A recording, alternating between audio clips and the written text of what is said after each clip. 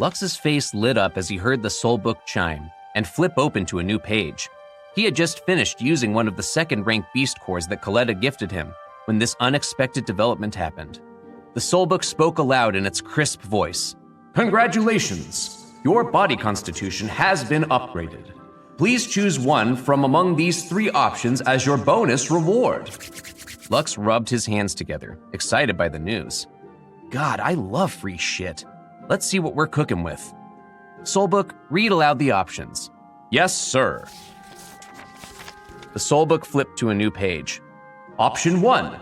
You may obtain a permanent plus 50 upgrade to your vitality, allowing you to withstand more punishment during the heat of battle. Option 2 is a mixed boon called Warcry. It grants you a significant plus 30 boost to your physical and magical damage that both you and your allies inflict for 5 minutes. But, Lux sighed, there's always a but. The Soulbook fired on. But, Warcry comes with a 10-minute cooldown, meaning you won't be able to stack its usage. The final option is the Mana Drain ability, which allows you to absorb 2% of your target's maximum mana for 5 seconds if they are within a 30-foot radius of you. Like Warcry, Mana Drain comes with a cooldown, albeit only for 30 seconds. The half-elf almost drooled upon seeing the 3 bonus rewards presented to him. If possible, he would like to have all 3. It was quite unfortunate that he could only choose one of them. Lux rubbed his chin, intrigued as he considered the options laid out before him, each nearly as tantalizing as the other. Sinking 50 extra points to my vitality stat would be pretty useful.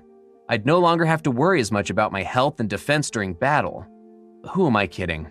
Having more hit points is pretty boring when put up against offensive techniques like Warcry and Mana Drain.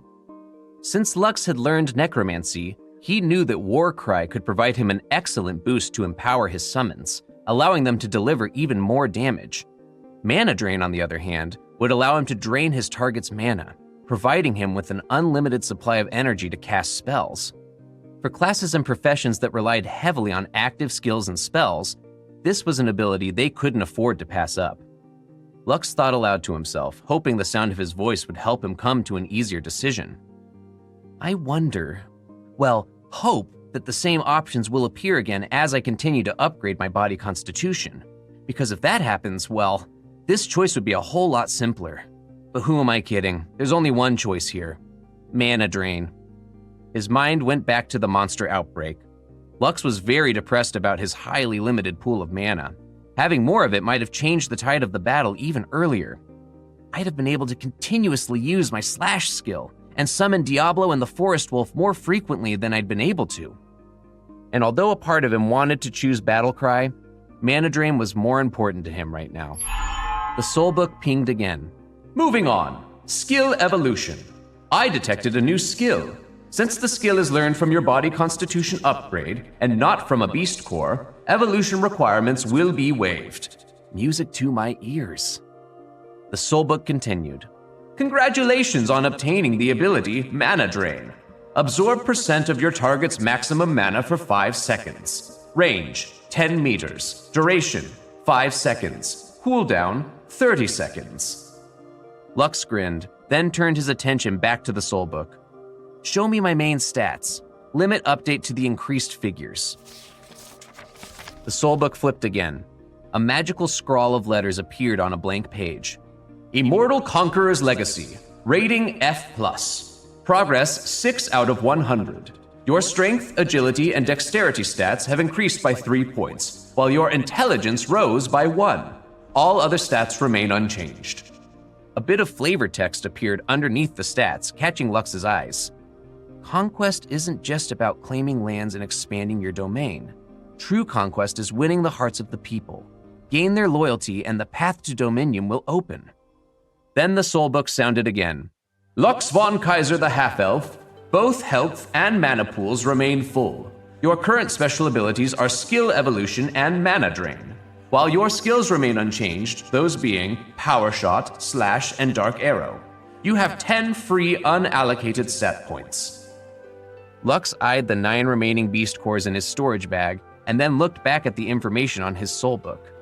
If I convert all of the beast cores into stat points, I'll jump from having a combined total of 93 to 193, which is only 7 points away from being apostle rank. The half-elf didn't expect that he would be able to graduate from the beginner's village in less than a month after arriving at Elysium. Now he understood how important it was to have many resources, especially a good supply of beast cores. They were a great way to instantly raise a person's stats in no time at all. Lux was elated with how things were panning out, but he also understood that he wasn't able to achieve his current status by his abilities alone. Even so, his goal didn't change. Once he decided on something, he would carry it out to the best of his abilities. After taking a deep breath to regain his composure, Lux took the beast cores out of the storage bag and consumed them one by one. Lux glanced at the clock mounted on the wall of his room. He still had some more time before meeting Maddie and Colette to explore the dungeon, which meant he had time to swing by the Adventurers Guild so he could choose a job class. Once a person accumulated 100 combined stats, they were eligible to pick a job class, which would give them a boost in overall strength. Not only that, they could also learn exclusive skills that belong to their chosen profession. I wonder what sort of job classes they have at the guild. Hopefully something cool like Monster Hunter, or at least cool sounding like Waylayer of Souls, which sounds epic but probably means like Mortician or something. Lux remembered how Grandma Vera told him that if he was lucky, he'd be able to discover hidden job classes that could only be found in Elysium and not in Adventurers Guilds. That's the only way to get the real powerful and rare classes, like the powerful Dragon Rider class. Like everyone else, Lux always dreamed of having one of those hidden job classes. Most people said that they found these rare classes through fortuitous encounters, while others said they were bestowed upon them by masters who were looking for disciples to inherit their legacies. Lux sighed as he put aside these thoughts and finished consuming all of the beast cores. It's nice to have a dream, but I can't go leaving Leaf Village just yet. There are still a couple of things I need to do before I'm ready to start exploring for real. As long as this goal was achieved, he could leave Leaf Village with a clear conscience. Lux decided to pave his path in the world of Elysium, regardless of what people thought of him. As long as his Grandma Vera, Max, and Ariel believed in him, then he could walk the rough and winding road of his new life with his head held high. I'd like to submit for a job class change, please. Lux flashed a smile at Miss Amelia, the boisterous receptionist at the Adventurers Guild. He rocked back and forth on the balls of his feet, still invigorated by all the leveling up he'd undergone as a courtesy of the beast cores. The guild receptionist chuckled and returned Lux's smile with an even brighter grin. A class change? Why, certainly, Lux. Just follow me to the back of the room. That's where we keep the shrine that takes care of that sort of thing. Thank you, Miss Amelia.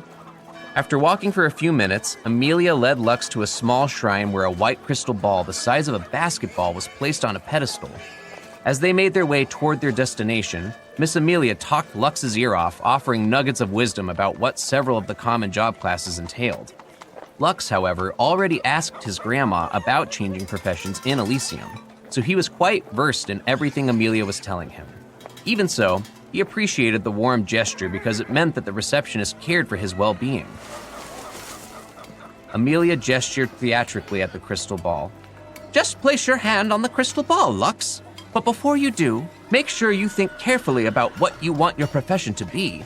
It'd be a shame if you chose something you'd come to regret. Lux nodded. I will. Thank you, Miss Amelia. He then took a deep breath to clear his mind before placing his palm over the crystal ball. A second later, Lux felt a bolt of energy transfer from the surface of the crystal toward the center of his very being. As that happened, an airy voice thrummed at the center of his being. Ah, Lux von Kaiser. It's been ages since I'd felt the touch of a half-elf, especially as young as yourself. What would you like to do? Thanks, I guess. Lux cleared his throat. Show me the available job classes. Very well. A glowing projection appeared in front of Lux's face as the voice of the crystal ball continued to speak. Even with your current rankless state, your build is compatible with several job classes. You may select the basic job classes of Swordsman or Magician, the rare classes of Magic Knight or Battle Mage, the unique classes of Summoner, or the hidden class of Necromancer. Lux gasped as he stared at the job classes that were listed on the screen. He expected the necromancer class to appear in his choices, but he didn't expect it to be categorized as hidden class. Grandma Vera told him that in Elysium, there were several groups of job classes that people could select. The first type was the basic job classes, which were available to everyone. Examples of the basic job classes were swordsman, thief, brawler, magician, archer, fighter, and healer. Then there were the rare job classes. These classes were usually a hybrid of two basic job classes. So if a person was good in swordsmanship and capable of wielding magic, they could become a magic knight. The same applied to magicians who preferred to learn close combat in addition to their magic spells. The option to become a battle mage would be allowed to them. As for unique classes, these were professions that were relatively hard to find. Just like the hidden class, unique classes could only be obtained through fortuitous encounters. These rare events would only happen out of the blue and bless people to learn job classes that were not available to everyone. Hidden classes were similar to unique classes, with the caveat being that only the most lucky of the lucky would be fortunate enough to bump into professions that no one usually had access to. Lux's necromancer class was a great example of this. He knew that if he hadn't acquired the necromancy skill book during his gacha pull, there would have been no way for him to access both the summoner and necromancer job classes so early into his journey.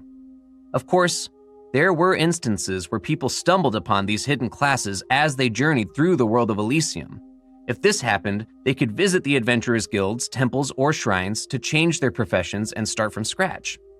Thankfully, however, only the skills of the previous job class would be erased from the person's soul book. Their stat points would remain the same. After thinking for a while, Lux finally decided on the necromancer job class. Since he already intended to strengthen Diablo, picking this choice would be the optimal way to secure his future progress in Elysium. Lux tapped to select necromancer on the floating screen. "I've made a selection." "And is that your final answer?" "It is." Satisfied with the young half-elf's answer, the crystal ball glowed until it enveloped Lux in a radiant white light. As it kissed his skin, Lux felt a new thread of power flowing within his body. He was so in awe of the feeling that he almost missed the words of the crystal ball speaking to him. "Congratulations, necromancer. Your job class specializes in the practice of black magic, which is often referred to as death magic, allowing you to communicate and summon the dead. As a necromancer, you are capable of casting curses to weaken your enemies and can allow your undead minions to deal your enemies their final blow." The screen flickered to show a series of stats. Lux read them aloud. "Because you already learned the necromancy skill for this job class, you shall be rewarded a class change bonus as compensation. Congratulations on receiving a 100% increase to your mana generation, 500 additional hit points, and a +1 to all your stats and summoning skills." Lux couldn't help but whoop at seeing the good news. Whoo! Usually, people who changed their professions wouldn't get the same kind of bonus he received. Hearing Lux's jubilation, Amelia wondered to herself whether or not he'd been blessed to receive a rare job class. She witnessed this event happen many times in the past, so she just smiled and proceeded to do her job as the guild's receptionist. "Have you already chosen a job class?" Lux nodded. "Yes, Miss Amelia." "Give me your guild card so that we can update it with your current information." Lux presented his guild card to Amelia. The receptionist asked the half-elf for a drop of his blood to upgrade his current information. The red-headed boy complied, and with a flash of magic, the guild card transformed to display Lux's new job class. The sight of it made Amelia perform a double take. Necromancer? Isn't this a hidden class? How did you get this?" The gears in Lux's head shifted into overdrive as he thought of an excuse to explain how he gained this profession. Usually, hidden classes weren't that easy to obtain. Any individual who acquired a hidden job class would receive special attention from the Adventurers Guild. They could also gain access to information exclusive to the Adventurers Guild, like current news in the neighboring kingdoms or any monster sightings that required strong adventurers to exterminate. During the monster outbreak, I kind of felt a connection with the undead after I was attacked by the Draugr and thought I was going to die. The thought of death might have unlocked something inside me and allowed me to grasp the power of necromancy. Amelia listened to Lux's explanation with a serious expression on her face. That might explain it. Certain historical figures in the Guild Compendium also unlocked hidden classes during life and death situations. You're very lucky, Lux, one of the rare few. I'm happy for you. Thanks. Lux felt somewhat guilty for lying to Amelia, but he had no choice. He couldn't possibly explain that he acquired the necromancy job class by using a golden ticket for a gacha pull, and he was even more sure that she likely wouldn't believe him.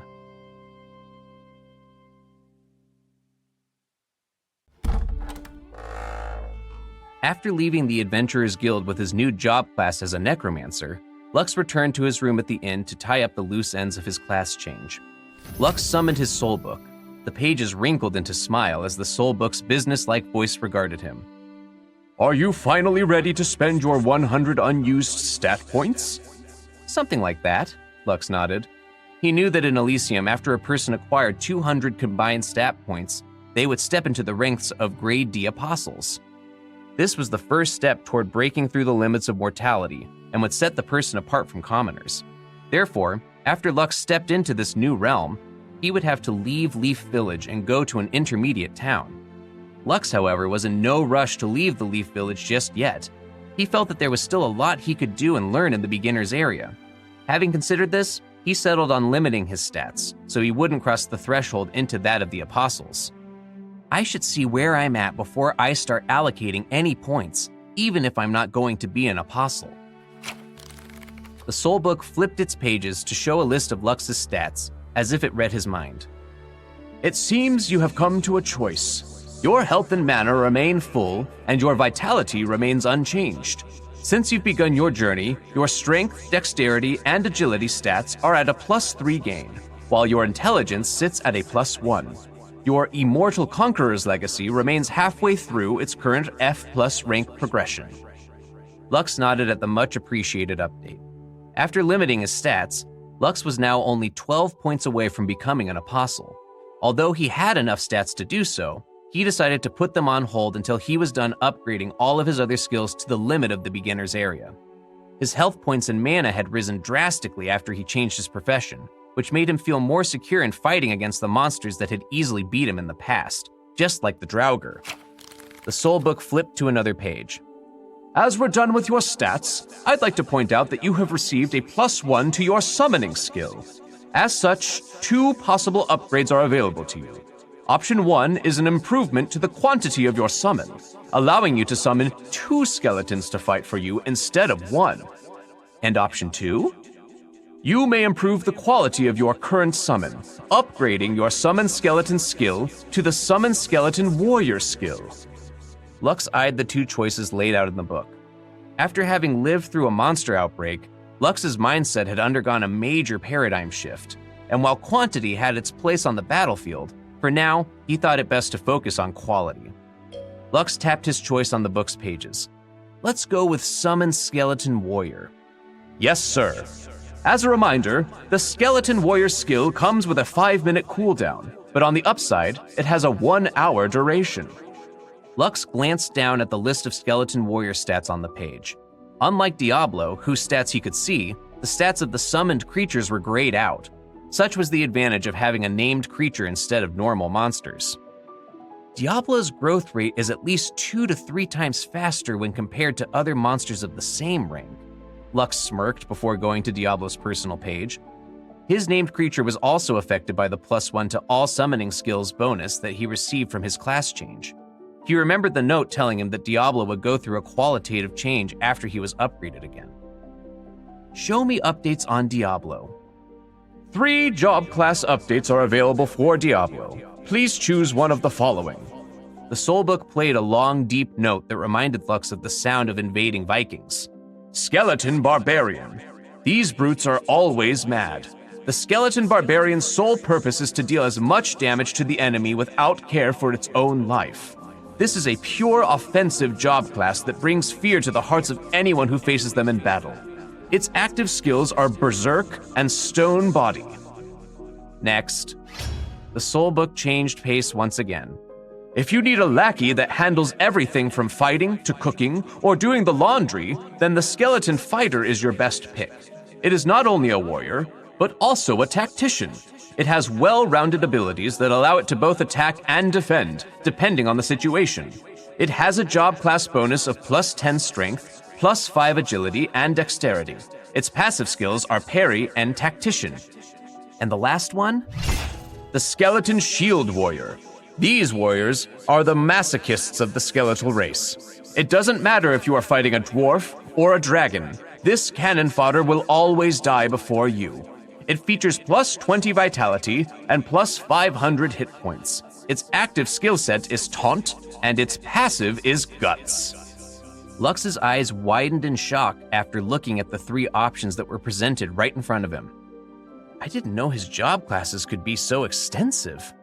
The thought jogged a memory in Lux's mind, and he immediately realized that he had neglected to give his named creature a role in his party. Roles were the backbone of effective team composition that could spell success or doom when on a raid or a dungeon expedition.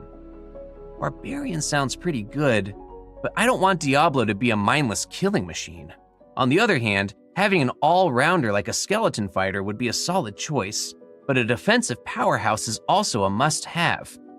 He sat there for half an hour gaming out the advantages and weaknesses of all the classes. Finally, he tapped on the selection circle next to Skeleton Fighter. The soul book trilled.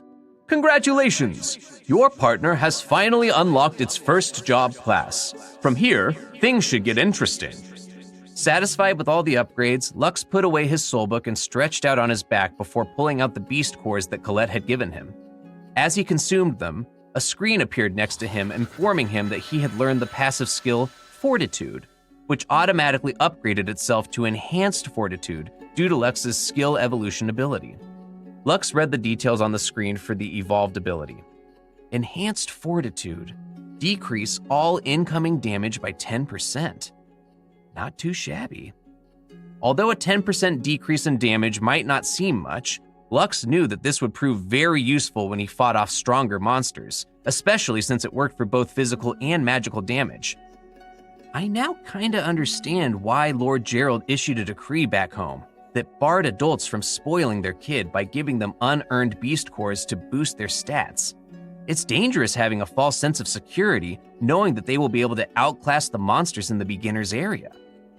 Lux sighed, resolving to keep his ego in check, so that he wouldn't suffer the same fate as several sons of noble families who fearlessly challenged the alpha monsters and field bosses due to their boosted stats. He glanced at the clock on the wall and decided to nap for a few hours before meeting up with Colette and Maddie at the Bronze Crypt.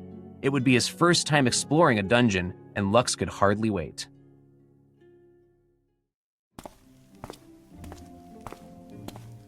So, you're finally here. Maddie's annoyed voice rang out as Lux approached the group of waiting dwarves. What took you so long? I've been waiting here for 20 minutes already. Sorry, I woke up a little late from my nap, Lux apologized, rubbing the back of his neck sheepishly. He glanced around at the assembled faces. Where's Colette? As if on cue, the sound of hurried footsteps echoed through the clearing. Sorry, everyone, Colette shouted as she ran toward her party members, her cheeks flushed with exertion. I overslept. Did I make you guys wait too long? Maddie's annoyed expression instantly melted into a besotted smile at the sight of his crush. No worries. We just got here a minute ago ourselves. You're not late at all. Really? Thank goodness. I thought for sure I'd kept you all waiting. Colette's eyes grew big. Nah, I may have overslept a bit myself, Maddie admitted with a chuckle. No big deal. Lux bit his tongue to keep from calling out the blatant hypocrisy. Sure, when I'm the one running late, it's the end of the world. But Colette gets a pass because Maddie's too busy making hard eyes at her to care. Figures. Colette turned her attention to Lux, slipping her small hand into his larger one and squeezing it. Luxie, I didn't make you wait long, did I? I'm so sorry, it won't happen again, I promise. Don't sweat it, I only just arrived myself, Lux reassured her, returning the gentle pressure. He wasn't about to kick up a fuss and clash with Colette's friends, not when they were about to tackle their first dungeon as a team. Maddie's blatant favoritism could slide, for now. Maddie is such a simp, though. As Lux stood there, a floating holographic screen appeared in front of them. On it were the words, "Do you want to join the Golden Slayers party?" This really is just like a video game. Lux tapped the yes button, formally joining the dwarven party. While there was no visible indicator of his new teammates' HP bars like in the video games of his old life, Lux could feel a subtle shift in the atmosphere around the group, like they were all suddenly more attuned to each other. The moment his party membership was confirmed, a refreshing breeze blew over Lux, ruffling his hair and causing his skin to tingle pleasantly. Maddie smirked at his reaction, clearly eager to show off his superior knowledge. That's Colette's doing, the dwarf boy explained smugly. She's gone and changed her job to paladin, so now everyone in her party gets a passive regeneration boost. It'll help with the little scrapes and bruises, but don't go thinking it'll save your bacon if you take a mortal wound out there. Got it, Lux nodded, filing that information away. He turned to flash Colette a grateful smile. Seriously though, that's an amazing ability, Colette. You're going to be our MVP, I can already tell. The girl practically glowed under the praise, her answering grin threatening to split her face.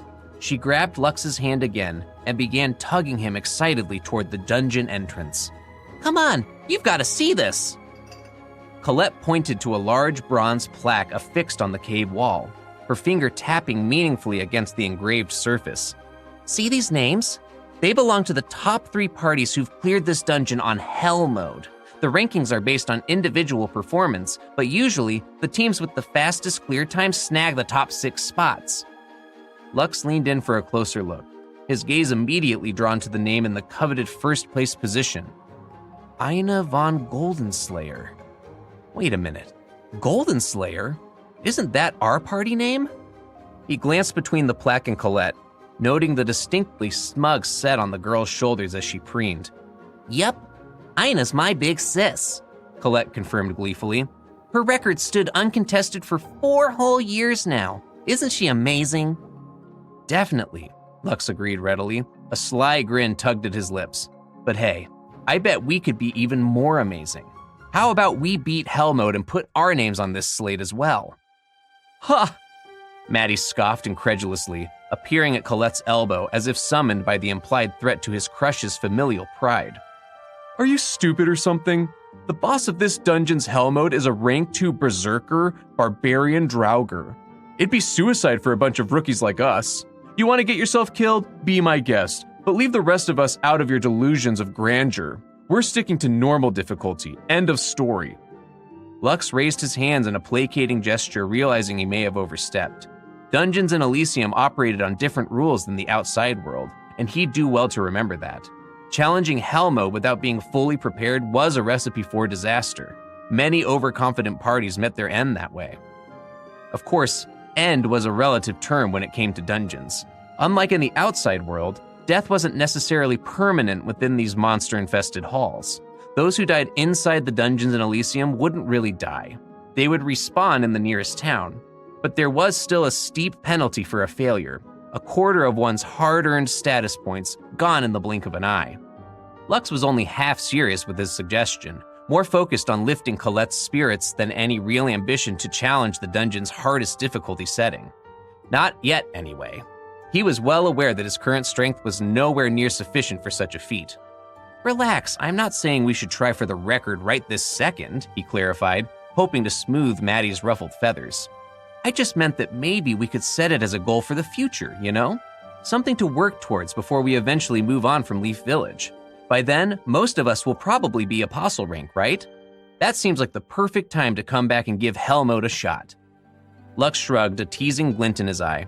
I mean, unless you don't want to leave your mark for future generations to admire. Figured a guy like you would leap at the chance to cement his legacy, but hey, if you're not interested. Maddie opened his mouth, then closed it again, a pensive frown settling over his features. As much as it pained him to admit, Lux had a point.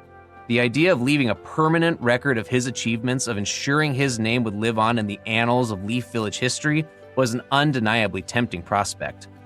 Well, I suppose there's no harm in keeping our options open, the dwarf allowed grudgingly, assuming we all survive that long and get strong enough to even consider it.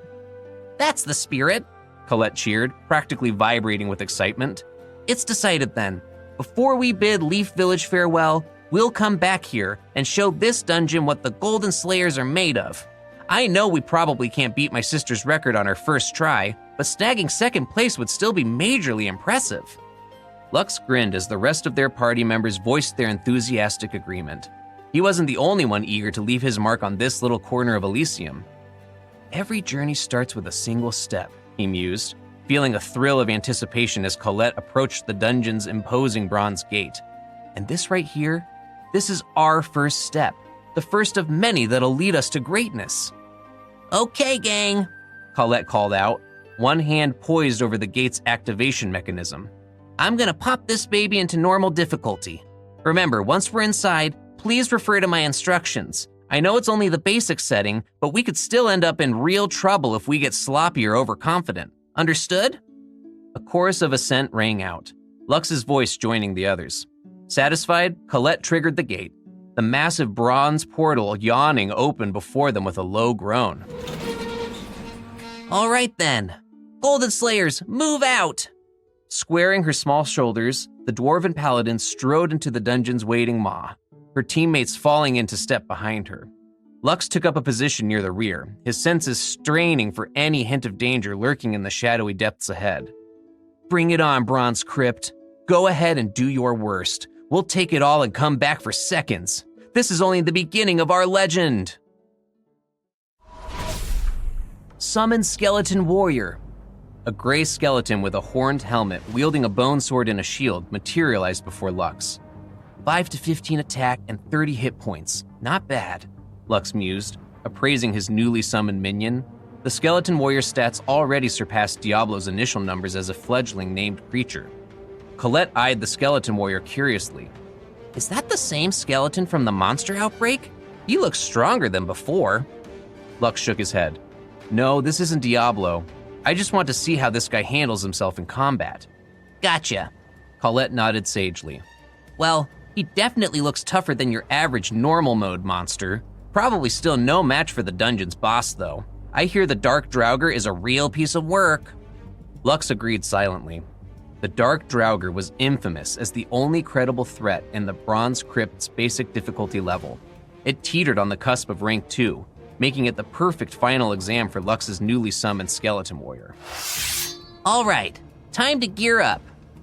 Lux re-equipped his relentless warrior armor and Oathbreaker, the sleek onyx blade thrumming with ominous power as his fingers closed around the hilt. Lux's crimson armor and wicked-looking sword immediately drew the party's attention. Even Maddie, who never missed a chance to talk smack, was struck speechless by the half-elf's imposing battle regalia. Colette's eyes sparkled with undisguised awe. Whoa, Luxie, you look amazing.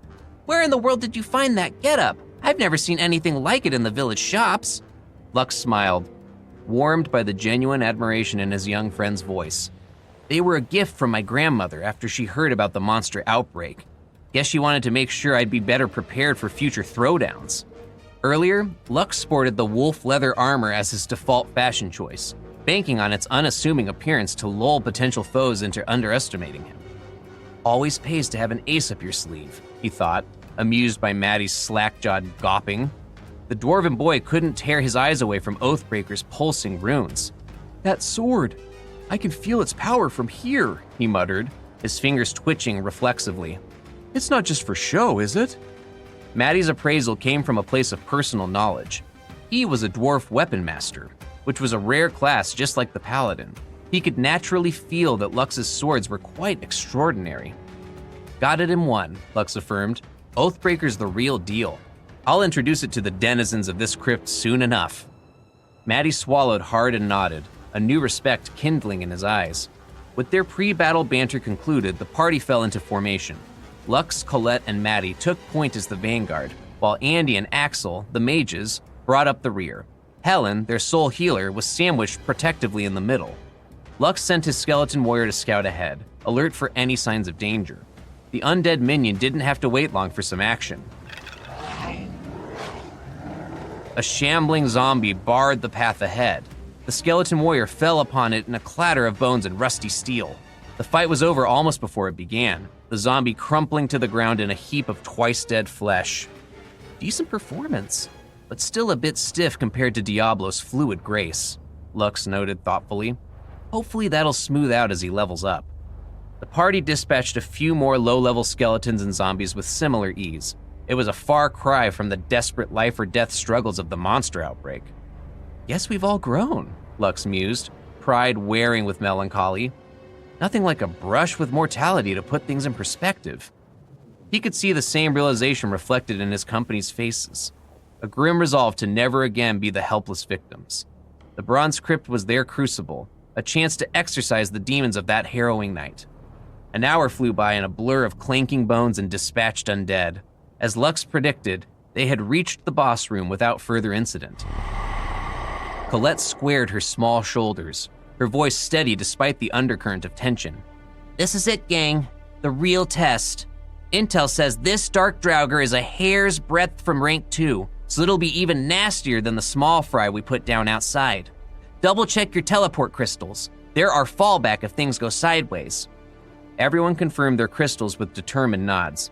Satisfied, Colette pushed open the heavy boss door with a grunt of effort. The party filed in cautiously, senses straining. Behind them, the entrance gate swung shut with a hollow boom, cutting off any avenue of retreat. Guttering torches cast eerie shadows over a macabre throne of bones. Upon that grisly seat perched a lean, desiccated figure adorned in jagged black armor. Blue orbs of light flickered to life in its empty eye sockets as the Dark Draugr stood up from where it sat. Lux tensed, a chill slithering down his spine. Steady, everyone. It's going to attack. Colette, what are your orders? However, before the words could fully escape Lux's mouth, Colette crumpled to her knees with a strangled gasp. Lux dropped to one knee at her side, alarmed by her paper-white face and rapid, shallow breathing. Colette, what's wrong? The Dark Draugr screeched a blood-chilling howl. Twin black blades hissed free of their sheaths as the undead horror charged. Skeleton warrior, block him!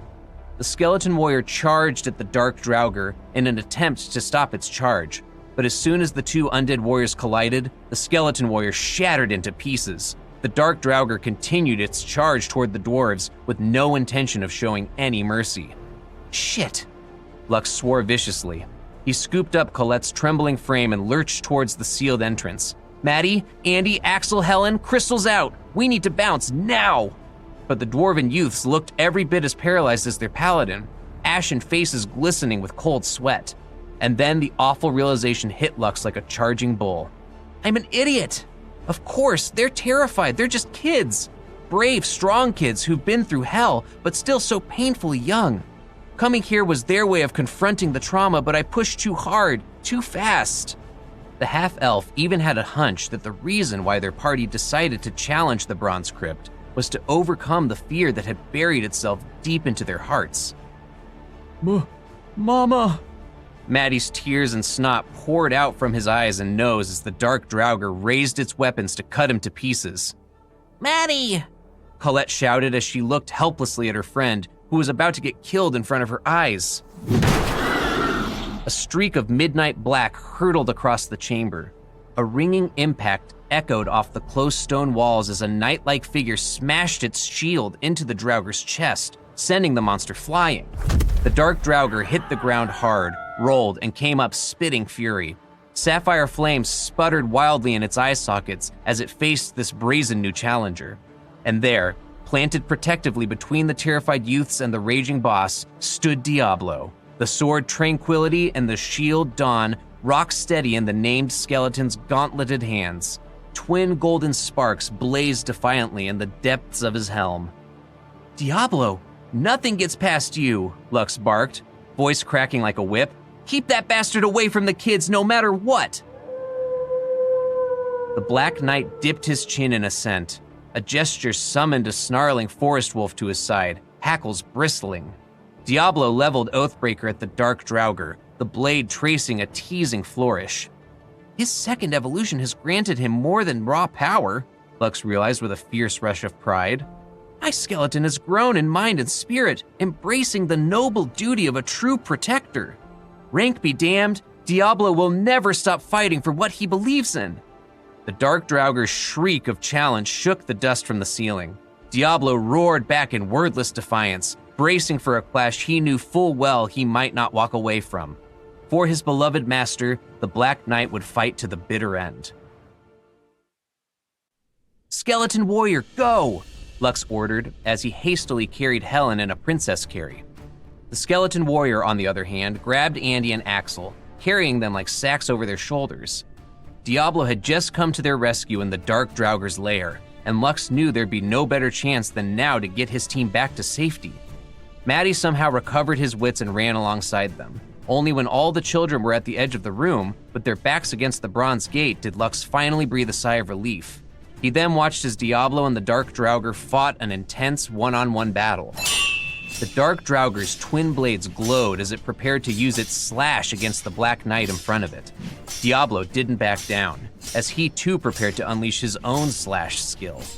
When the two attacks met, the Dark Draugur took a step back, while Diablo skidded a few feet away. Even so, the golden embers glowing brightly on the Black Knight's helmet never wavered. Diablo lunged toward the Dark Draugur and thrust his sword forward. The latter deflected it to the side and counterattacked with a stab of its own, but it was blocked by Diablo's round shield. The two undead exchanged several blows against each other, with Diablo being pushed back most of the time. Even so, Lux's named creature successfully activated his parry skill several times, dealing damage to the enemy in front of him.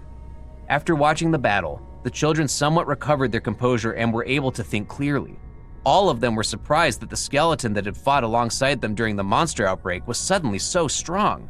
They couldn't believe that in the short period that they hadn't seen Diablo, the named monster was now able to stand up against a rank 1 monster by himself. Amazing, Maddie stuttered. Despite the difference in strength, Diablo was able to fight back. Helen looked worriedly over at Lux. Do you think the Diablo can win? Lux shook his head. No. The Dark Draugur is stronger than Diablo right now, so he can't win by himself, not alone. All of you stay here. I'll help Diablo. Skeleton Warrior, protect the children. Lux didn't wait for any of their replies and charged at the battlefield, pointing his finger at their adversary. Dark Arrow! An arrow of darkness shot out from Lux's finger and hit the Dark Draugur's face. Unfortunately, it didn't trigger the blind effect that he was hoping for. The Dark Draugur glanced at Lux's direction in annoyance, but before it could even attack the red-headed boy, a shield slammed into its body, sending it skidding several meters away. Just as the Dark Draugur was about to counterattack, the forest wolf jumped and clawed the undead's face before running away. The wolf harried the Dark Draugur throughout the fight, darting in and out, attacking the monster's flanks at Diablo's instruction. A single attack from the Dark Draugur would be enough to take out the wolf. However, Diablo proved himself to be a great tactician, sending the wolf forward only when it was clear that the rank 1 monster couldn't retaliate. Dark Arrow! Another arrow of darkness landed on the Dark Draugur's head. This skill dealt no damage since its sole purpose was to blind its targets. Once again, nothing happened, causing Lux to wonder if their enemy was immune to the effects of blindness spells. This time around, the Dark Draugur was truly mad. 3 enemies were attacking it at the same time in quick succession, and it was having trouble deciding who among them it was going to annihilate first. Diablo kept close proximity to the Draugur, ready to react to whatever kind of action it might take. The named creature's defenses and stats had been upgraded, so only a third of its health points were shaved off by the enemy during their intense exchange thus far. Lux was also starting to familiarize himself with the boss monster's attack pattern. He waited patiently for an opportunity to slip past its defense to deliver a devastating blow. The Dark Draugur howled as it once again activated its slash skill. Diablo received it with practiced defense, mitigating the damage he received. Lux and the Forest Wolf immediately dashed at the Draugur from either side of its body. Slash! Lux roared as Oathbreaker shone in a crimson glow. Its blade slashed the undead's body, shaving off 1/10 of its health points in a single blow. The Forest Wolf once again swiped its claws on the Draugur's head, dealing very little damage. The Dark Draugur took a step back, due to the force behind Lux's blow, and raised both of its swords to a defensive position. Lux immediately backed away because he didn't want to continue attacking the Draugur that had opted to defend itself from further attacks. However, the half-elf didn't forget to fire a dark arrow on the immobile undead to try his luck. This time around, the blind effect triggered and a black mist oozed out of the Dark Draugur's eyes. Andy, Axel, attack it now! Lux shouted, which brought the two dwarf mages back to their senses. That's right. We came here to fight, not to watch, Andy muttered as he raised his staff and aimed it at the blinded monster. After saying a short incantation, a ball of flames the size of a tennis ball appeared at the tip of his staff. Fire bullet! Following Andy's lead, Axel readied his own offensive spell and launched it at the same time as his friend. Water bullet! The two spells pushed the Dark Draugr another 2 steps from where it stood, making the two mages regain their confidence. We can do this, Lux shouted. This is not a one-on-one battle. This is an 8 versus 1 battle. We've got the upper hand. There's no need to be scared. Diablo and I will protect all of you, so fight! Colette, Maddie, and Helen gripped their weapons firmly.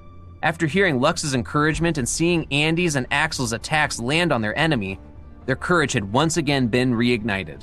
Colette ran toward the Dark Draugr with her mace raised, ready to strike. Charge! Maddie broke into a dash, quickly catching up to his friend and would-be lover. Gripping his sword firmly with both hands, he pulled ahead of Colette and slashed at the Draugr, who wildly swung its weapon around itself in a futile attempt to hit something. As soon as Maddie felt his sword hit the monster's body, his blood started to boil for battle. He no longer felt afraid and timed his attacks alongside his companions. Holy smite! Colette shouted as she smashed her mace against the Dark Draugr's right leg, forcing it to lose its balance. Helen, the cleric of the group, chanted, and an arrow of light shot out from the tip of her staff, flying toward the undead that had haunted her dreams for the past few days. Holy arrow! The arrow of light hit the undead's chest and made it shriek in pain. Holy and life magic were the bane of the undead, which made Colette's and Helen's attack deal significant damage to it. Suddenly, the Dark Draugr roared and a red mist oozed out of its body. The blind effect lifted from its sunken eye sockets, allowing the rank 1 monster to finally see the insects that were ganging up against it. Careful, it's going berserk, Lux shouted. Colette, Maddie, back away. Let Diablo handle the aggression first. Andy, Axel, Helen, stop firing spells and wait for my signal. The children obeyed Lux's orders without any complaints and allowed Diablo to fight the Draugr head on. They didn't realize that they had started to recognize Lux as the leader of the party instead of Colette. The dwarves listened to his orders as they reorganized their formation. Although he couldn't see their enemy's health bar, Lux was sure that the damage that they had dealt surpassed half of the Dark Draugr's health points, which forced it into a berserk state. He smirked. All right, Diablo, let's finish this. Earlier, Diablo had found himself in a dire situation, forced to focus solely on blocking, dodging, and parrying the Dark Draugr's relentless onslaught. Each powerful blow chipped away at the named creature's health points, slowly but surely depleting its reserves. Diablo, return! Lux shouted, his voice tinged with desperation as he saw his partner's life force dwindling to a mere sliver. With a burst of magical energy, he recalled Diablo moments before the final blow could land. Summon Diablo!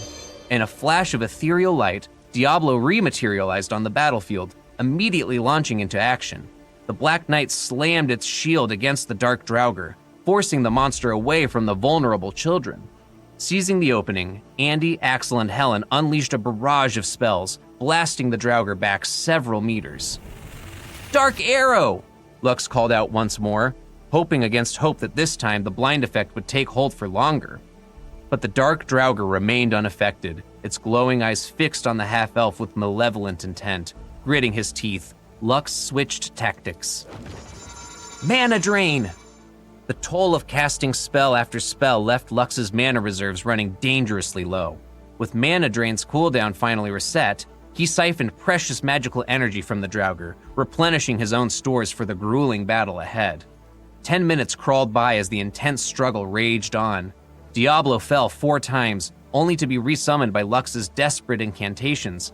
But each time, the named creature stood firm, a stalwart guardian shielding the children from harm. At last, the crimson mist enshrouding the Dark Draugr began to dissipate, a sign of its weakening state. Lux and Diablo leaped forward as one, seizing the opportunity to land devastating blows. Slash!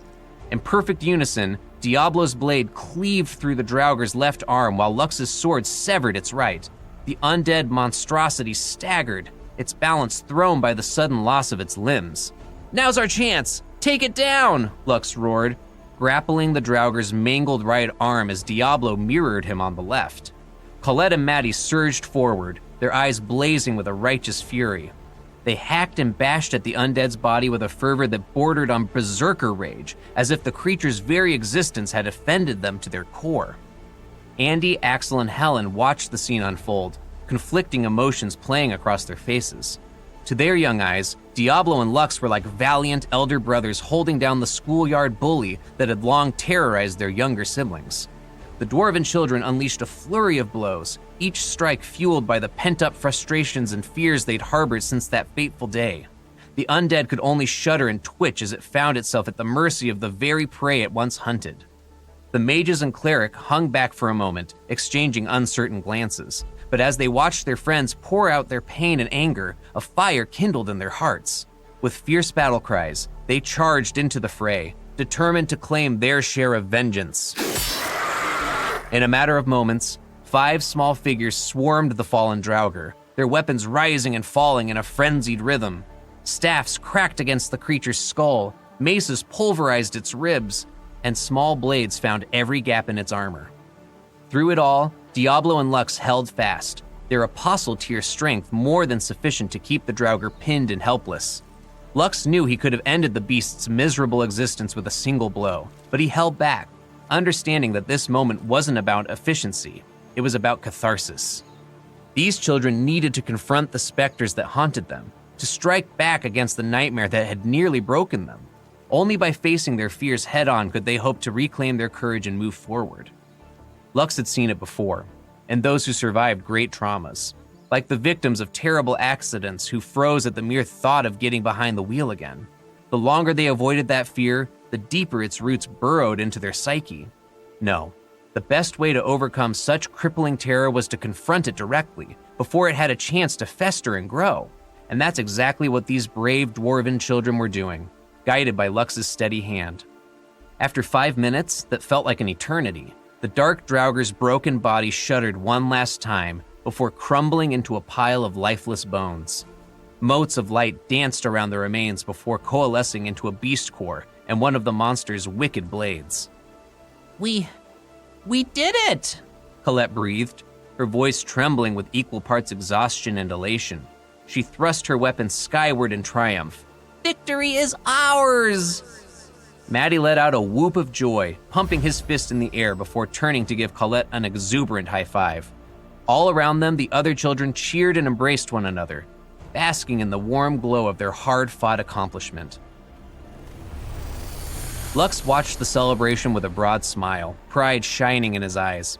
Suddenly, a series of notification screens appeared before him, eliciting a surprised bark of laughter. Achievement unlocked. Congratulations on clearing the Bronze Crypt on normal mode.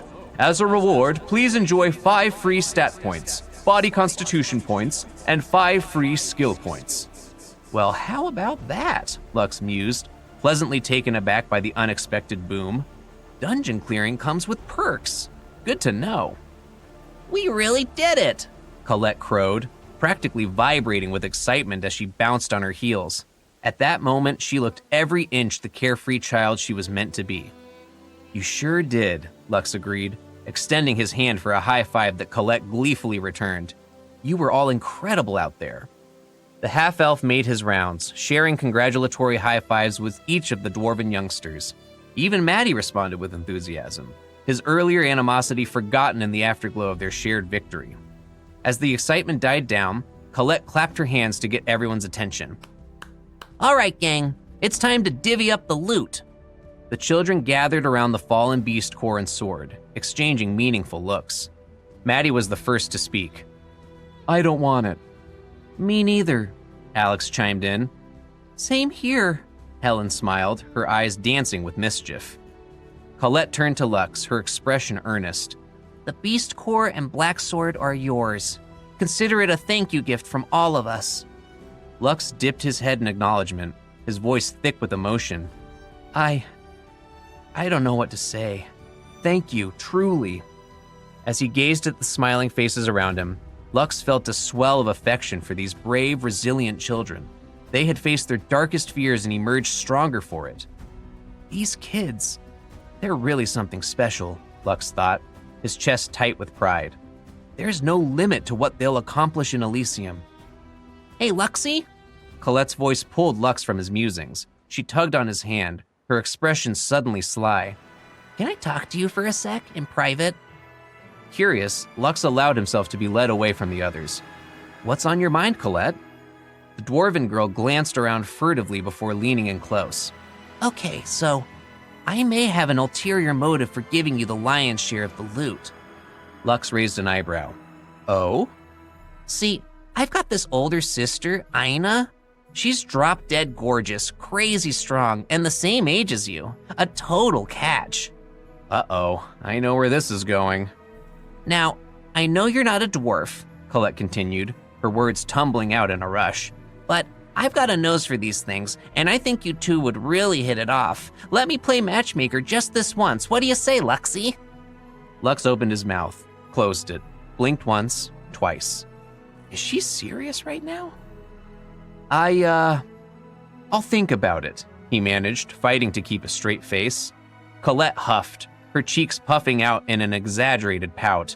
You'd better think fast, mister. My sis is a hot commodity. Blink and you'll miss your shot at the brass ring. Okay, that's it.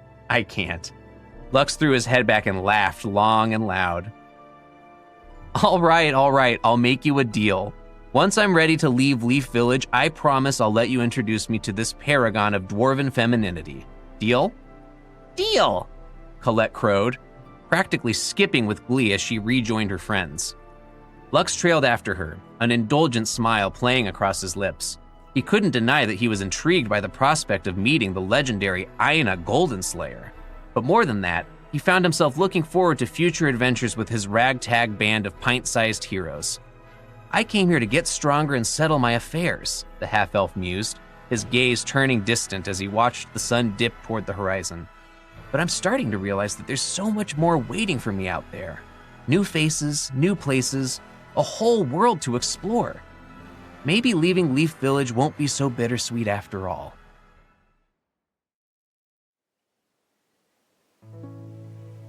It feels great to see the sun. Lux stared up at the expansive sky as he and his dwarven friends stepped out of the bronze crypt. They had just defeated the dungeon's boss, the Dark Draugr, in an intense battle that had tested their resolve and teamwork.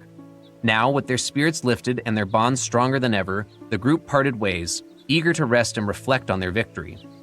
After arriving in Leaf Village, Lux bid farewell to Colette and her friends, making his way back to the inn to examine the spoils of their battle in private. It wouldn't be right to start divvying up loot in the middle of the dungeon, he mused, closing the door to his room behind him. Better to do this somewhere quiet, where I can really take stock of what we've got. With the wave of his hand, Lux summoned the sword dropped by the vanquished Dark Draugr. As the blade materialized before him, a glowing screen winked into existence, displaying the weapon's stats. Let's see here. The Black Blade, Foe of the Covenant. That's a pretty baller name for a rare item. Minimum attack damage of 30 and a maximum of 50. And hey, equipping it grants the passive skill Dual Wielding. Lux whistled low, impressed. Being able to wield two weapons without penalty is a pretty sweet bonus.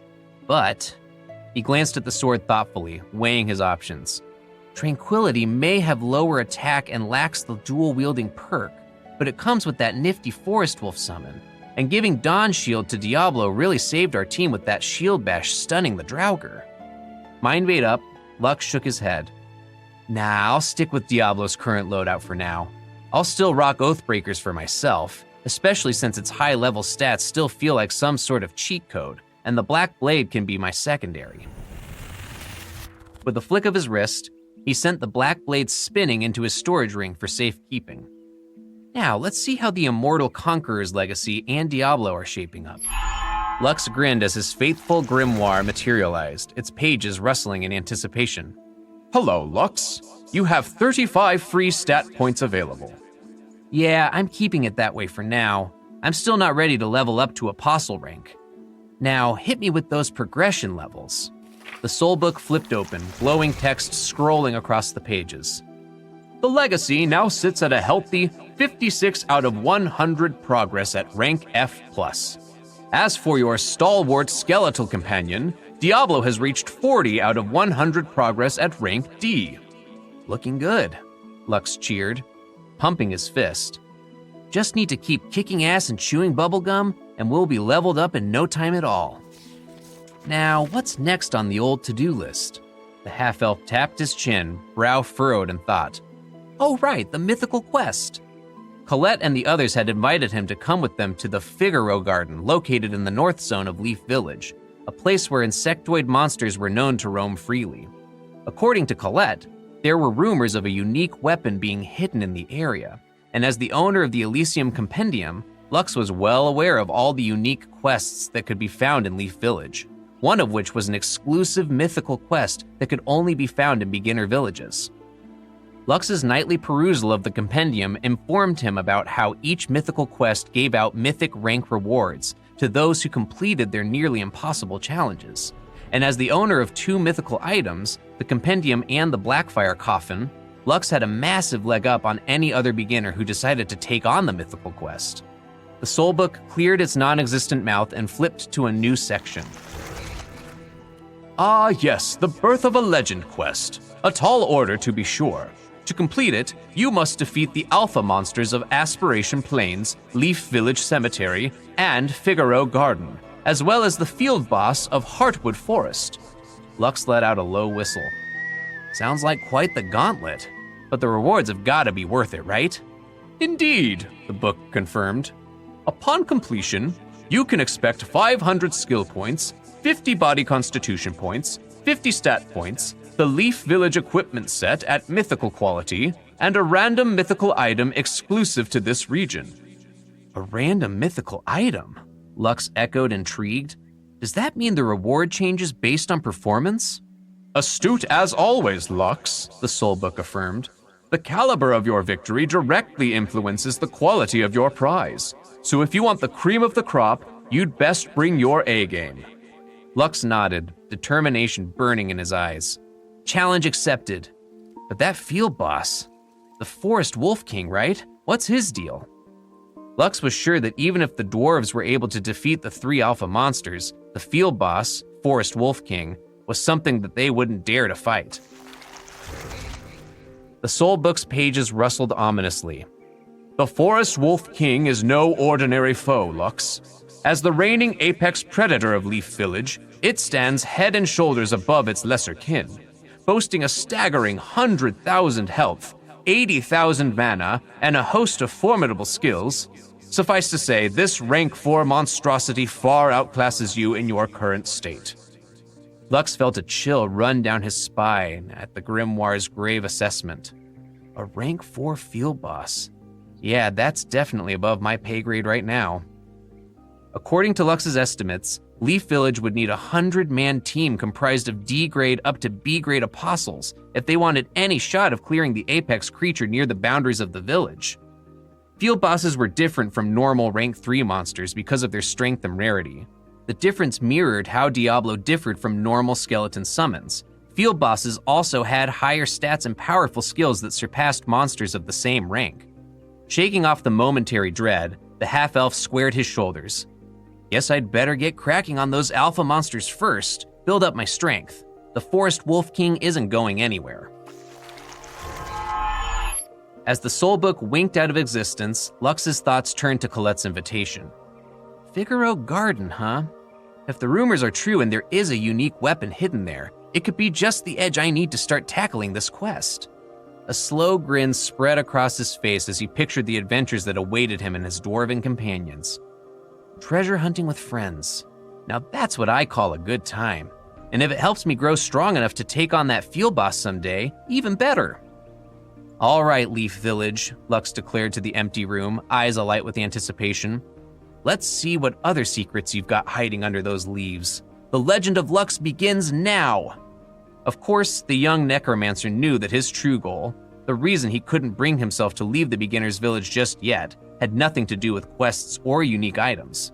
I made a promise, he thought, his smile softening as an image of the children's hopeful faces flickered through his mind.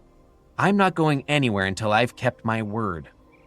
Content with his current course, Lux stretched out on the bed, his heart full of gratitude for the new bonds he'd forged. "Grandma, I think I'm really going to like it here," he murmured as sleep rose to claim him. "Here's to a lifetime of adventures with the best friends an outsider like me could ask for." As he drifted off, the half-elf dreamed of grand battles and untold wonders, his dwarven comrades ever at his side. Whatever challenges the morrow might bring, he would face them with a smile, secure in the knowledge that he no longer walked alone.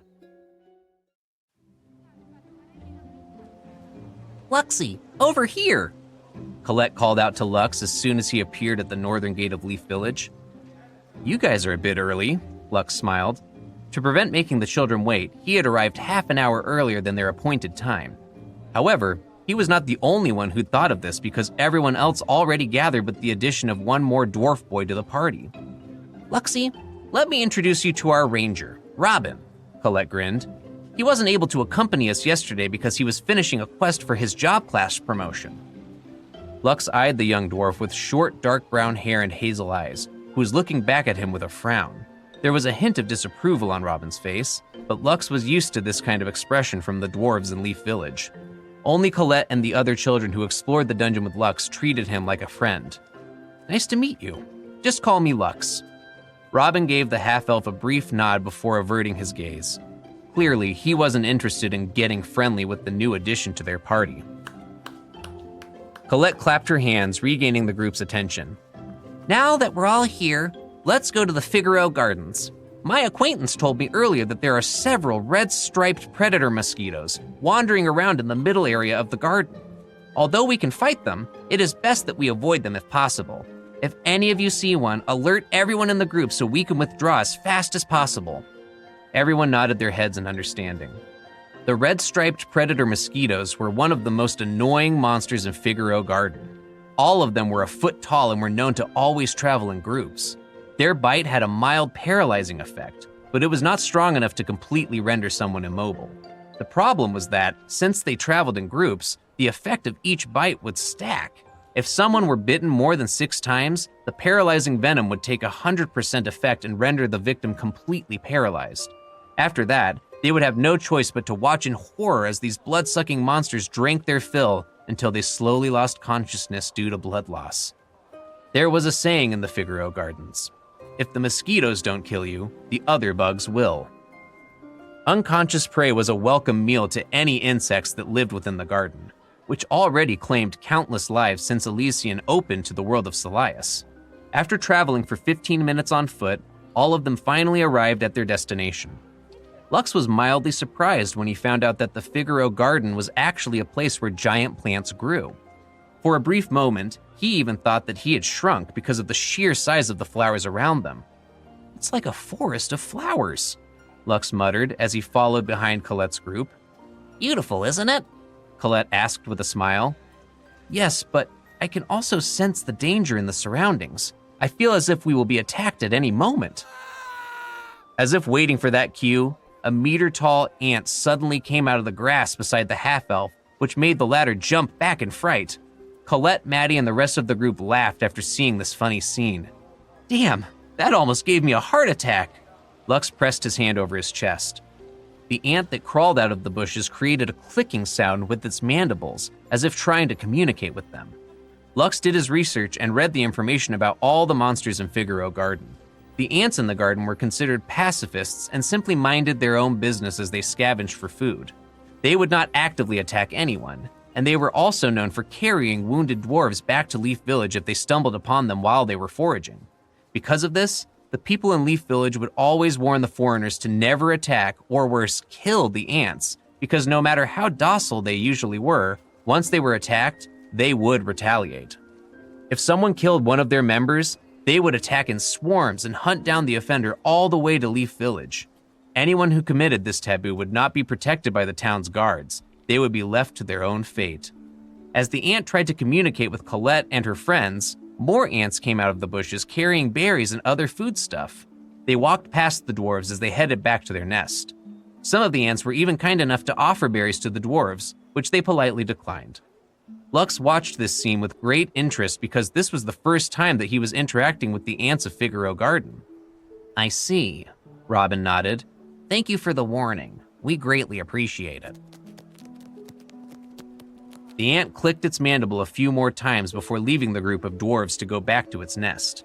After the ants disappeared, everyone looked at Robin in askance. He was the only ranger in the group with the skill called beast empathy, which allowed him to understand the language of monsters on a basic level. They said that several dwarves are fighting against the alpha monster, roughly a mile in that direction. Robin pointed towards the east. The ant also warned me that dozens of red-striped predator mosquitoes are loitering around the northern area. Colette frowned because, according to the rumors, the location of the unique weapon that they were searching for was said to be found in the northern area of the garden. However, the presence of over a dozen predator mosquitoes was extremely bad news for them.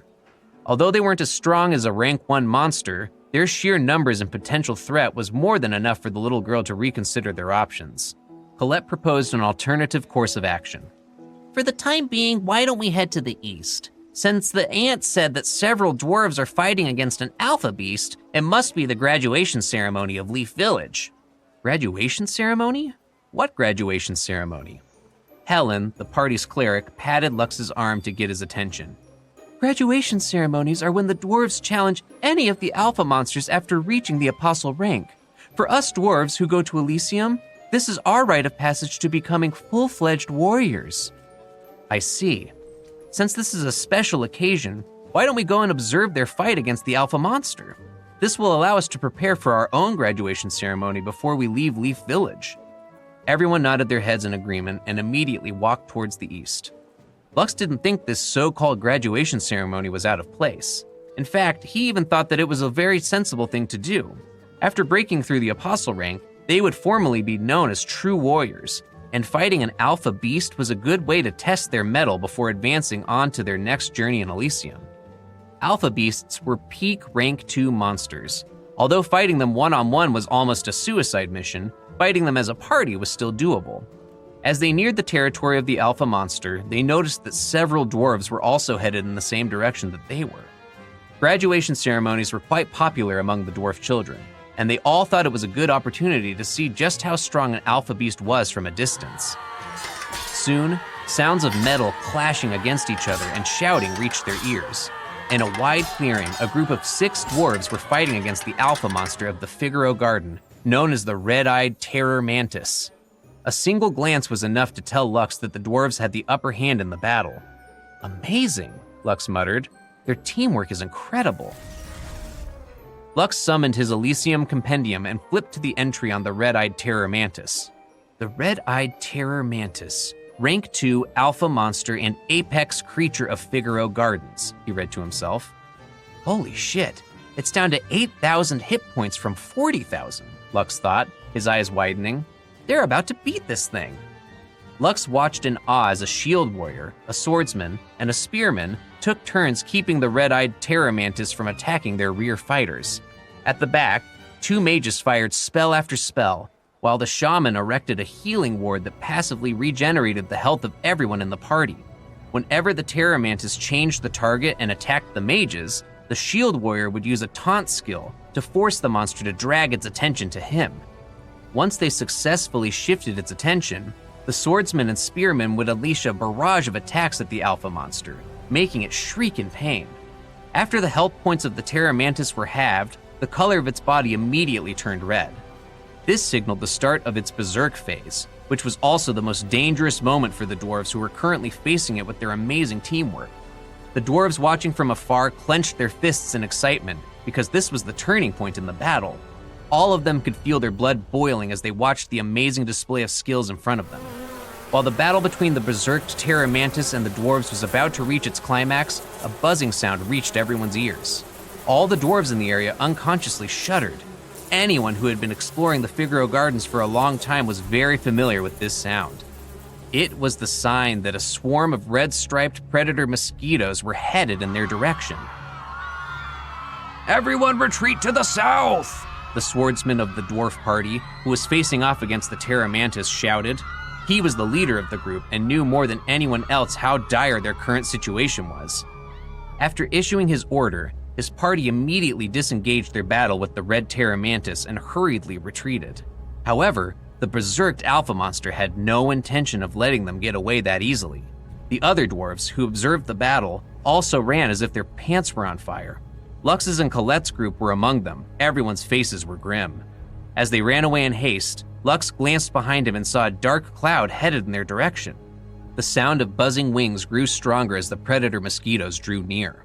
The half-elf did not doubt in his mind that if any creature were unfortunate enough to be overtaken by the swarm of mosquitoes, the only fate that awaited them was turning into a dried husk with all of their blood sucked out of their bodies. As everyone ran for their lives, the ground beneath their feet trembled. It was a cacophony of vibrations that echoed the pounding of their own hearts. In their desperate flight, several monsters joined the exodus, their instincts screaming at them to flee from the approaching danger.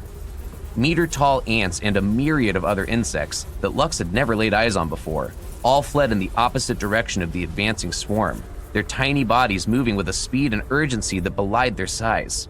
A single red-striped predator mosquito was a monster that posed little threat on its own, but a swarm numbering in the thousands was a different matter entirely.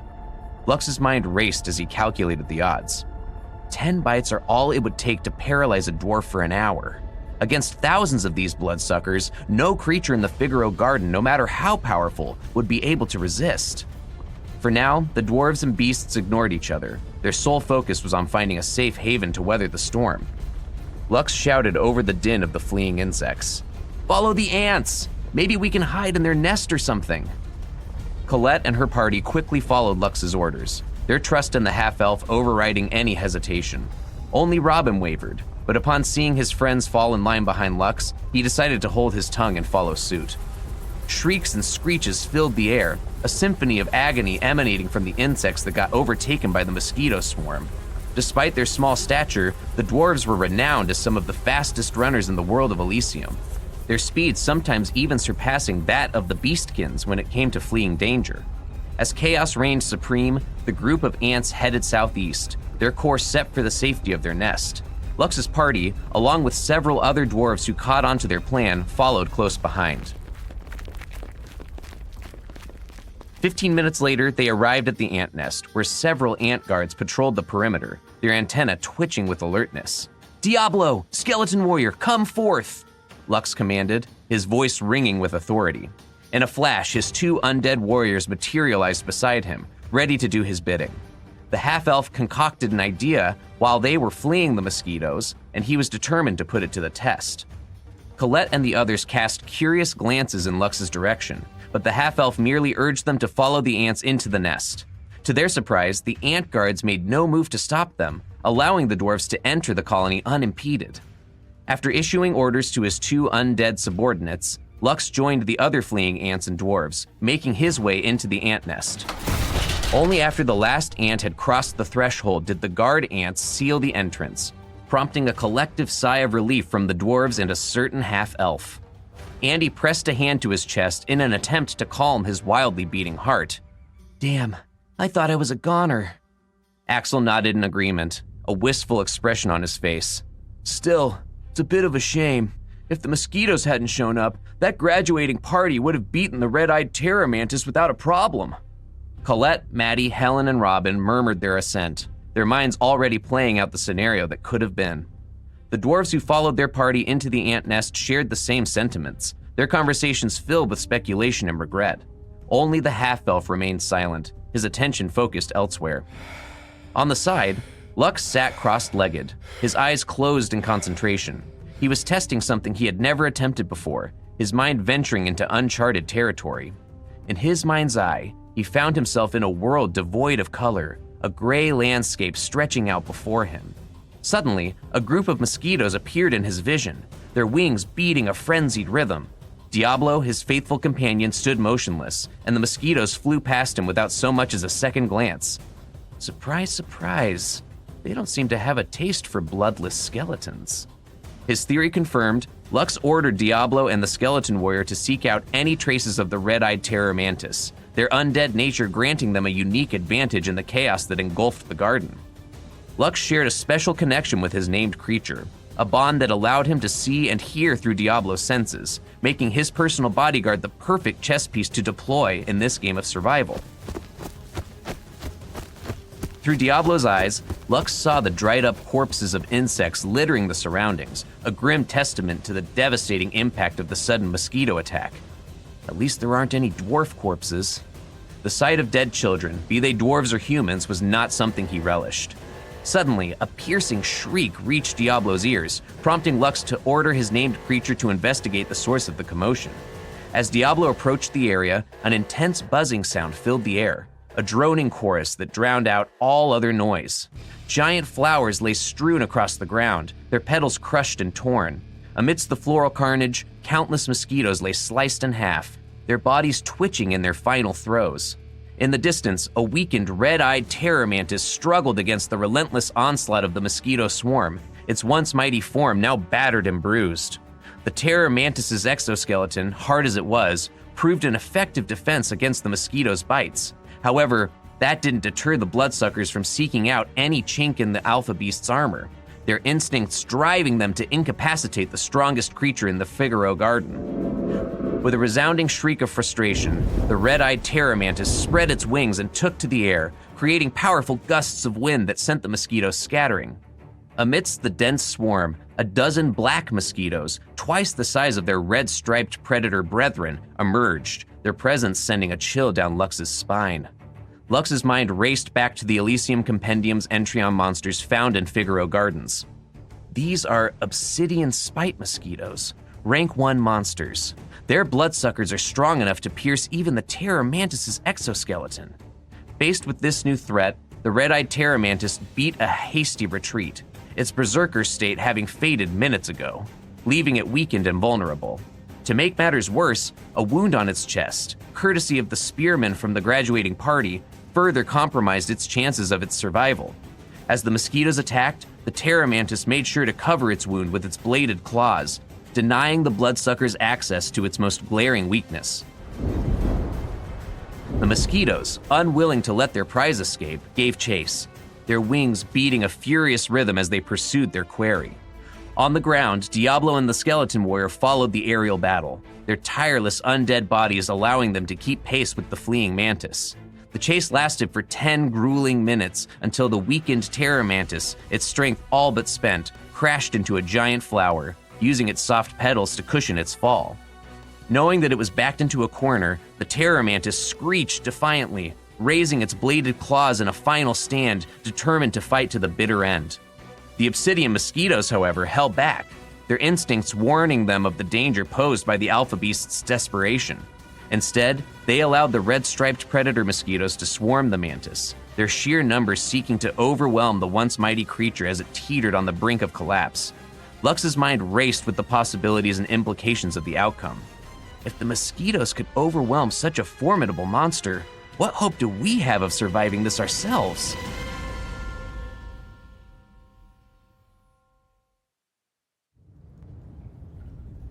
Luxie, what are you doing? Colette's head tilted to the side as she studied the half-elf's face. Are you tired from all that running? Lux's eyes fluttered open, a smile playing on his lips as he met Colette's gaze. A little bit. Let's stay here for now. The mosquito swarm is still actively outside. I'm using Diablo to check on the current situation. Once the coast is clear, we'll leave immediately and return to Leaf Village for the time being. All right. Colette nodded her head enthusiastically, her pigtails bouncing with the motion. After reassuring his party members, Lux once again closed his eyes, focusing his mind on strengthening his connection with Diablo. Lux furrowed his brow as he observed the battle through his named creature's eye. The fight is getting more intense by the minute. The obsidian mosquitoes encircled the terror mantis, employing hit-and-run tactics and using the ordinary mosquitoes as cannon fodder. Their goal was clear: to inject their paralyzing venom into their prey until it could no longer resist. After cutting down over 100 mosquitoes, the terror mantis's movements gradually turned sluggish, exhaustion taking its toll as the mosquito venom spread through its body. The obsidian mosquitoes seized the opportunity, plunging their sharp suckers into any unprotected area they could find. Several minutes passed before the red-eyed terror mantis let out one last screech, its voice filled with unwillingness and frustration as its body collapsed to the ground, paralyzed. The obsidian mosquito sent a few more ordinary mosquitoes to probe the fallen mantis before finally moving in to claim their prize. Lux watched, transfixed, as a dozen obsidian mosquitoes impaled the alpha monster's body with their sharp suckers and began to drink its blood. Their bodies glowed as they absorbed the high-quality blood of their prey, reminiscent of the way dwarves leveled up after reaching the limit of their experience bars. Time stretched on indefinitely as the obsidian mosquitoes feasted on their hard-earned meal. Finally, they issued a series of buzzing sounds and flew northward, their underlings trailing behind them. Now's our chance. Only after he was certain that all the mosquitoes had departed did Lux order Diablo to approach the corpse lying on the ground. Lux gazed upon the once proud alpha beast of the Figaro Garden, now reduced to a dried-up husk bereft of blood. Rather than pity, the half-elf felt a surge of excitement coursing through his veins. "Drag the corpse back to the ant colony, hurry!" With the mantis drained of blood, it was now much lighter, allowing the two undead to transport it back to the nest without any difficulty. As the faithful undead arrived at their destination, the entrance to the nest opened, and Lux rushed out to claim his prize, his eyes shining with anticipation. Colette and the other dwarves, curious about the commotion, followed the half-elf outside. They gasped in shock when they saw the alpha beast's body lying before them, its once mighty form now lifeless and still. Luxie, isn't that the red-eyed terror mantis?" Colette exclaimed, unable to contain her surprise as she poked the dead alpha beast with her finger, half expecting it to spring back to life.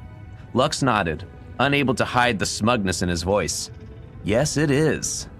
The mosquitoes killed it a while ago, and I asked my undead to bring it back here." As he approached the strongest monster in the beginner's zone, Lux couldn't help but feel a sense of triumph.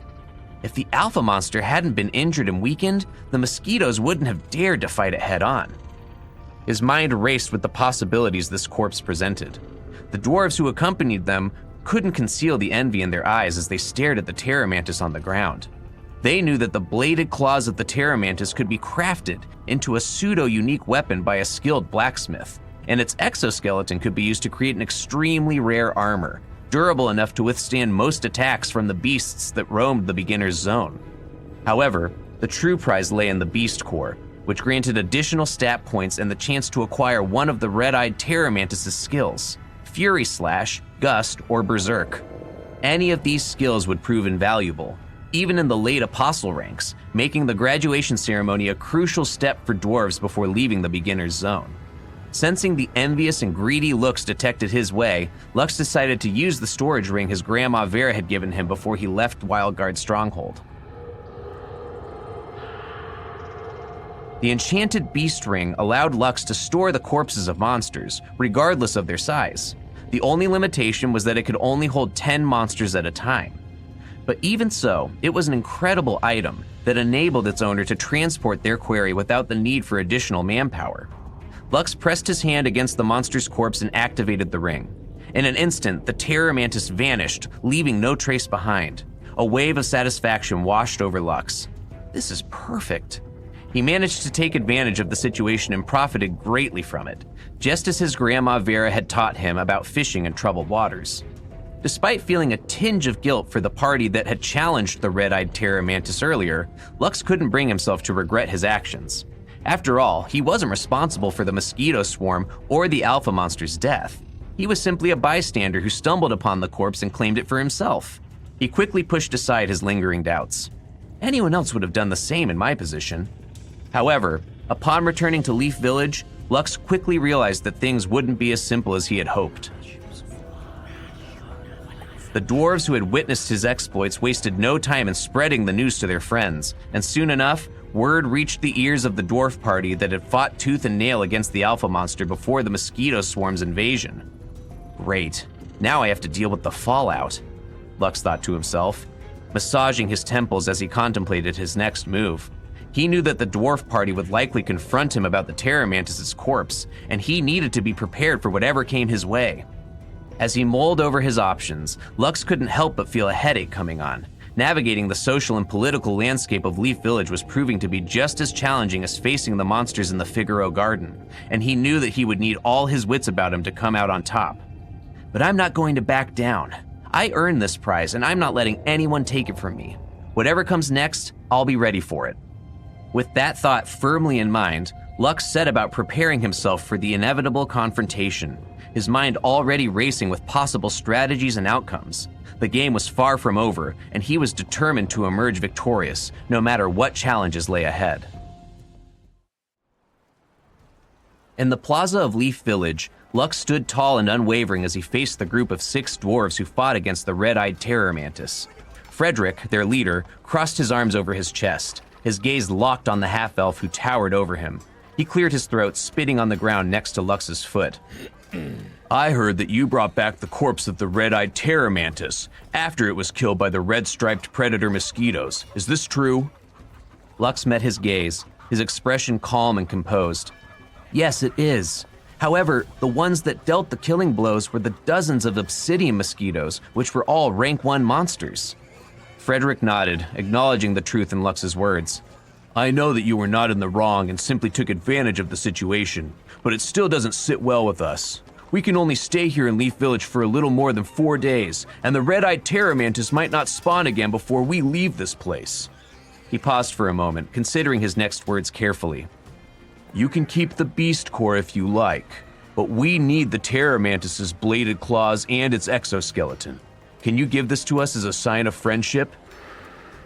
Lux raised an eyebrow, his voice even as he responded. And if I refuse? I don't mind giving them the bladed claws and exoskeleton, he thought to himself. I'm sure I can farm these items before I leave Leaf Village, but the way they're glaring at me as if I killed their family members is starting to tick me off. The group's shield warrior purpled with rage. Ha! You dare refuse?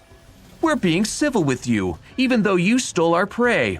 If you're really an upstanding individual, you should hand the beast's corpse over to us along with an apology. The other party members chimed in, their voices rising in outrage. That's right! Augustus is right. The terror mantis is rightfully ours, you thief. Give it back. Although Frederick remained silent, he made no move to stop his party members from voicing their complaints. His gaze remained steady, fixed on Lux as if he awaited the half-elf's answer. The commotion drew the attention of the dwarves in Leaf Village, and soon a crowd gathered around them, watching the scene unfold with great interest. Dwarves were known for their rowdy nature, especially when it came to drinking, and they were never ones to shy away from a brawl. Other races learned the hard way not to provoke the stubborn dwarves, who were quick to raise their warhammers at the first sign of conflict. Lux, undeterred by the growing tension, offered a compromise. How about you buy them from me? I'll give you a 50% discount on the market price. How does that sound? Before Frederick could respond, Augustus interjected, his voice dripping with disdain. You've got guts, I'll give you that. Selling something that originally belonged to us? Is this how half-elves operate? The other party members joined in, hurling insults at Lux. Bastard. Scum. Thief. The dwarves in the crowd began to murmur amongst themselves, their opinions divided. Colette's group arrived at the scene, their faces etched with concern as they took in the confrontation between Lux and Frederick.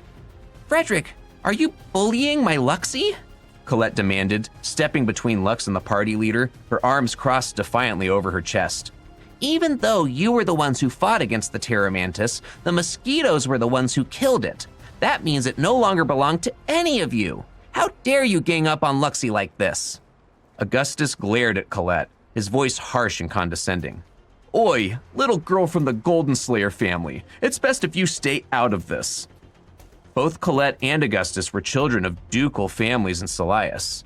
Although their territories were far apart, the world of Elysium allowed the dwarves from Salias to appear in the dwarven lands ruled by the dwarven kings, fostering connections between these families despite the distance. Colette's eyes blazed with defiance.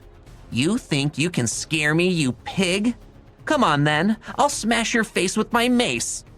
Lux hurriedly grabbed the little girl, who had already drawn her weapon and reared to fight the shield warrior who was looking down at her with disdain. It was clear that Colette was no match for Augustus, but she still made her stance known, unwilling to sit idly by as Lux was bullied by the other dwarves. Calm down, Colette, Lux urged, trying to pacify the adorable girl whose cheeks were puffed up like a hamster. Deep down, he was touched by her support, especially considering the other dwarves in the crowd were looking at him as if he were their common enemy. After spending time with Colette and the others, I almost forgot that I'm the only half-elf in this beginner village filled with dwarves. In a conflict between races, it's only natural for each race to back their own. Lux turned his attention back to Frederick. How do you want to settle this? Frederick met his gaze with a serious expression, unsheathing his sword. A duel. If we win, you will give us the Terror Mantis's bladed claws and exoskeleton. Lux nodded, his voice even. And if I win? Frederick hesitated for a moment, glancing at his party members to gauge their opinions. They all nodded in unison, having already discussed their plan to challenge Lux to a duel if the negotiations didn't go their way. A favor. We will owe you one favor that you can call upon when you meet us again in the future. Lux recalled his grandma's words about dwarves being known for honoring their promises. This was why, when dealing with other races, most people would use dwarves as intermediaries in negotiations, trusting in their commitment to uphold their end of the bargain. A slight smile played on Lux's lips. A favor? What if I ask you to explore a dungeon with me and let me keep all the loot? Would you still honor that favor? Frederick nodded solemnly. We are dwarves. We will honor our word without fail. The dwarves watching from the sidelines nodded in agreement, acknowledging the truth in Frederick's words. Fine. Since you want a duel, I'll give you one. What are the rules? Lux agreed. Frederick smiled, his eyes glinting with confidence. All you need to do is defeat me. And me, Augustus interjected, stepping forward. I also have a say in this, so you need to defeat me too. Frederick and Augustus were both apostles, making them the strongest among the dwarf children in Leaf Village. They had investigated Lux's history and background, discovering that he only recently arrived in the beginner's village. To them, Lux's greenness ensured that this would be a quick and easy battle. Colette grabbed Lux's hand, looking up at him with concern. Luxie, you can't beat them. They're already apostles, way stronger than you. Lux smiled, crouching down to whisper in her ear. Don't worry. I fought the Dark Draugr, remember? I can handle them just fine. Colette's eyes widened as realization dawned on her. She had almost forgotten about Lux's bodyguard, Diablo. Although the skeleton might not be as strong as an apostle, a 2-versus-1 battle would still prove challenging for someone who had just reached that rank. Okay, Colette nodded, returning to her party members. Don't lose to them, Luxie. Lux gave her a thumbs up, standing tall once more. He knew that the majority of the dwarves didn't like him, but that didn't matter. Duels held in town are quite safe. There's a universal law that prevents deaths from occurring. One of the safeguards put in place by Ariel, the god of games, to settle disputes that might lead to brawls. As long as both parties accept the duel, this feature would work. Frederick declared a duel invitation directed at Lux, and almost immediately a small orb of light appeared before him. The young swordsman picked his fingertip with a dagger, letting a drop of blood fall onto the floating orb to signal his intention to start the duel. The orb, having received his blood, flew toward Lux. Summoning Oathbreaker, Lux followed suit, pricking his finger and allowing a drop of blood to fall onto the orb, signaling his agreement to the duel. A divine voice spoke from within the floating Oathbreaker orb. I recognize this duel. The fight will begin in 30 seconds. Make your preparations. A countdown timer appeared on the surface of the orb, signaling the impending start of the duel. Lux equipped his relentless warrior armor, causing Frederick and Augustus to arch their eyebrows in surprise. They had never seen this set of armor before. As the countdown reached 10 seconds, Lux pointed Oathbreaker toward Frederick, a confident smile on his face. Don't be surprised when you lose, okay? Frederick met his gaze, pointing his own weapon at the half-elf. I'll be surprised if you survive my first attack. The tension in the air was palpable as the countdown neared its end, the crowd holding their breath in anticipation of the impending clash. Lux stood tall, his resolve unwavering, ready to face the challenge head-on and prove his worth to the dwarves who looked upon him with disdain. Lux tightened his grip on Oathbreaker. Time to show them what I'm made of. Duel start. As soon as the glowing white orb declared the start of the duel, Lux and Frederick clashed against each other, their weapons meeting in a flurry of sparks and steel. They exchanged exactly 3 strikes before backing away, each taking a moment to appraise their opponent's ability. Frederick grumbled under his breath to himself. Why the hell is he almost as strong as me? Like everyone else, the leader of the party that called itself Shadow Tempest assumed that since he had already stepped into the apostle rank, the battle would easily end in his favor. However, after gauging the strength of his enemy, he realized that although he still held the advantage, the gap between them wasn't as wide as he initially believed. A smile tugged at Lux's lips as he stared down his opponent. As expected, I can fight him head on. Time to teach this kid a lesson. Lux stomped his right foot on the ground, preparing to charge at his opponent. However, before he could take another step, he felt a magical fluctuation emanating from Frederick's left hand, aimed directly at him. Stone bullet! Frederick shouted, his voice ringing out across the plaza as a fist-sized stone hurtled toward Lux, forcing the half-elf to dodge to the side at the last second. With his attacking stance broken, Lux had no choice but to evade the barrage of stone bullets that Frederick fired in his direction, his movements growing more frantic with each passing moment. Crap, he's a magic swordsman! Lux cursed internally, left with no other option but to equip his shield, Dawn, to block one of the stone bullets that he was unable to dodge. A resounding metallic sound echoed across the plaza as Lux skidded a few meters away from where he had been standing, his shield absorbing the impact of the magical projectile. Several arcane magic circles flashed to life, encircling Frederick. Sorry, I underestimated you earlier. I will now fight you seriously, so be prepared. Just before Frederick could finish his words, Lux snatched a random rock from the ground and hurled it at the dwarf, interrupting his chanting. Stone bullet! Lux shouted, a grin spreading across his face. Frederick tilted his body to the side, dodging Lux's unexpected attack. The sudden movement also interrupted his casting of Stone Bullet Barrage, a spell that would have unleashed a machine gun-like torrent of bullets at a rapid pace. Lux pointed a thumb at his chest with a proud smirk. You're not the only one who can cast magic. I can do it too. The lips of the dwarves watching the duel twitched as they looked at the half-elf, who was feeling so proud of himself. Bruh, you just picked up a rock and threw it. That's not how magic works. Aren't you feeling embarrassed for yourself? A bystander yelled, summarizing everyone's collective thoughts in the plaza. Colette and her party members covered their faces in embarrassment, all except for Robin. He merely glanced at his party mates and purposefully took a step back, as if telling the other dwarves that he didn't know any of them.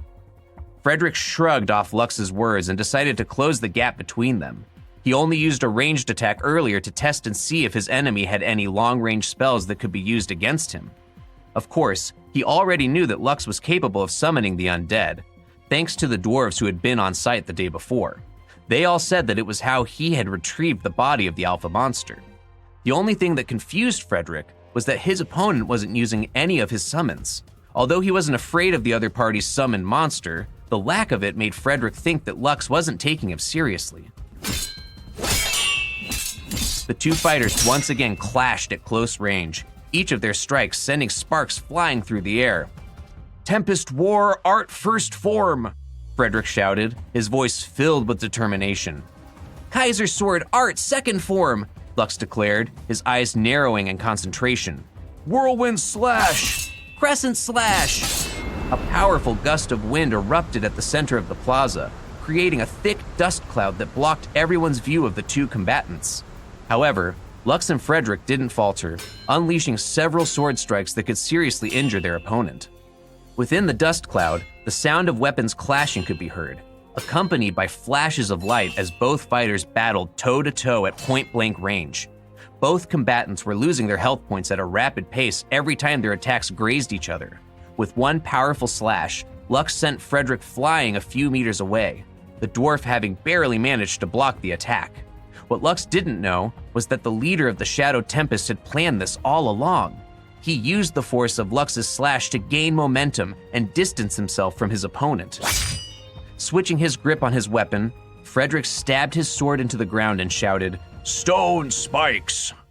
Lux's sixth sense kicked in, prompting the half-elf to summon his skeleton warrior to deal with the dwarf's unexpected move. Several 2-meter spikes jutted out of the ground around where Lux had stood a moment ago, piercing their target from all directions. As the dust cloud settled, Frederick saw the skeleton warrior's body collapse before him, but the half-elf was nowhere to be found. Augustus used his detection skill and immediately located Lux, shouting to warn his leader. "Frederick, above you!" Unfortunately, it was already too late. The skeleton warrior had propelled Lux high into the air before the earth spikes hit it, allowing the half-elf not only to escape the attack, but also to initiate a counterattack of his own. Lux pulled his sword back in preparation for his family's special attack. Kaiser Sword Art 4th Form! He'd practiced this move so many times when he was 12 years old, to the point that he would faint every 1 out of 3 attempts. Now that he was no longer worried about fainting, Lux unleashed the attack that had earned him numerous spankings from his grandma Vera for repeating it over and over until he collapsed. Phoenix Descent! A screeching sound similar to that of a phoenix spread across the plaza as Lux's sword shone brightly. The crowd watched in awe as the half-elf brushed through the dwarf's body and skidded across the ground with his sword at his side. Phoenix's Descent was the only attack that his grandma Vera taught him that could be used while he was mid-air.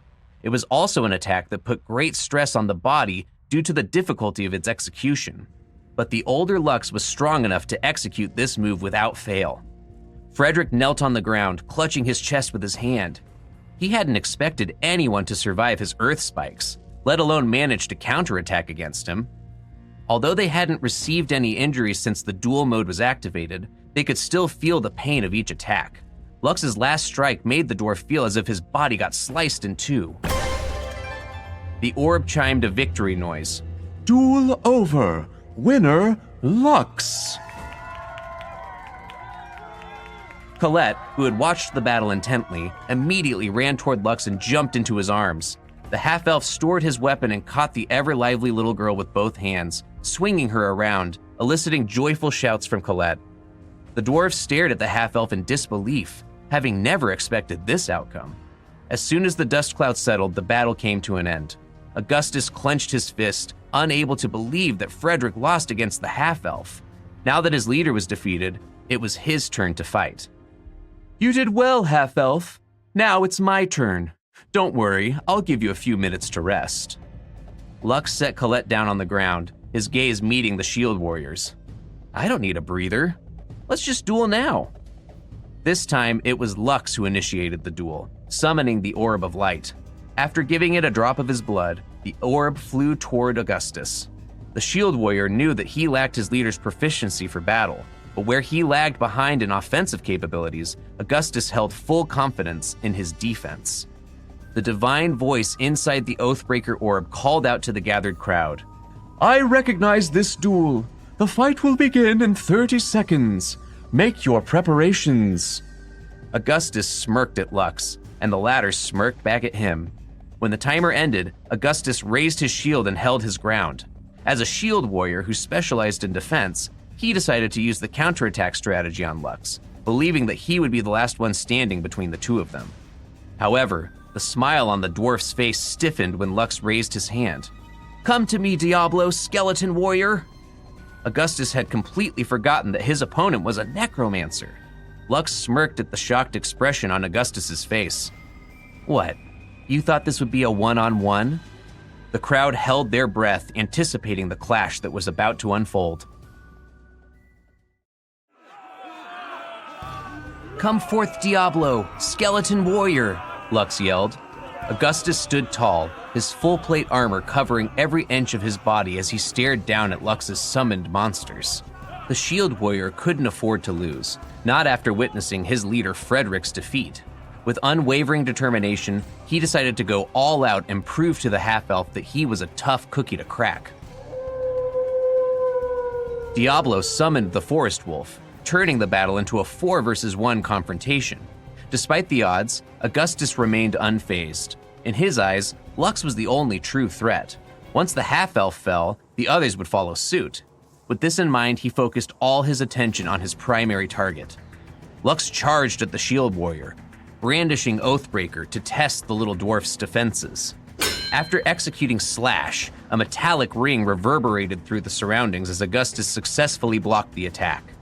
Seizing the opportunity, Diablo, the skeleton warrior, and the forest wolf launched a coordinated assault on the shield warrior from all sides. In addition to the shield in his right hand, Augustus wielded a peculiar-looking short sword in his left, which he used to parry Diablo's strike. Augustus's mind bubbled with warnings as he faced down the named creature. I won't be underestimating you, bonehead. Having successfully blocked Lux and Diablo's attacks, Augustus found himself under siege from the forest wolf, its jaws clamping down on his helmet, while the skeleton warrior slashed at his body. To the dwarf's relief, the forest wolf's teeth failed to penetrate his helmet, and the skeleton warrior's attack left no dent in his armor. Suddenly, a mighty roar erupted from Augustus. The sheer force of his skill, Shield Warrior's roar, sent Lux and his subordinates flying several meters away. The knockback effect proved invaluable when it came to creating distance, especially when overwhelmed by multiple foes. No matter what you do, you can't pierce my defense, Augustus declared, his voice filled with unwavering confidence. Lux smiled, assuming a fighting stance. We'll see about that. This is the first time I faced a shield warrior, Lux mused, his curiosity piqued by the dwarf's abilities. The forest wolf and skeleton warrior barely scratched him, thanks to that full plate armor. It must be something he had brought with him from outside Leaf Village. Observing Augustus's focus on blocking attacks, Lux realized that there was only one tactic he could employ to breach the dwarf's solid defenses. Lux took a fighting stance, his sword glowing as he prepared to unleash one of his family's sword arts. Kaiser Sword Art First Form, Lux shouted, charging at the shield warrior who raised his shield in anticipation. Piercing the heavens! Augustus shifted his body, aiming to deflect Lux's attack and weaken its momentum. However, just as he was about to block the half-elf's strike, a moan of pain and pleasure escaped his lips. Diablo had positioned himself behind the dwarf, stabbing Augustus's ass. Despite the full-plate armor covering his entire body, Diablo's attack dealt ethereal damage, bypassing all defenses. The skeleton's attack penetrated Augustus's weak spot, eliciting a cry of pain and pleasure from the dwarf. Lux halted his attack, watching as the dwarf collapsed to the ground, hands covering his backside. I concede, Augustus groaned, rolling towards his party members in agony. The orb played a victory chime. Duel over. Winner, Lux. The aspiring shield warriors in the audience unconsciously covered their backsides, empathizing with Augustus's pain. They shuddered as they looked at Diablo, who was examining his sword in a peculiar manner. Augustus already unequipped his plate armor, returning to his normal attire. Beads of sweat dotted his forehead as he endured the lingering pain in his backside. Suddenly, a black shadow loomed over him. Looking up, Augustus found himself face to face with Diablo, the skeleton's gaze fixed upon him. The shield warrior's body shuddered involuntarily as he backed away, shielding his backside with both hands. The battle is already over. What do you want? Diablo ignored his protests, walking toward the panicking dwarf, who frantically hid behind Frederick. Without a word, Diablo reached out, grasping Augustus's robe, and did the unthinkable. To everyone's surprise, the skeleton, clad in black armor, used the shield warrior's robes to wipe its sword. Lux didn't know whether to laugh or cry at his named creature's actions. Like everyone else, he was caught off guard by Diablo's display of intelligence. Having ensured his weapon's cleanliness, Diablo patted Augustus's head before striding towards Lux, his master. I need to defuse the situation. Lux stepped forward to address the failed combatants. That was a good fight. Although we started off on the wrong foot, everything can be settled if we sit down and talk in a civilized manner. Since you want the bladed claw and the exoskeleton, I'm willing to sell them to your party at a 90% discount off the market price. You can buy the bladed claws for 5 gold coins and the exoskeleton for 3 gold coins. How does that sound? Frederick, sensing Lux's desire for a peaceful resolution, readily agreed to the terms. Despite the cost of 8 gold coins, it was a bargain considering the material's potential for crafting high-quality weapons and armor. You have a deal. Lux grasped the dwarf's hand, shaking it firmly. The Terra Mantis's bladed claws and exoskeleton aren't a big deal. I can always hunt more Terra Mantises once Diablo and my other summons reach a higher rank. Making enemies over materials I can hoard later isn't worth it. With the issue resolved amicably, Lux invited Colette and her party members to the inn, eager to celebrate their victory with food and drinks. Robin politely declined, citing other obligations, and left without waiting for a response. Colette and the others watched him go, sighing in resignation at his characteristic aloofness. Lux, unfazed by Robin's departure, herded the Golden Slayers off to indulge in a well-earned feast. In a secluded house within Leaf Village, Robin overlooked a group of dwarves who knelt before him. His voice grew low and authoritative, a far cry from the outward appearance that he'd shown in his public life. Find any information you can about the half-elf. I want to know everything about him. Now go! Yes, sir! The dwarves dispersed, each heading in a different direction, determined to fulfill their master's command to the best of their abilities. Robin's brows knitted in contemplation. Lux von Kaiser, just how did you arrive in the kingdom of Gwellivan? And what exactly is your true goal? Robin's wariness of Lux stemmed from his father's warnings about the dangers of associating with children from other races. While he hadn't fully embraced this advice, having never encountered other races in the dwarven kingdom of Gwellivan, he couldn't help but be curious about the half-elf who had appeared out of nowhere. I'll uncover your true colors soon enough, and if you pose a threat to this kingdom, I'll make sure you're never heard from again.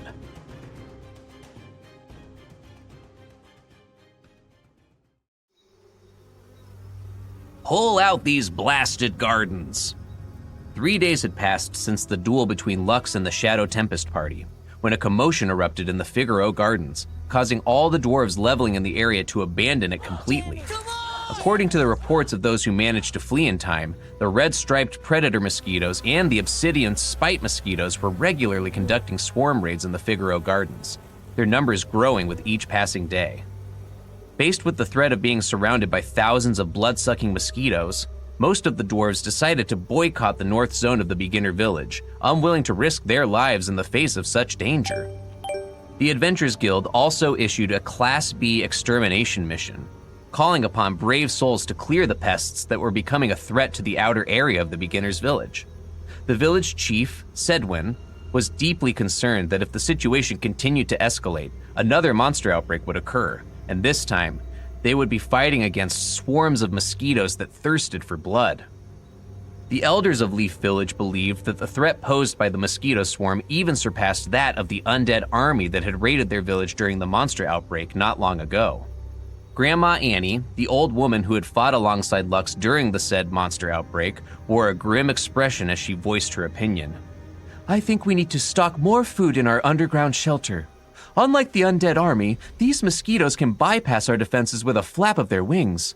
Moreover, the paralyzing effect of their bites could cause countless casualties on our side, so we shouldn't be focusing on fighting them. Instead, we should be ready to wait it out until they leave the village. Sedwin and the elders of the village nodded their heads in agreement, their faces etched with worry. The village chief's voice grew somber. Fortunately, all the buildings in our village have basements. If going to the shelter is impossible, hiding in the underground basement is also an option. As long as the mosquitoes don't see any live targets, they will leave on their own. One of the elders rubbed his beard, his brow furrowed as he expressed his concern. Has there been any news from the Norian stronghold? A messenger was sent to inform them of our current threat a day ago. We should have already received a response. Sedwin sighed, his shoulders slumping under the weight of his words. I'm afraid the stronghold is preoccupied. Our neighboring village, Lindo, was attacked by bandits. The warriors of Noria are scouring the nearby areas to find their main camp. But the bastards are proving slipperier than greased eels. It will be some time before they can spare us the manpower to handle our threat. Grandma Annie shook her head in disappointment upon hearing the news, but there was nothing they could do about it. They were not the only village under the protection of the stronghold of Noria. Other people needed their help as well, so they would have to handle the situation on their own for the time being. Grandma Annie eyed the other members of the council. Tell the Adventurers Guild to announce to the villagers and the foreigners that going to the Figaro Garden is forbidden. Although closing off the entire area is impossible, issuing a warning should have the same effect. Everyone in the room nodded as they concluded their meeting, each setting out to complete their assigned tasks so that they could ensure the village would not suffer many casualties if another monster outbreak were to occur. Meanwhile, in the Aspiration Plains in the East Zone, Colette sat atop a carriage, her legs swinging off the side. It's too bad. We can't go to the Figaro Gardens. Maddie, sitting beside her, nodded in agreement. I heard that mosquito mob strikes have already killed 2 people in the garden. It's just good sense to stay away from that place for now. Helen, the cleric of the group, chimed in, her voice filled with concern. Let the adults handle this matter. It's something that's beyond our abilities. She paused for a moment before adding, By the way, where is Luxie? Like Colette, Helen had started to call Lux Luxie, as she had been finding more and more comfort in his company, up to the point where she had begun to see him as an elderly brother figure. Colette pouted, her lower lip jutting out. He said he still had other things to do, so he can't accompany us on this escort mission. I wonder what he's up to. The Golden Slayer party had taken on an escort mission to protect a merchant caravan from bandits and wild monsters. They were headed to a village called Lindo Village, one of the trading partners of Leaf Village within the territory of Noria. Robin, who was also seated in the carriage, crossed his arms over his chest as he gazed out the window, his expression pensive as his mind raced with possibilities. In his mind, he was thinking about how the investigation into Lux's identity was not proceeding smoothly. His men couldn't gather any information about how he had appeared in Leaf Village. All he knew was that there hadn't been a single instance of a different race appearing in the Dwarven lands, which was why Lux's case was being investigated so critically. Even the stronghold of Noria were keeping an eye on the half-elf's movements. Through the men they stationed in Leaf Village, their suspicions aroused by his sudden appearance. While Colette's party continued their journey, the half-elf was busy getting chummy with the ants inside the Figaro garden. Using the Elysium Compendium as a translator, Lux communicated with the ants while he hid in their underground colony, asking them for the latest news on what was happening inside the garden. According to the information he had gathered, the number of obsidian spite mosquitoes was growing at an alarming rate. This was due to them drinking the blood of stronger monsters who terrorized the ecosystems that had lost their alpha beast. The Elysium Compendium revealed that it would take a week for new alpha monsters to spawn after they were killed, a measure put in place to prevent newly ranked apostle parties from hunting them down indiscriminately. However, the ants also shared some information that made Lux frown, his brow furrowing with concern. The dozen obsidian spite mosquitoes that feasted on the red-eyed terror mantis had all evolved into iron-scaled torment mosquitoes, which were rank 2 monsters. In the beginner's area, the strongest monster was the field boss, Forest Wolf King, followed by the alpha monsters. The tiers below them were rank 1 and rank 2 monsters. Parties that had just arrived in the beginner's village could at most handle common monsters like horned rabbits, skeletons, ladybugs, and forest wolves. As they grew stronger, they could then challenge rank 1 monsters, and after getting used to fighting these formidable foes, they could move on to rank 2 monsters, which would help them level up faster. This progression would allow them to gain enough stat points to deal with the alpha monsters in each zone of the beginner's village. In the absence of the alpha monster, the current big bosses of the Figaro garden were the mosquitoes. No creature within the garden would dare to show its face while those bloodsuckers were active in their territory. While Lux was chatting with the ants about mundane things, Diablo gave him a mental message, which made the half-elf grin, his eyes sparkling with excitement. I knew it! This is the perfect opportunity to farm points! Lux was different from the Elysians and Soleans. He didn't gain experience points through killing monsters. Instead, he received points directly after absorbing beast cores and finishing quests. Right now, with no dwarves loitering in the Figaro Gardens, this was the perfect spot for him to loot the goods that the mosquitoes had left behind. The mosquitoes only cared about blood. They would immediately leave the body of their prey once all of its blood was sucked out. That meant Lux could get beast cores without lifting a finger. Diablo and the skeleton warrior would scout the areas where the mosquito swarm had just passed through. Lux got the information about the monster raids from the ants, who shared intelligence through their colony. With such a powerful information network, which covered the entirety of the Figaro garden, aiding him, Lux could collect beast cores without any problems, even if the mosquitoes were still active in the area. After all, Diablo and the skeleton warriors were just walking bones. As long as they didn't actively attack the mosquitoes, the swarm would just leave them alone. This created the perfect opportunity for Lux to collect beast cores and materials he could sell back in Leaf Village to earn coins. Of course, the ants also benefited from cooperating with Lux, with them agreeing to a 70-30 split. 70% for the ants and 30% for me. The Figaro garden was a vast place, And Lux understood that he couldn't cover it all. This was why he made the ants his business partners, creating a win-win scenario. His skeletons would scout the area to tell them if the coast was clear. After that, the ants would send their scavenging parties to haul the dead bodies of the monsters back to their colonies. This partnership allowed the ants to safely stock up on their food resources without worrying about being targeted by the troublesome mosquitoes that could poke them to death. Lux would then get 30% of the beast cores of rank 1 and rank 2 monsters, as well as their materials after the ants collected their bodies.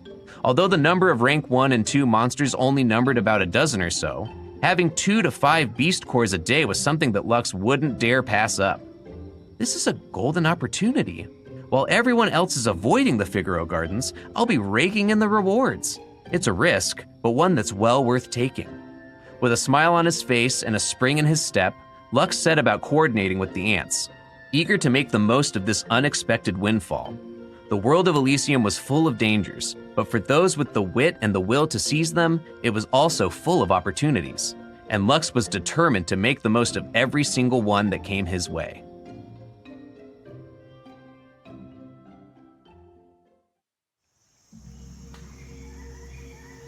A week had passed since Lux had holed himself up in the Figaro Garden, diligently conducting his business with the ants, his unlikely allies in this risky venture. Despite the Adventurers Guild's announcement that the Figaro Gardens were off limits, some stubborn dwarves still secretly ventured there, lured by the promise of killing monsters and collecting herbs and other valuable ingredients. With fewer people visiting the area, these daring dwarves found themselves with less competition in their pursuits, emboldening them to delve deeper into the garden, a decision that would prove to be a grave mistake. Run! A party of dwarves who had ventured too deep in their exploration inadvertently ended up crossing paths with one of the active mosquito swarms in the area. The buzzing of the mosquitoes' wings grew louder as they closed the gap between themselves and the dwarves, their bodies rich with the blood the insects craved. In their desperate flight, the party's healer suddenly tripped on a gnarled root, his foot getting caught in the tangled vegetation. Help! The healer cried out, his voice filled with panic and desperation, but his party members merely glanced in his direction before continuing their frantic escape. No! Stay away! The healer's screams echoed through the garden as the mosquitoes descended upon him, piercing his body with their bloodsuckers. His blood-curdling shrieks sent chills down the spines of those who heard them, spurring them to run even faster, their hearts pounding in their chests. Ag! The party's ranger, a girl with long brown hair, fell to the ground as a sudden jolt of pain flared up in her ankle. Tears streamed down her cheeks as the dwarf girl knew the fate that awaited her. No, I don't want to die. Mama, save me, Mama! At that moment, something grabbed her body, eliciting a piercing scream that lasted only a brief moment before it was abruptly silenced. The party leader cursed their luck. "We should have stayed on the outskirts of this damn place. We got too greedy." No matter how much he berated himself, it was too late to change the past. Another scream echoed through the garden, sending a shudder down his spine. He instructed his teammates to spread out, hoping to increase their chances of survival. However, the proximity of the screams to his location could only mean one thing. The monster swarm was hot on his trail. Mustering every ounce of his strength, the dwarf ran as fast as he could, his lungs burning and his heart pounding. Despite the stinging pain that threatened to overwhelm him, he pushed on, driven by the primal need to survive. Hours later, he would discover that he was one of only 3 survivors from his party of 6. The dwarf girl, who had sprained her ankle earlier, hung limply in Diablo's arm, her body unresponsive. The named creature had discovered her crying as he was exploring the area where the mosquitoes were currently active. Without hesitation, Lux ordered Diablo to save her, along with one of her nearby companions. After running for a few minutes, Diablo encountered the skeleton warrior carrying an unconscious dwarf boy in its arms. The 2 undead quickly made their way to one of the ant holes, which were scattered across the Figaro Gardens, seeking refuge from the mosquito swarm that continued to hunt the members of the dwarf party. Despite their desire to save more dwarves, their numbers were limited, and they could only do so much. After traversing the underground tunnel for half an hour, the 2 undead finally arrived at a wide cavern where Lux awaited them. Unlike the unconscious dwarf boy, the ranger was awake. her eyes wide as she took in the scene before her. Diablo gently handed the ranger to Lux, while the skeleton warrior laid the unconscious boy on the ground. Lux brushed away dirt from her face. "Are you all right?" The ranger nodded, her voice shaky as she replied, "Just a sprain, but I'm mostly all right. Thank you for saving me." "You're welcome." Lux gently laid her on the ground and pulled off the ranger's boots, revealing her swollen ankle. He retrieved a healing potion from his storage ring, pouring half of its contents over the injured joint before checking on the other dwarf's condition. Gratitude welled up in the dwarf girl's heart as she watched Lux tend to her companion. She felt an overwhelming sense of relief at having survived this ordeal. Had Diablo not come to her rescue, she might have already been reduced to a dried husk, never to see her mother again. Their task complete, Diablo and the skeleton warrior once again ventured outside the ant nest, determined to locate the girl's other party members and bring them to safety, if possible. Even if they were to find only corpses, Lux ordered them to return the bodies to the ant nest so that he could take them to Leaf Village. From there, they could be brought back to Salias, where they would be given a proper burial. Hours passed before Diablo and the skeleton warrior returned, their arms laden with the remains of the ranger's companions, their bodies drained of blood.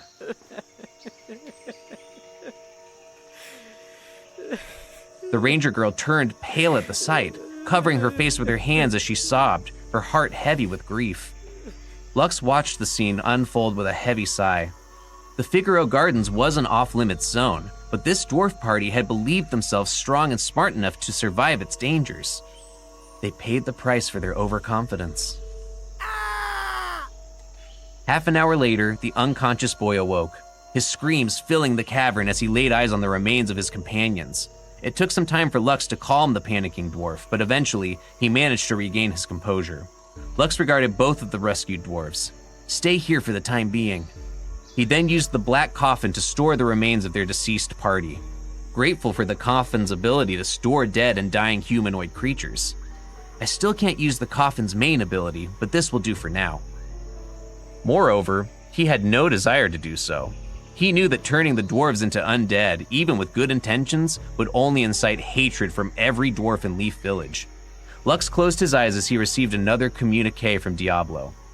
"A swarm is currently active near the exit of the garden. We will return to the village once they decide to return to their nest." The two dwarves nodded, hugging their knees as they stared at the small fire Lux had made to cook barbecue skewers from horned rabbit meat. "Thank you for saving me," the dwarf boy spoke up, his voice filled with gratitude. "My name is Glenn. I'm 13 years old. I am the third son of a viscount in the Dwarven Empire of Everith. I will do my best to repay your kindness in the future." The dwarf girl raised her head, her cheeks flushed with embarrassment as she met Lux's gaze. In the chaos of their rescue, she had forgotten to introduce herself to the half-elf who had saved her life. "My name is Megan, 14 years old." Megan bowed her head, her voice soft. "I'm only of commoner birth, but I thank you for saving me. I can't reward you because my family is poor, but if there's any way I can repay you, just ask. I will do my best to return the favor." Lux nodded, offering a gentle smile as he introduced himself to the grateful dwarves. "I don't need any repayment. I just did what needed to be done. I'm sure that if you were in my shoes, you'd have done the same." Glenn and Megan lowered their heads, shame washing over them. In the face of danger, they thought only of saving themselves, uncaring whether their comrades lived or died. After all, they were just a temporary party formed out of necessity. Unaware of the dwarves' inner turmoil, Lux took 2 skewers from the fire pit and handed them to the dwarves. "You'll need your strength when we leave this place." The 2 dwarves thanked Lux for his generosity, eating the barbecue in silence, their minds heavy with the events of the day. Lux was about to offer them more when his sensitive ears picked up a buzzing sound emanating from one of the tunnels leading to their cavern. Seeing the look of concern on Lux's face, the 2 dwarves frowned. They couldn't hear what the red-headed teenager had detected, unaware that the mosquitoes had discovered one of the hidden entrances leading into the colony. "Both of you stay here." Lux ran towards a tunnel to help the ants resist the invaders. "The ants are my allies now. It's only right that I help them in their time of need." Glenn and Megan glanced at each other, a silent understanding passing between them. They stood up, their bodies aching but their resolve unwavering. They ran after their savior. Though they didn't know the cause of Lux's anxious expression, they were certain it did not bode well.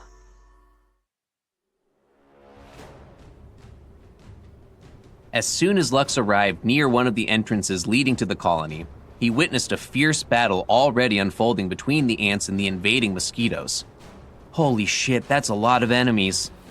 Dozens of mosquitoes, led by an iron-scaled torment mosquito and 4 obsidian spite mosquitoes, clashed against the stalwart defenders of the ant nest.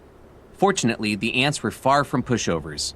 Though they were generally pacifists when it mattered, they were more than willing to fight back against any invaders threatening their home.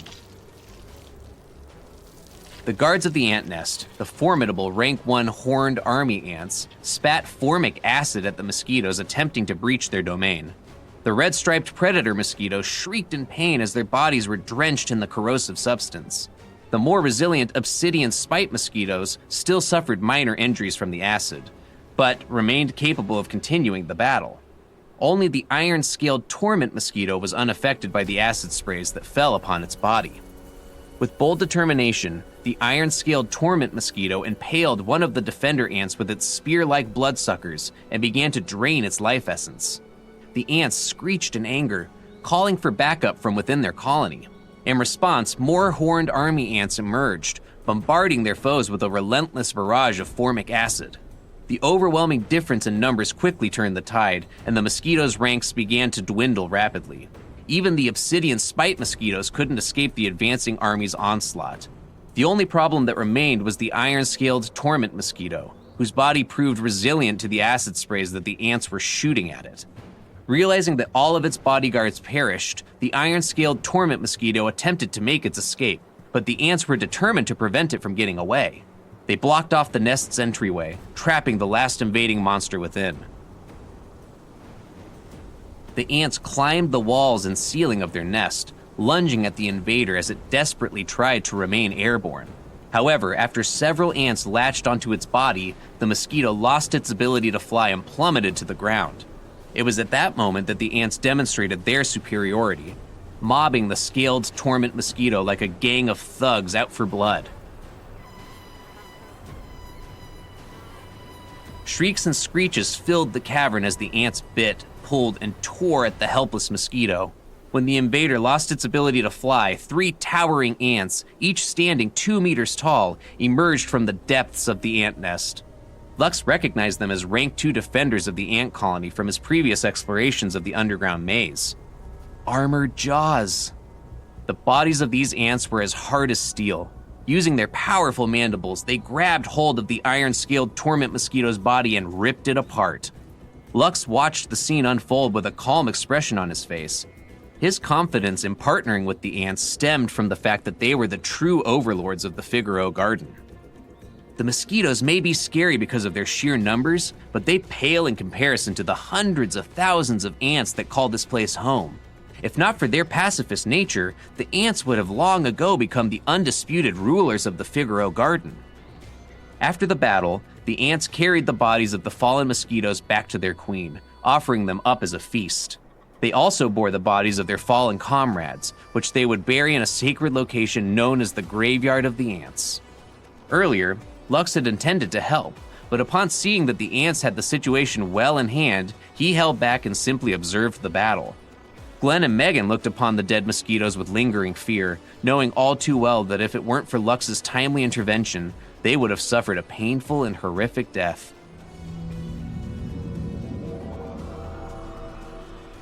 Lux approached one of the guard ants, using his Elysium compendium to communicate and gather the information he needed. After bidding the ant farewell, he signaled for Glenn and Megan to follow him down a passage. This tunnel will lead us to the surface. It's the same entrance the mosquitoes used to infiltrate the ant nest, but don't worry. The mosquitoes in this area have all been eliminated, so it's safe for us to use this route to return to Leaf Village. The 2 dwarves nodded in understanding, their faces etched with relief. Lux embraced his necromantic powers. Diablo, come forth! Skeleton warrior, you too! In an instant, a black knight and a skeleton warrior materialized before him, ready to serve their master. Check the entrance and the surrounding area for any mosquitoes. Extend your search beyond the usual perimeter to ensure that the paths towards Leaf Village is free of any danger." Diablo and the skeleton warrior nodded and swiftly headed toward the surface. Several horned army ants walked past Lux and the two dwarves, resuming their duties as guardians of the nest. The trio followed behind the ants, knowing that it was their safest course of action. After a quarter of an hour of scouting, Diablo informed the half-elf that the coast was clear, with no threats in sight. With his trusted subordinate's report, Lux led the two dwarves back to Leaf Village, their journey unhindered by any monster encounters. Glenn bowed deeply, his voice filled with gratitude. "Thank you for saving me again.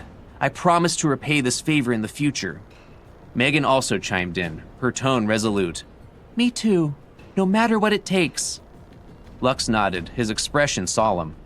"Please, take care of the bodies of your comrades and return them to their families." Glenn and Megan nodded sadly, knowing that this was the least they could do for their fallen party members. A dwarf spotted them as they approached the edge of the Leaf Village. "Glenn! Megan! Thank goodness you're alive!"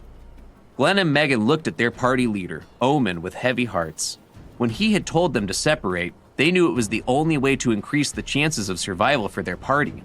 As Omen neared their location, Lux unloaded the bodies of the three dwarves he had placed inside sacks to be brought home to Solias. Glenn gestured to Lux. "Omen, this is Lux. He's the one who saved us and brought the bodies of our friends back to the village." Omen's face paled upon seeing the three sacks on the ground. Ever since escaping the mosquito's pursuit, the dwarf was consumed by guilt, blaming himself for what had happened to his party members. "I'd hoped that more of us would have survived." Before seeing Glenn and Megan, Omen resolved to return to the Figaro Garden to find the bodies of his party members and give them a proper burial. Omen bowed his head, his voice filled with gratitude. "Thank you, Lux. If there ever comes a time when you need my help, just say the word. Even at the cost of my life, I will assist you to the best of my ability." He tapped his chest 3 times with his closed fist, a gesture that dwarves used when making an absolute pledge to someone, with their lives on the line. Lux looked at the blonde-haired, brown-eyed dwarf, who gazed back at him with unwavering seriousness. "Understood. If there truly comes a time when I need your help, I will not hesitate to call upon you." Having spent time among the dwarves, the half-elf understood the weight of their pledges. He accepted Omen's promise, knowing it was the right thing to do. "For now, focus on returning your friends' bodies to their loved ones, and don't set foot in the Figaro Gardens again, at least for now. It's too dangerous for you kids. Don't throw your lives away because of greed. You only have one life. Treasure it and live it to the fullest." With those parting words, Lux bid the dwarves goodbye and made his way back to the inn. He had spent a week in the Figaro Gardens, and the lack of proper sleep and hygiene was catching up with him. "I think I've earned the day off." As he walked towards his room, his thoughts turned to his party mates, who had accepted an escort mission. He missed their rowdy presence, especially Colette's, whose positivity never failed to brighten his day. They should be back in another 2 weeks. When they return, I'll ask them to help me hunt the carbuncle in the Aspiration Plains. The carbuncle, the alpha beast of the Aspiration Plains, was a rank 3 monster, but it specialized in support rather than direct attacks. It had the power to heal and buff the minions that fought for it, making it the weakest among the 3 alpha beasts in the beginner's village. With our combined strength, I'm confident we can take it down without any problems. Lux gazed towards the east, where Lindo Village was located. "All of you, please be safe. I can't wait to go adventuring with you guys again." With a heart full of hope and a mind buzzing with plans for the future, Lux retired to his room, eager to rest and recharge before the next chapter of his journey would begin.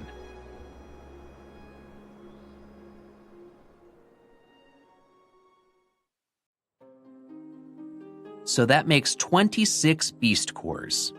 Lux stared at the beast cores in his possession, his brow furrowed in deep contemplation. It was a day after he had saved Glenn and Megan in Figaro Gardens, and now he finally had the time to take stock of his progress. Among the beast cores, one stood out, the alpha beast of the Figaro Gardens, the red-eyed terror mantis. The half-elf's expression was far from joyful as he pondered his next move. A dilemma weighed heavily on his mind. Should he use these cores to upgrade himself, or should he focus on strengthening his summons? If I choose to use these beast cores for myself, I won't be able to add any more points to my existing stats without being kicked out of the beginner's zone. But there's another factor to consider. The skills that could be learned from these cores. If I use them for my summons, I might miss out on the chance to acquire valuable abilities, even if the odds are slim. With a wave of his hand, Lux summoned his soulbook, its pages rustling with an otherworldly energy. Soulbook, show me my current stats. I need to figure out the best course of action. The soulbook complied, its pages flipping to the relevant information. Lux's eyes scanned the details, taking in his health, mana, and various attributes. His gaze lingered on the free stat points available and the progress of his Immortal Conqueror's legacy. 35 free stat points, and my Immortal Conqueror's legacy is at an F+ rating, with 56 out of 100 progress points. He then turned his attention to his summons, Diablo and the Skeleton Warrior. Diablo, his named skeleton and skeleton fighter, boasted a D rating and 40 out of 100 progress points. The Skeleton Warrior, on the other hand, had an F+ rating with no progress points accumulated. Lux's hand tightened around the rank 3 beast core of the red-eyed terror mantis, its energy pulsing beneath his fingertips. I need 44 points to upgrade my body constitution to the next stage. Lux calculated, his mind racing. With a rank 3 beast core, I can get 15 free status points and 15 body constitution points. The half-elf decided to use the Alpha Beast Core on himself, knowing that the Terror Mantis possessed 3 valuable skills: Fury Slash, Gust, and Berserk. Fury Slash is already on its way to evolving from my Slash skill, so that's not a priority. Lux checked the details of the other skills in the soulbook. Gust, a wind elemental skill that deals damage and blows away enemies. Could be useful. But Berserk, now that's a game changer.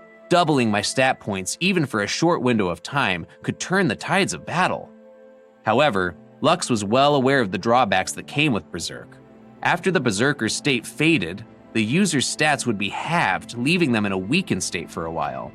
It was this blowback that had ultimately led to the red-eyed Terror Mantis' demise at the hands of the mosquito swarm. Alright, I'll upgrade my body constitution first, then focus the remaining upgrades on Diablo and the Skeleton Warrior. It's the most balanced approach. With a deep breath, Lux held the beast core with both hands, ready to consume its power. The soulbook chimed, its voice businesslike and precise. Do you wish to consume the rank 3 beast core? Yes. Acknowledged, Lux. You have obtained 15 free stat points and 15 body constitution points. Additionally, you have acquired the skill Fury Slash. Lux's lips twitched in annoyance. Of course, I'd get the one skill I didn't want. But before he could voice his displeasure, a series of notifications appeared in his soulbook, causing his eyes to widen in surprise. Skill Evolution has detected that the skill Slash was on its way to evolving into Fury Slash, the soulbook explained, its tone even and professional. Forcefully upgrading Slash to Fury Slash. Upgrade successful. Lux leaned in, his interest piqued. What else? Skill Evolution has detected that the skill Fury Slash can be upgraded one more time. A new skill has been unlocked, Double Fury Slash. This active skill requires 10 mana to use and allows you to slash the enemy twice, forming an X pattern and dealing heavy physical damage, with a very high chance of critical damage. Lux couldn't help but grin, his initial annoyance fading away. Not bad. Not bad at all. What are the specifics of Double Fury Slash? The soulbook responded. Double Fury Slash deals an additional 100 damage with a high chance of critical damage. If the target has less than half of its health remaining, it deals an extra 100 damage on top of that, also with a high chance of critical damage. To upgrade this skill, you must use Fury Slash 10 times. Lux's eyes sparkled with excitement. Well. This makes up for getting Fury Slash in the first place. With renewed enthusiasm, Lux used 3 more rank 1 beast cores, successfully upgrading his body constitution to the next level. The soulbook thrummed with energy, its voice filled with congratulations. Congratulations, Lux! Your body constitution has been upgraded. Please choose one of the following 3 options as your bonus reward. Lux listened intently as the soulbook listed the 3 choices: a permanent boost of 50 points to vitality, the active skill War Cry, or the mysterious skill Item Transmutation. Tell me more about Item Transmutation. The soulbook buzzed. Item Transmutation is a pseudo-mythical tier skill that allows you to transfer a skill from one item to another. Once the skill has been successfully transferred, the original item will be destroyed. This skill is typically learned by Grandmaster Artisans specializing in item creation. The gears in Lux's mind turned at the possibilities transmutation could present him with. If I were to sacrifice Tranquility and transfer its ability to summon a forest wolf to Oathbreaker, my unique sword would gain a bonus skill. And if I acquired other items with special abilities, I could transfer them to my equipment, making them even more powerful. Lux groaned at the paths laid out before him. Damn it. Why must you make things so difficult? I was dead set on choosing War Cry, but now Item Transmutation has thrown a wrench in my plans. My apologies, Lux, the soulbook responded dryly. He paced back and forth, his mind grappling with the dilemma. Item Transmutation could lead to some seriously overpowered equipment if I play my cards right. It's a money-burning skill, but the payoff could be incredible. Lux sighed, running a hand through his hair as he weighed his options. There's no guarantee that Item Transmutation will still be available after I upgrade my body constitution again. It's now or never.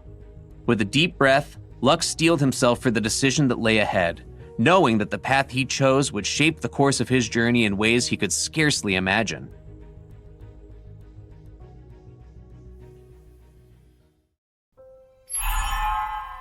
Fine, Lux muttered after an intense internal struggle. So be it. I choose you, Item Transmutation. The soulbook shimmered at Lux's choice. Skill Evolution has detected a new skill. Since the skill is learned from your body constitution upgrade and not from a beast core, the evolution requirements will be waived. The soulbook continued its businesslike speech. I'm activating Item Transmutation. You may transfer up to 2 skills or weapon attributes from one item to another. Once the skills or attributes have been successfully transferred, the sacrifice item will immediately be destroyed. The soulbook flipped its pages. Immortal Conqueror's Legacy. Rating level E. 0 progression points out of 200.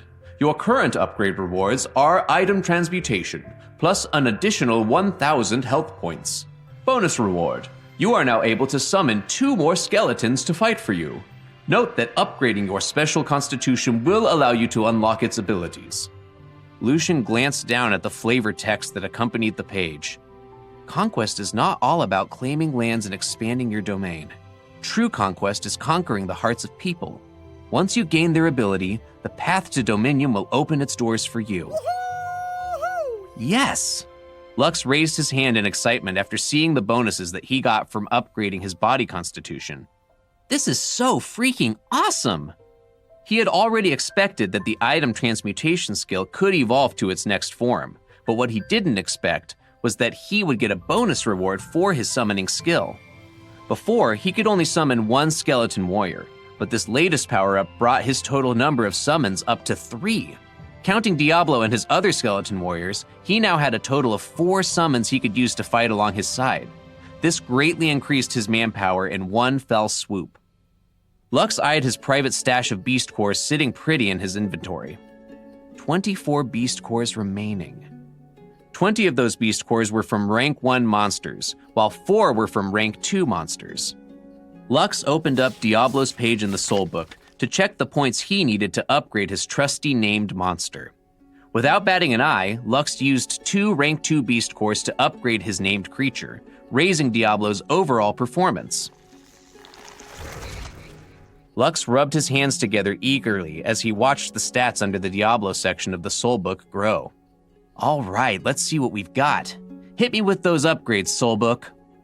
The tome chuckled in a way that reminded Lux of an elderly librarian. Diablo's looking pretty fierce, I must say.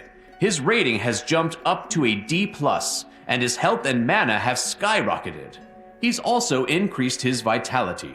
His dexterity and agility have increased by 2, while his strength is up by 1.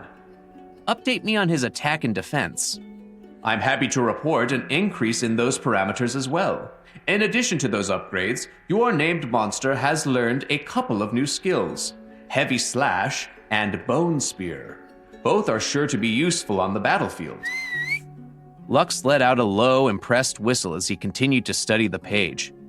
Wait, is that a new title? Squad Captain, right? Indeed it is. As Squad Captain, any unit under Diablo's direct command receives a 20% boost to its attack and defense. Perfect timing, Lux mused. I don't have Warcry to buff my summons, so this Squad Captain gig is the next best thing until I can figure something else out. The half-elf tapped Bone Spear's entry on the soulbook. Walk me through this one. Bone Spear lets Diablo chuck a Bone Spear at a target. Costs 10 mana, does an extra 100 damage, and has a decent chance to critically damage. 30-second cooldown, so he can't just spam it willy-nilly. Lux nodded, then pointed to improved dodge. And this? A rather self-explanatory skill, Lux. It just makes Diablo harder to hit. He'll be ducking and weaving like a champ out there. Lux nodded his head in satisfaction. With the upgrade, Diablo's strength had officially broken through the Apostle grade, which was equivalent to a rank 1 monster. Now it's time to upgrade my skeleton warriors.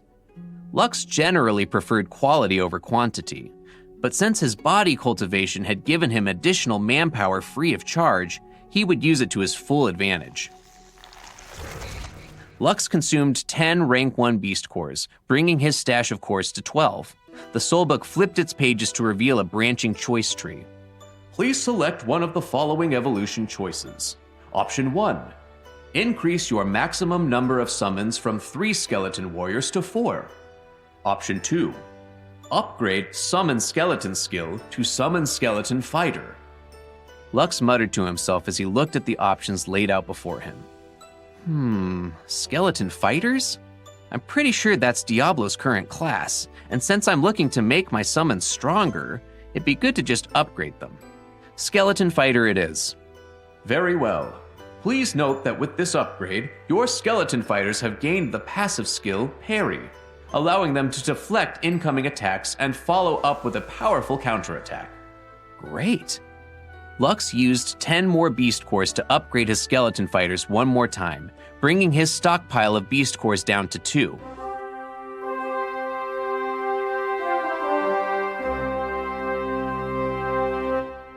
Congrats! You've unlocked another evolution. Please select one of the following upgrade paths. Option 1. Increase max summons to 4 skeleton fighters. Option 2. Allow skeleton fighters to use basic tactical formations in battle, allowing them to effectively fight as a team. Option 2, no question. The words tumbled out of Lux's mouth without any hesitation. The half-elf knew how important teamwork was on any battlefield, and with Diablo as the squad captain of the group, they would be able to launch effective attacks against their enemies and use their numbers as an advantage. Lux sighed after looking at his soulbook. He already knew that being a necromancer would require him to use many resources. Unlike most of the other job classes, which only required others to strengthen themselves, Lux needed to constantly upgrade his skills, which allowed his minions to become stronger separately. He knew that this path would be a difficult road to travel, but he had already made up his mind to go through with it until the end. Maybe in a month or 2 from now, I'll have enough skeleton warriors to challenge the Bronze Crypt on Hell mode by myself. If I can pull that off, I'll be able to constantly farm rank 2 beast cores without having to share them with anyone else. Lux chuckled as an ingenious idea appeared in his mind. I wonder how Colette will react if I manage to break her big sister's record in the Bronze Crypt. That will be a fun thing to see. The half-elf grinned while thinking of the not-so-distant future. Now that he and his summons had undergone an upgrade, he would be able to farm more beast cores in the Figaro Gardens while waiting for his dwarf friends to return from their mission. He was sure that the next time they saw him, they would be surprised at how much he had improved while they were away.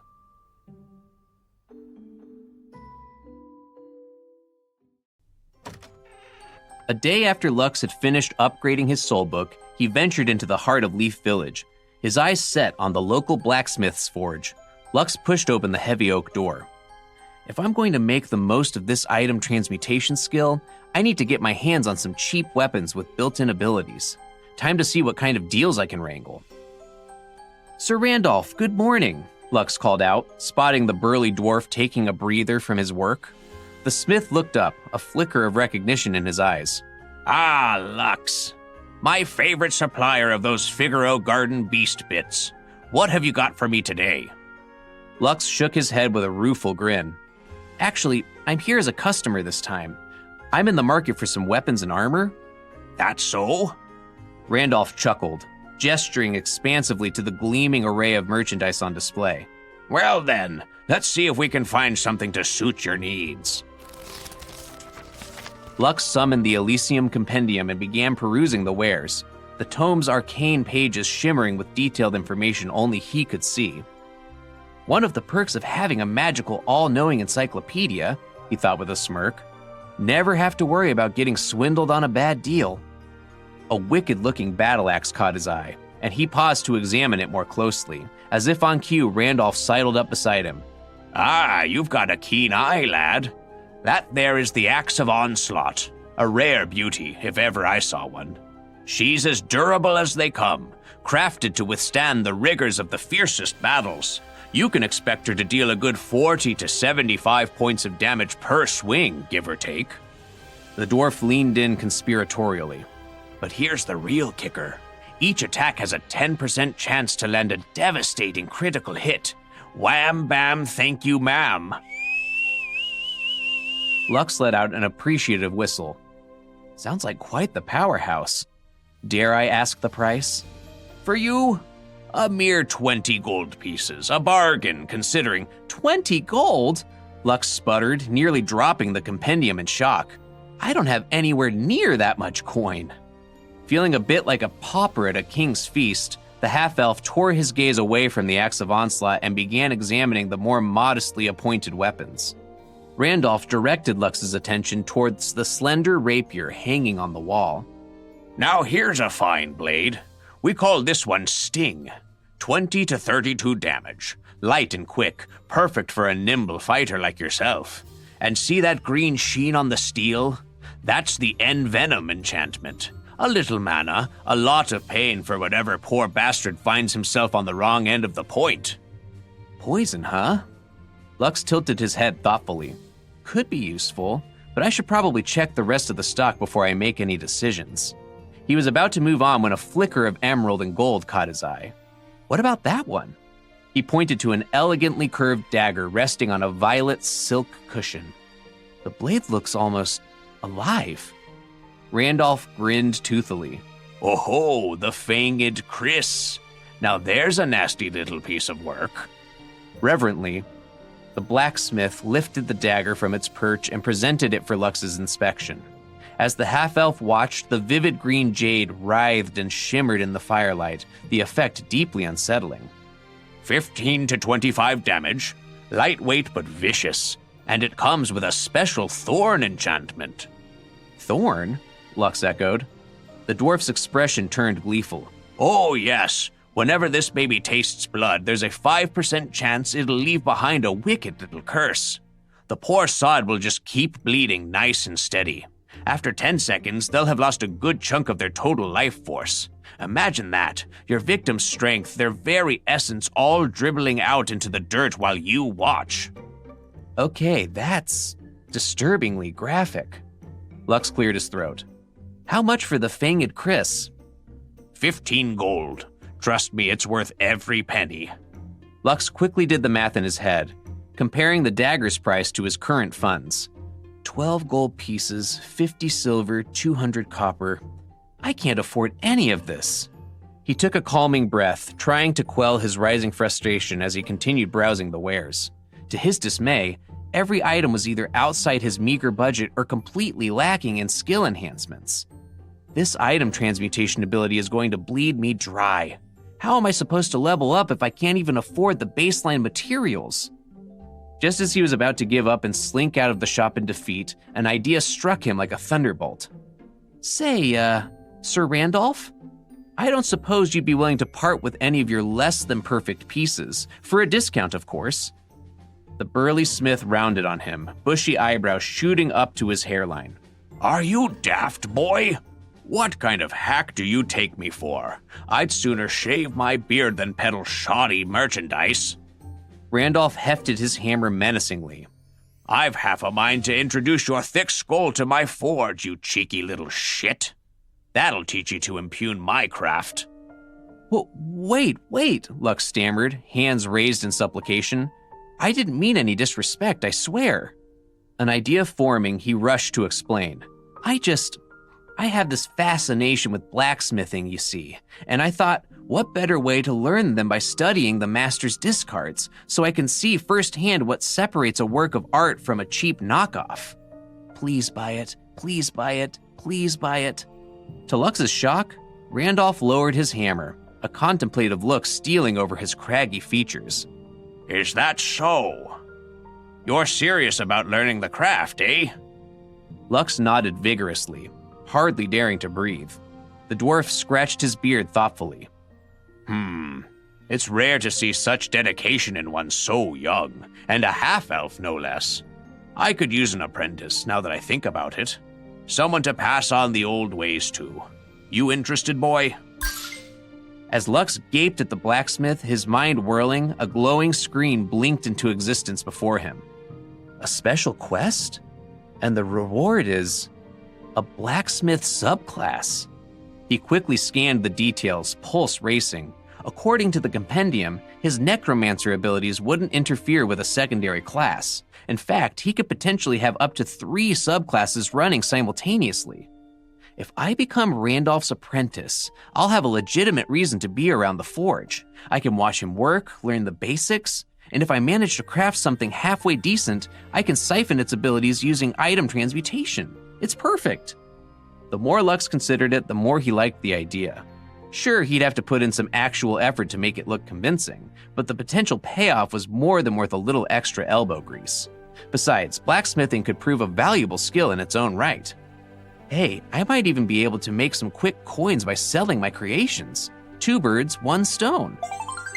Mind made up, Lux squared his shoulders and faced his would-be teacher. Master Randolph, I would be deeply honored to learn at the feet of an esteemed craftsman such as yourself. I humbly accept your generous offer. The dwarf preened at that, chest puffing out with pride. Then his expression sobered. I must warn you, lad. I'll not tolerate any shirking or half measures. If you commit to this, I expect you to pour your heart and soul into every hammer strike. Anything less is an insult to the steel, and to me. Understood? I wouldn't give anything less than my best, but I should mention that I'm also an adventurer. I can't be at the forge every hour of every day. Randolph waved a dismissive hand. I'm not looking to chain you to the anvil, boy. Hells, back in my youth, I spent just as much time roaming the wilds as I did working the bellows. How about this? The blacksmith proposed. We'll confine your lessons to Mondays, Wednesdays, and Fridays.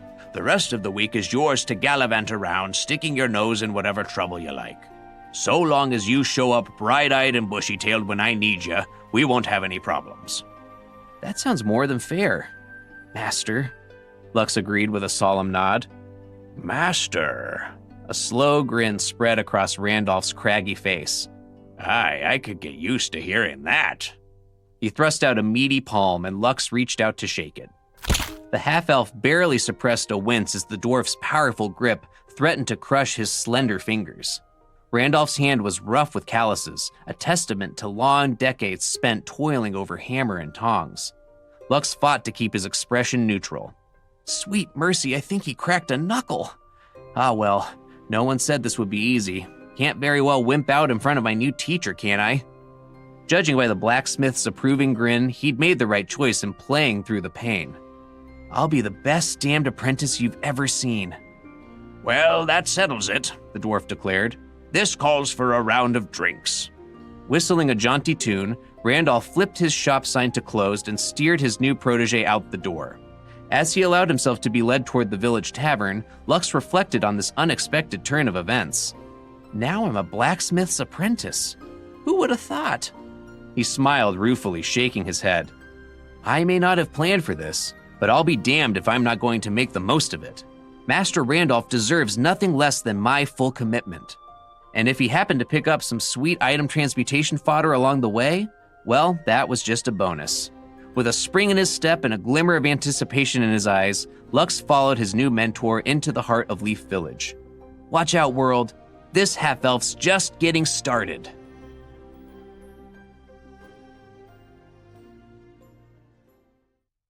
Randolph growled over the hot coals of the forge. Pound harder, boy.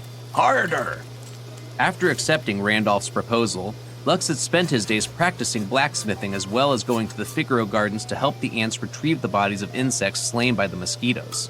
The half-elf's blacksmithing apprenticeship wasn't going smoothly. Until now, he still hadn't managed to forge anything decent. All of his attempts ended up in failure, but Randolph assured him that it was all part of the learning process. 7 days later, Lux returned to Leaf Village carrying some monster parts that he had obtained through his partnership with the ants. All in all, he had earned 16 new beast cores, bringing his total number to 18. Just as soon as he arrived at the plaza, he noticed a crowd of dwarves piquing his curiosity about the commotion. Since he was taller than them, he effortlessly saw through the crowd and noticed a wounded dwarf who was begging and clinging to Erin, the guard captain of Leaf Village, to help save her comrades. At first, Lux didn't recognize her, but after hearing her constant pleading, her voice finally registered in his head. Helen? Lux shouted over the din of the gathered crowd. Please let me through, she's my friend. The dwarves parted, creating a path for him, and the half-elf hurried over to the dwarf girl who had already turned her head to look in his direction. Helen's voice cracked as she looked up at Lux with tear-filled eyes. Luxie, thank the Almighty it's you. Please, help us. Colette and the others have been captured by the bandits. The little dwarf tried to stand up to run over to Lux, but her injuries were too severe. She was only able to take a few steps before her legs lost their strength, causing her to crumple down on the ground. However, just before Helen could completely fall, a pair of strong hands grabbed her and supported her body. You have to do something, Lux, Helen wailed, snot and tears streaming down her face. Save Colette and the others, please, I beg you.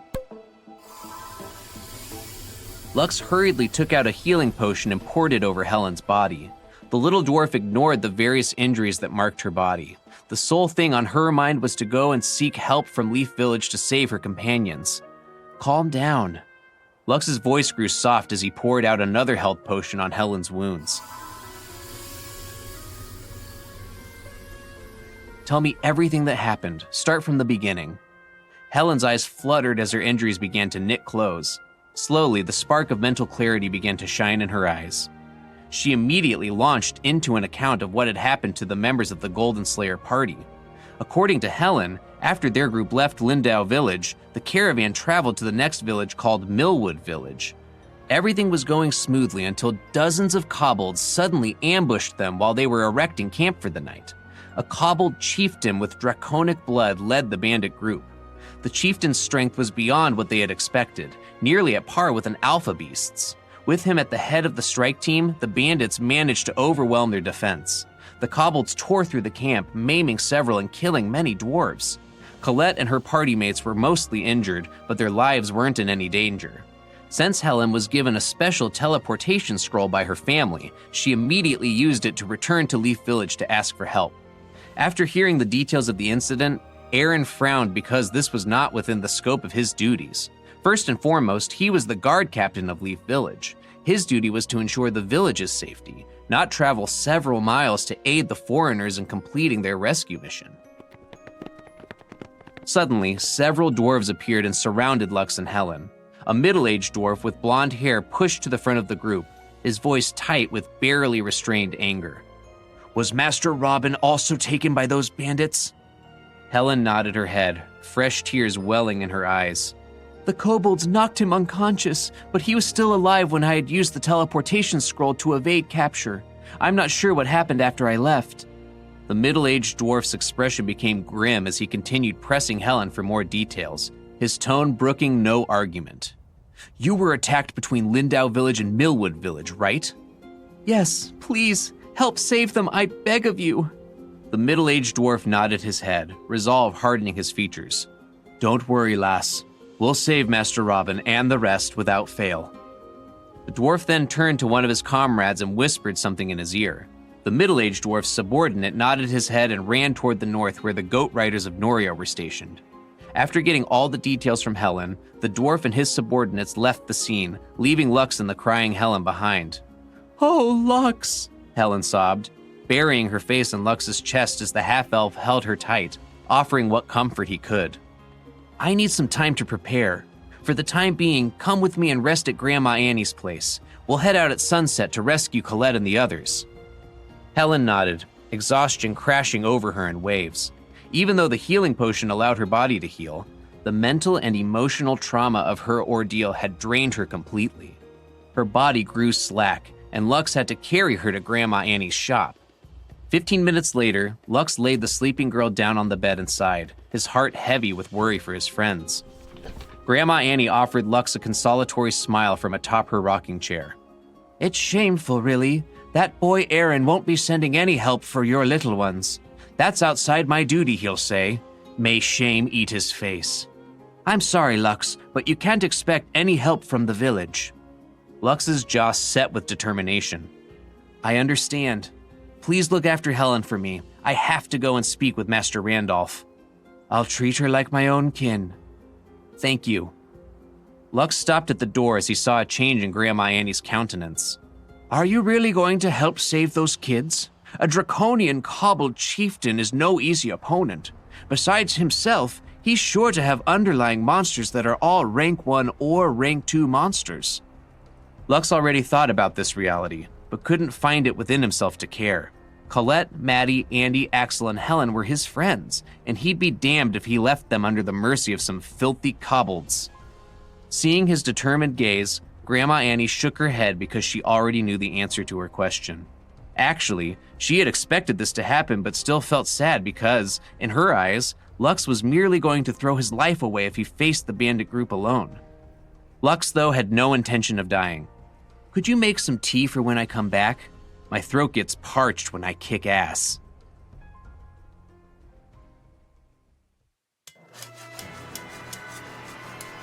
Randolph rubbed his chin as he considered the news that Lux had just delivered to him.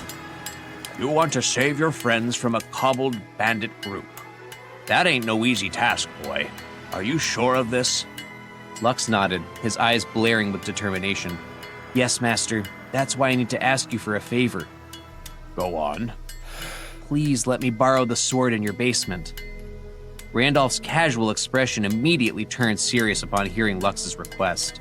After accepting Lux as his apprentice, he had shown the latter his greatest creation, a mythical sword that he kept locked away in the basement, the sole one of its kind to be found in Leaf Village. Randolph crossed his arms. You want to borrow Blood Moon? "Yes, Master," Lux bowed, his voice earnest. "Please let me borrow your named weapon." Silence descended upon the smithy as Randolph gazed at his apprentice, whose head remained bowed. Even if I let you borrow it, your stats are not enough to wield it. Blood Moon requires all of your stats to be at least 50, which is impossible for anyone who is still here in Leaf Village. Wielding it in your current state is simply out of the question. Lux raised his head, meeting his master's gaze unflinchingly. "I may not be able to wield it, Master, but Diablo can. Let me borrow it so I can save my friends. I swear upon my name and honor that I will return it to you without fail." Randolph sighed as he leaned on the wall of his smithy, contemplating his apprentice's words. Without fail? I've heard that the leader of the kobolds is a rank 3 monster at its peak. Even if Diablo can wield Blood Moon, he still falls short against that monster. That's without even discussing the lackeys the chieftain has in his service.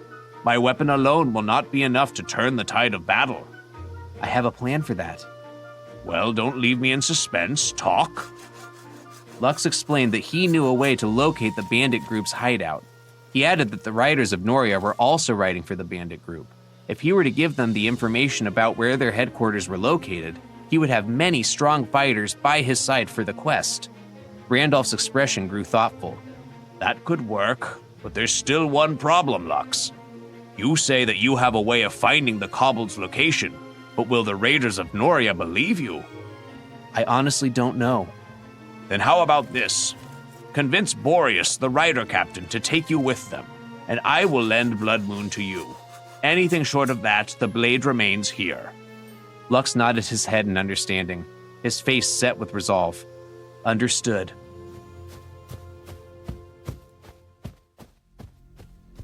The half-elf captain didn't even wait for Randolph's reply and hurriedly left the smithy to look for the guard captain. When he arrived at the riders' temporary barracks, the riders were already mounted on their goat mounts and were about to depart. Lux saw the middle-aged man who came to interrogate Helen earlier. He was sitting on a goat mount beside Boreas. Clearly, if the middle-aged man managed to mobilize the riders of Noria to help save Robin from the bandits, he was no ordinary dwarf. Lux ran towards the rider captain, his voice urgent. "Sir Boreas, please wait." Several of the mounted riders moved to block Lux's path, their weapons trained on the half-elf. An annoyed-looking dwarf growled at Lux. We've got an important mission, boy. Ain't no time for your nonsense. Another dwarf chimed in. Especially half-elf nonsense. Lux ignored the two dwarves as he shouted out to Boreas, who was also looking in his direction, desperation coloring his voice. "I know the location of the bandit group. Take me with you and I'll lead you to them." You brat. Stop spouting nonsense. That's right. If you keep on interfering with our mission, don't blame us for not being merciful. The two mounted dwarves that stopped Lux from approaching their captain raised their weapons in anger. They always disliked everyone from other races and had long thought of Lux as an eyesore in Leaf Village. If not for the fact that their captain had ordered them to not harm the boy, they would have already taught him a lesson or two. Boreas' voice boomed across the war camp. Halt! The two dwarves immediately ceased their hostilities and reluctantly lowered their weapons, their faces twisted with frustration. At that moment, Boreas urged his mount to walk toward Lux and eyed him from head to foot, his gaze assessing. His voice grew low and dangerous. Are you telling the truth? This mission is of the utmost importance to us. Failure is not an option. If you are lying to us, I will make sure that you suffer a fate worse than death. Instead of answering them, Lux summoned his Elysium Compendium and opened its pages, his movements sure and steady. Immediately, a projection appeared in front of everyone showing them a map of Noria. In a place between the village of Lindau and Millwood Village, a golden dot blinked on the map. Before my friends left for their escort mission, I put a special tracking spell on them that lets me know their location. I am not familiar with the topography of this land, but as you can see, I can pinpoint their location using my ability. Lux lied to not give away the full power of the compendium. If you don't take me with you, the chances of you finding Robin are very slim.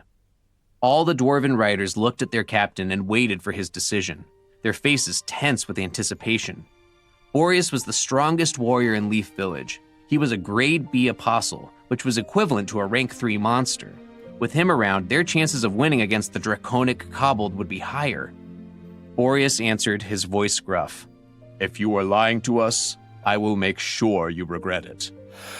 Lux breathed a sigh of relief after hearing Boreas' answer. With this, he would be able to borrow his master's mythical weapon to make Diablo more formidable.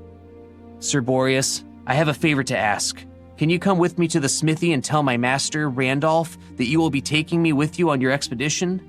He said that he won't allow me to go unless I get your permission. Boreas widened his eyes in shock as he looked at the half-elf in disbelief, his voice incredulous. You are Randolph's apprentice? That old coot accepted you as his apprentice? Randolph barged inside the barracks with a flushed face as he glared at the rider captain, Boreas, his eyes blazing with indignation. Who are you calling an old coot, you sucker? Now look here, you bastard, you better bring my apprentice back in one piece or else. The other dwarf riders looked at the blacksmith in disbelief.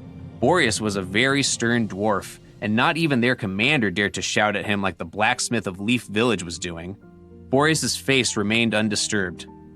This is a rescue mission, not a daycare. If the boy can't protect himself, then he should remain here and play house with you. So be it. Come on, Lux. These eggheads can handle the mission without you. Let's see if they find that Robin brat on their own. Randolph didn't even wait for Lux's reply and dragged the half-elf away from the barracks, his grip firm. Master, I want to go and save my friend. Hush! Let's talk when we're back in the smithy. Don't worry. Knowing Boreas, he will come knocking on my door sooner or later. Little did the half-elf know that Randolph was doing this for his own sake. The blacksmith wanted the Riders of Noria to officially ask his apprentice to be their guide so that he would receive compensation from them. Also, he didn't have any plan to let the dwarves see the mythical weapon in his possession. He needed to pass it to Lux secretly to avoid any future problems. After the two arrived at the smithy, Randolph hurriedly locked the doors and gestured for Lux to follow him into the basement. His movements hurried. I originally planned to bestow Blood Moon to a person that had the bearings of a hero. Who would have thought that the first one to wield it is not even a dwarf but a skeleton? Fate sure knows how to play with my heart. Lux endured Randolph's ramblings until they arrived at his hidden treasure house, which was buried deep under the smithy. A few minutes later, the master and apprentice pair arrived at a small altar where a sheathed sword was held on a silver pedestal, its presence commanding. It was Randolph's greatest creation, the mythical sword, Blood Moon. Randolph lifted the sword reverently from its resting place, his eyes shining with pride. This indestructible mythical beauty here is Blood Moon, my pride and joy. Only those recognized by me can wield her. Her edge will never dull, so the 350 damage she deals is no joke. Lux's eyes widened, his voice filled with awe. Amazing. Does she have any passives? Randolph grinned, his chest puffing out with pride. Well, for starters, she's got the Swift Blade enchantment. Makes her light as a feather in the hand, and lets you strike as fast as lightning. Blink and you'll miss it. He ran a calloused finger along the blade's gleaming edge, his touch almost tender.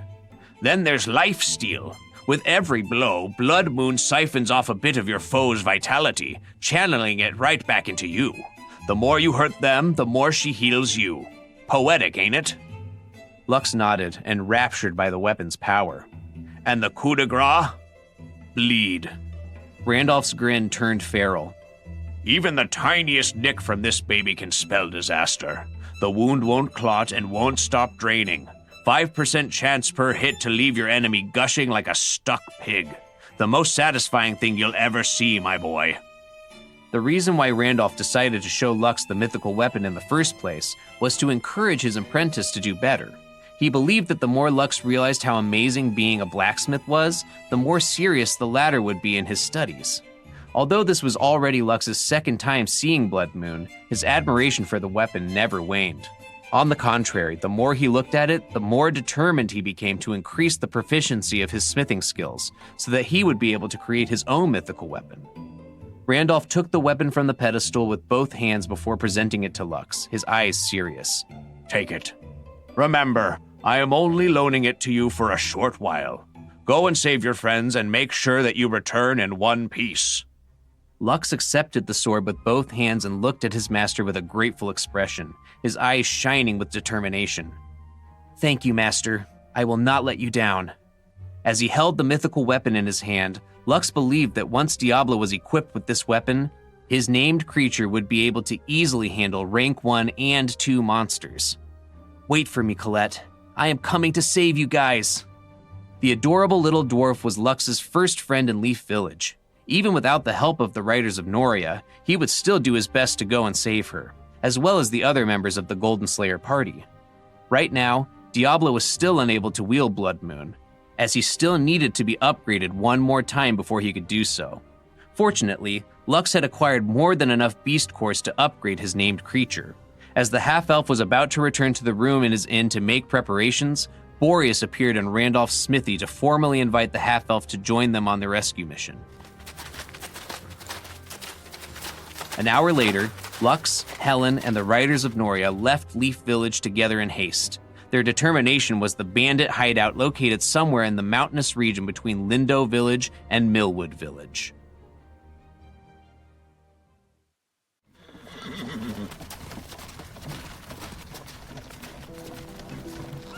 Lux and Helen were seated in a carriage pulled by two horses which had been procured by the middle-aged man who had asked Helen about Robin's whereabouts.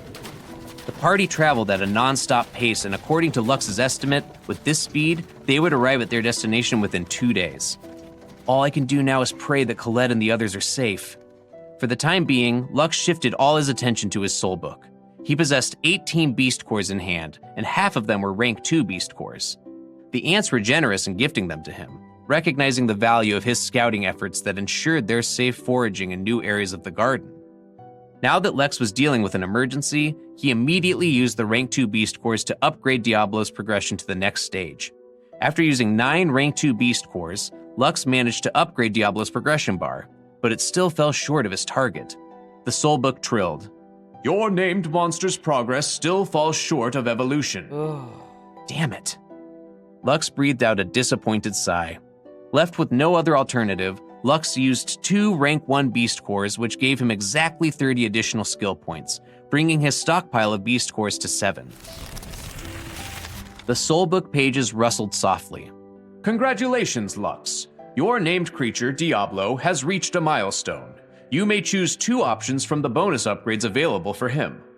Finally, I don't have to leave so many good options on the table anymore. Lux's brow furrowed as 6 options popped up in front of him. I shouldn't have spoken so soon. Read me the options. The soul book complied, rattling off the possible upgrades. Option 1. Increase Diablo's health points by 3,000. Option 2 is the active skill, Whirlwind Slash. 3. Learn the active skill, Duel. 4. Learn the passive skill, Guts. Option 5. Upgrade Skeleton Warrior to Skeleton Knight. Option 6. Upgrade Skeleton Warrior to Skeleton Rider. Well, I'm definitely not going with option 1. After checking the Elysium Compendium, he found the information he was looking for were the new active and passive skills that had been presented to him. Whirlwind Slash is an area of effect skill that hits multiple targets, good for moments when Diablo gets surrounded by enemies. Duel is similar to a taunt skill, but this skill forces your opponent to exchange one blow with you no matter what. It has a 1-minute cooldown, which is a good option since I don't have any taunting skills at the moment. And Guts allows Diablo to survive one-hit attacks that could otherwise instantly kill him. Another useful skill, but more so at higher levels. Lux shifted his attention to the 2 job upgrades that were now available for Diablo. His named creature had only become a skeleton fighter recently, but due to the new milestone, Diablo could once again upgrade his profession to a higher class free of charge. Tell me about the classes. The soul book flipped to a new page. Yes, sir. Skeleton Knight is a balanced job class similar to Skeleton Fighter, only stronger. As for the Skeleton Rider, it is a mounted unit that specializes in mobility and allows Diablo to tame monsters as his mount. Not exactly useful when raiding cramped dungeons, but on the flip side, letting Diablo have a mount could come in handy for open world exploration. Lux scratched his head when he realized that his named creature was more of a protagonist than him. Diablo kept on getting more powerful with each upgrade he got, even faster than his master. After a long internal struggle, Lux made his choice. Give me the duel skill, and make Diablo a skeleton rider. Is that your final answer? Lux tapped yes on the soul book, and immediately several more notifications appeared on Diablo's soul page. The soul book spoke in its usual placid tone. Excellent choices, Lux. Diablo has acquired the skill Duel and has upgraded from Skeleton Warrior to Skeleton Rider. This job change comes with a hefty bonus. All of Diablo's stats have increased by 20 points. Lux leaned forward, his interest piqued. What about new skills? Did he learn anything else? Indeed, the soulbook confirmed. Diablo has acquired the passive skill Union of Skeleton and Beast, allowing him to fight effectively while mounted. He's also gained the ability Tame Mount, which, as the name suggests, grants him the power to tame creatures to serve as his trusty steed. That's huge, Lux thought, his mind racing with possibilities. With a mount, Diablo's mobility and versatility will skyrocket. And finally, Diablo has acquired the new title, Relentless Charger. While mounted, Diablo will enjoy a 30% damage boost and increased critical strike chance, A fearsome combination, to be sure. Lux couldn't help but grin at the thought of his named creature charging into battle atop a fierce beast, cutting down foes left and right with ruthless efficiency. "So, what's the final verdict?" he asked, eager to hear the total of Diablo's growth. The soulbook hummed thoughtfully. Diablo's rating has climbed to a respectable C, with his health and mana pools more than doubled. His attack has also been a significant increase, now ranging from 125 to 170 points of ethereal damage per strike. Ethereal damage, huh? That'll come in handy against heavily armored targets, Lux mused, recalling the unique properties of that damage type. The soulbook continued to drone on. In addition to his pre-existing skills, Diablo has now added Duel to his active repertoire and gained the passive ability Union of Man and Beast. All in all, a most impressive leap in power. Your skeleton rider is truly a force to be reckoned with, Lux. Diablo has 317 combined stat points. He is now in the middle stages of Grade D apostles. Lux couldn't help but feel slightly envious of his partner in crime, but he couldn't do anything about it. Diablo didn't have to follow the laws of the beginner village because he was a summoned creature, but Lux was still bound to them. Sighing internally, he equipped Blood Moon in Diablo's equipment page. The blood-red sword, which was Randolph's greatest creation, shone with an eerie glow. With the mythical sword in hand, Diablo was a menace and had more than enough leeway to fight against rank 2 monsters without a problem, and could now have a fighting chance with rank 3 monsters thanks to the Blood Moon's attributes as a mythical weapon. As long as Diablo could hit the target, his health points would be replenished without a problem. Now that his preparations were complete, Lux checked Colette's condition in the Elysium Compendium. According to the information he could access, Colette had only sustained minor injuries, but there was no threat to her life. Maddie, Robin, Andy, and Axel had more serious injuries, but their current status told Lux that they were also far from kicking the bucket. Now I can rest easy. Well, easier, knowing that they're all alive. His peace of mind renewed, Lux turned his attention back to coordinating with Boreas, leading the group in the general direction of his friends. Boreas studied the map Lux had provided, his eyes narrowing in concentration. If all goes well, we will arrive at our destination faster than we expected. Now I understand why the patrollers can never find the bandits. They are hiding inside the mountain. This will be a bit tricky. At the moment, their current forces were composed of 30 goat riders and 12 warriors, including the middle-aged dwarf Lux and Helen. Their combined forces were only 45 in head count, and they didn't know how many enemies they would be facing. Even so, they had no choice but to deal with the current situation as quickly as possible. Boreas had also sent a messenger bird to the stronghold of Noria asking for backup. The dwarf captain had shared the information that Lux had given to him with his superior, and he hoped that reinforcements would arrive by the time they reached their destination. Lux could only see the location of his friends. He didn't know how many enemies there were, but he was confident that if they all worked together, they would be able to save everyone without any casualties on their side. Hang on just a little longer, Colette. We're coming for you. All of you. And God's help any bandit foolish enough to stand in our way.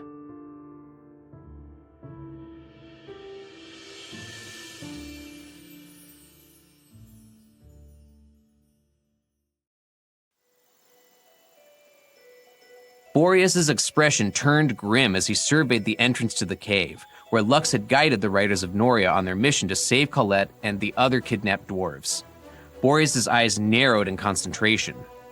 So this is why we couldn't find them. These kobolds chose this mountain to build their nest. The rescue party stood at the mouth of the cavern, their gazes fixed on the 3 kobold warriors standing guard. The demonic-looking dogs were merely rank 1 monsters, hardly a threat to the assembled dwarves and their half-elf ally. However, the real problem lay in the unknown. They had no way of gauging just how many kobolds lurked within the depths of the nest.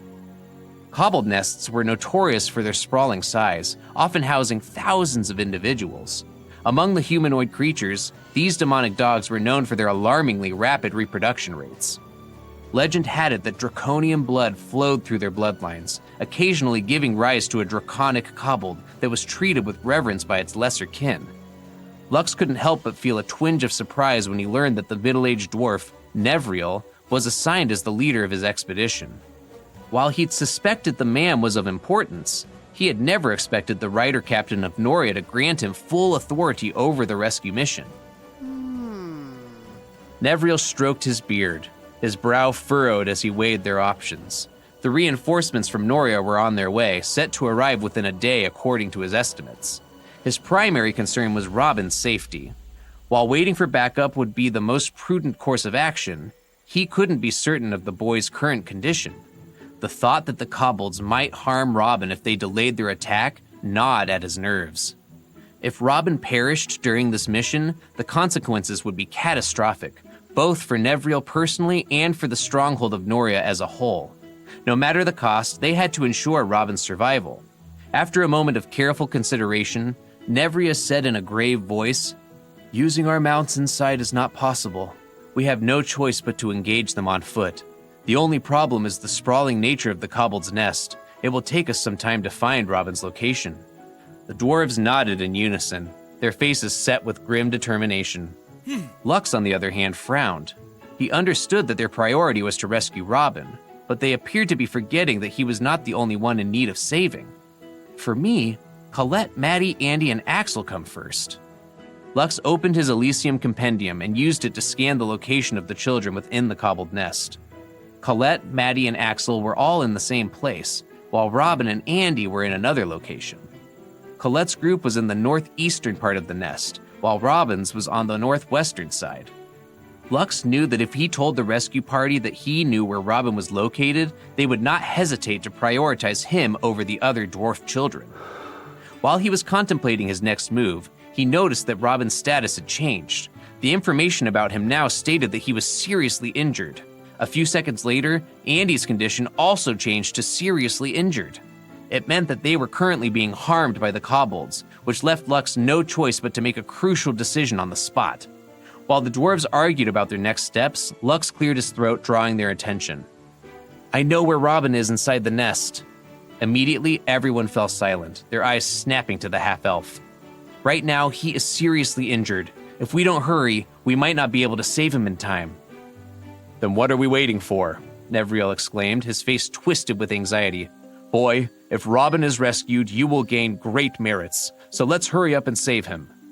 However, Lux shook his head, meeting Nevriel's gaze with a steely expression. "I will help you on this mission on one condition.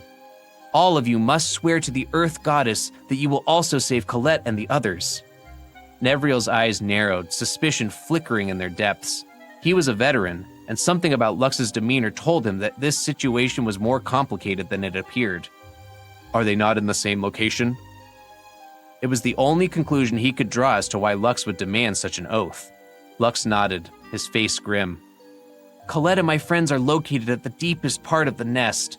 Robin and Andy are in the middle area. However, I will not tell you anyone's location if you don't make an oath to the Earth Goddess to save my friends." One of the dwarves snarled at Lux, his voice dripping with menace. Oi, boy, do you think we are your hired goons or something?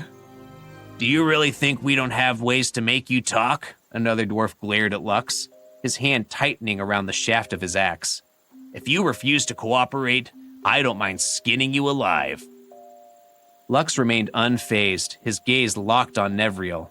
Although he didn't know Robin's true identity, he could tell that the middle-aged dwarf and the riders of Noria placed the boy's safety above all else. This meant that Robin was a person of great importance to them. And that gives me leverage. Since you're threatening me, don't think I can't threaten you right back. You're not the only ones who know how to play dirty. The half-elf suffered in both of his lifetimes, and he was no stranger to pain. Right now, he held the upper hand, and he fully intended to use it to his advantage. If the riders of Noria refused to help Colette and the others, then he would refuse to help them in turn. Sure, you want to skin me alive? Be my guest. However, I already told you that Robin is seriously injured. Who knows? By the time you finish skinning me properly, he might be taking his journey to the afterlife. Lux sneered at the dwarf whose face turned beet red with anger. In a battle of wits, the first one to back down was the loser. The half-elf had no intention of losing. He had promised Helen that he would save Colette and the others, and he would be damned if he allowed himself to be intimidated by dwarves who thought they could bully him into submission. Lux gasped theatrically, his expression grave. Oh no! Robin's condition is now fatally injured.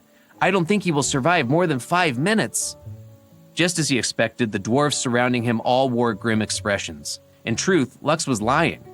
Robin's and Andy's status told him that they were still just seriously injured. He was merely testing them to see how important Robin was to the dwarves.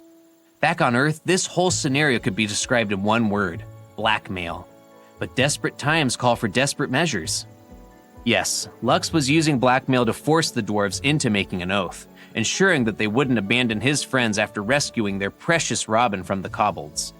Nevriel growled through gritted teeth, his eyes flashing with barely restrained fury.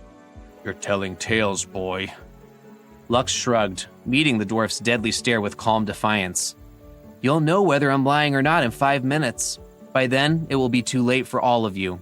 I don't know who Robin is, but judging from your expressions, he must be a very important person. Are you all prepared to suffer the consequences if he dies in this place? Let me tell you, his life and death mean nothing to me. Now, choose." Lux's voice hardened, his words ringing with finality.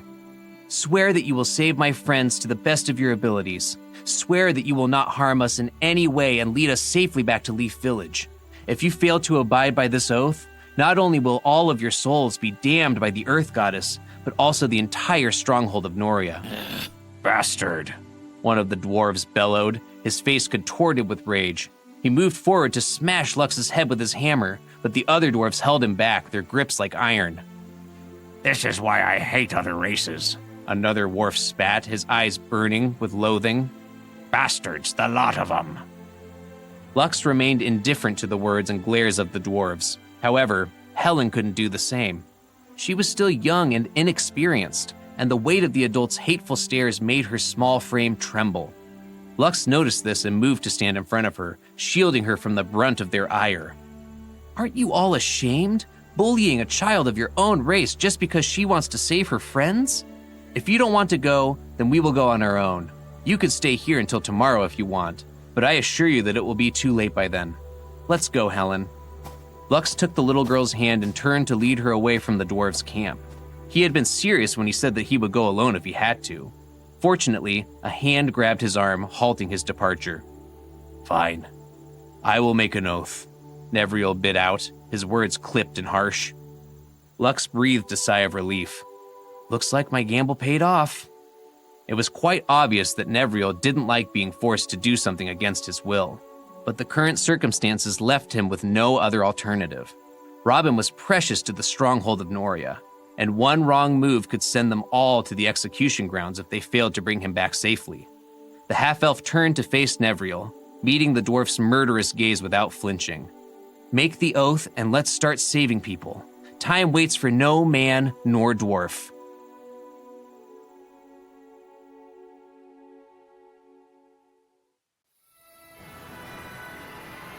By the Earth Mother. All the dwarves that were part of the expedition swore an oath to the Earth Goddess in front of Lux, the deity they worshipped above all others. This was the greatest oath a dwarf could make. Even the dwarfs in Salias shared the same mentality. Once they made an oath, they had to follow it no matter what. Failure to do so would weigh terribly on their conscience because it would mean that once they died, their souls would be cast away, forever banished from the Earth Mother's embrace. Nevriel's voice was low and threatening as he addressed Lux, his eyes glinting with barely restrained menace. "Keep your word, half-elf, or I swear by the Earth Goddess that you will not keep your life." Lux met the dwarf's gaze unflinchingly, his expression calm and resolute. "We'll see whose oath will be broken first. Now listen to me. Our first goal is to eliminate the guards as fast as we can and prevent alarming the kobolds inside the nest." He paused, making sure he had everyone's full attention before continuing. "Of course, this will only work at the early stages of our rescue mission. The moment we encounter a single kobold in the nest, we will be in for a tough battle. Our plan is simple: strike fast and run fast. The sooner we rescue the hostages, the sooner we leave." Lux held up a hand to forestall any objections. "I will not interfere with the commands of the dwarves. I also know that it is unrealistic to think that we will be able to rescue our targets all at once with the current manpower we have. Since your priority is to save Robin, you can go ahead and save him." His voice hardened, brooking no argument. "However, once he is safe and sound, You will coordinate with the reinforcements coming from the stronghold of Noria to raid the nest and rescue my friends. Do we all have an understanding?" Nevriel and Boreas nodded, a flicker of relief passing over their faces. Deep inside, they felt reassured that Lux was still thinking logically. It was simply impossible for them to fight an entire cobbled nest with their current manpower. Lux turned to the little dwarf girl by his side.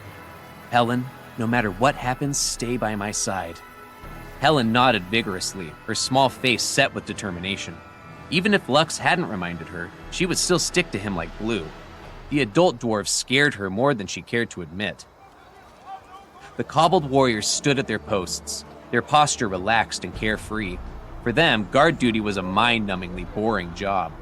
Although there were wandering beasts in the mountains that were stronger than them, none of the kobolds were afraid of being attacked. They always possessed the mentality that everything could be overcome by sheer numbers. While the three guards were casually chatting with each other, several throwing axes flew in their direction.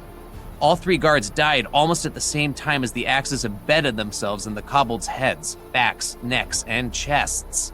As soon as the kobolds collapsed on the ground, several dwarves sprang up from their hiding places and dragged the slain kobolds away to hide them.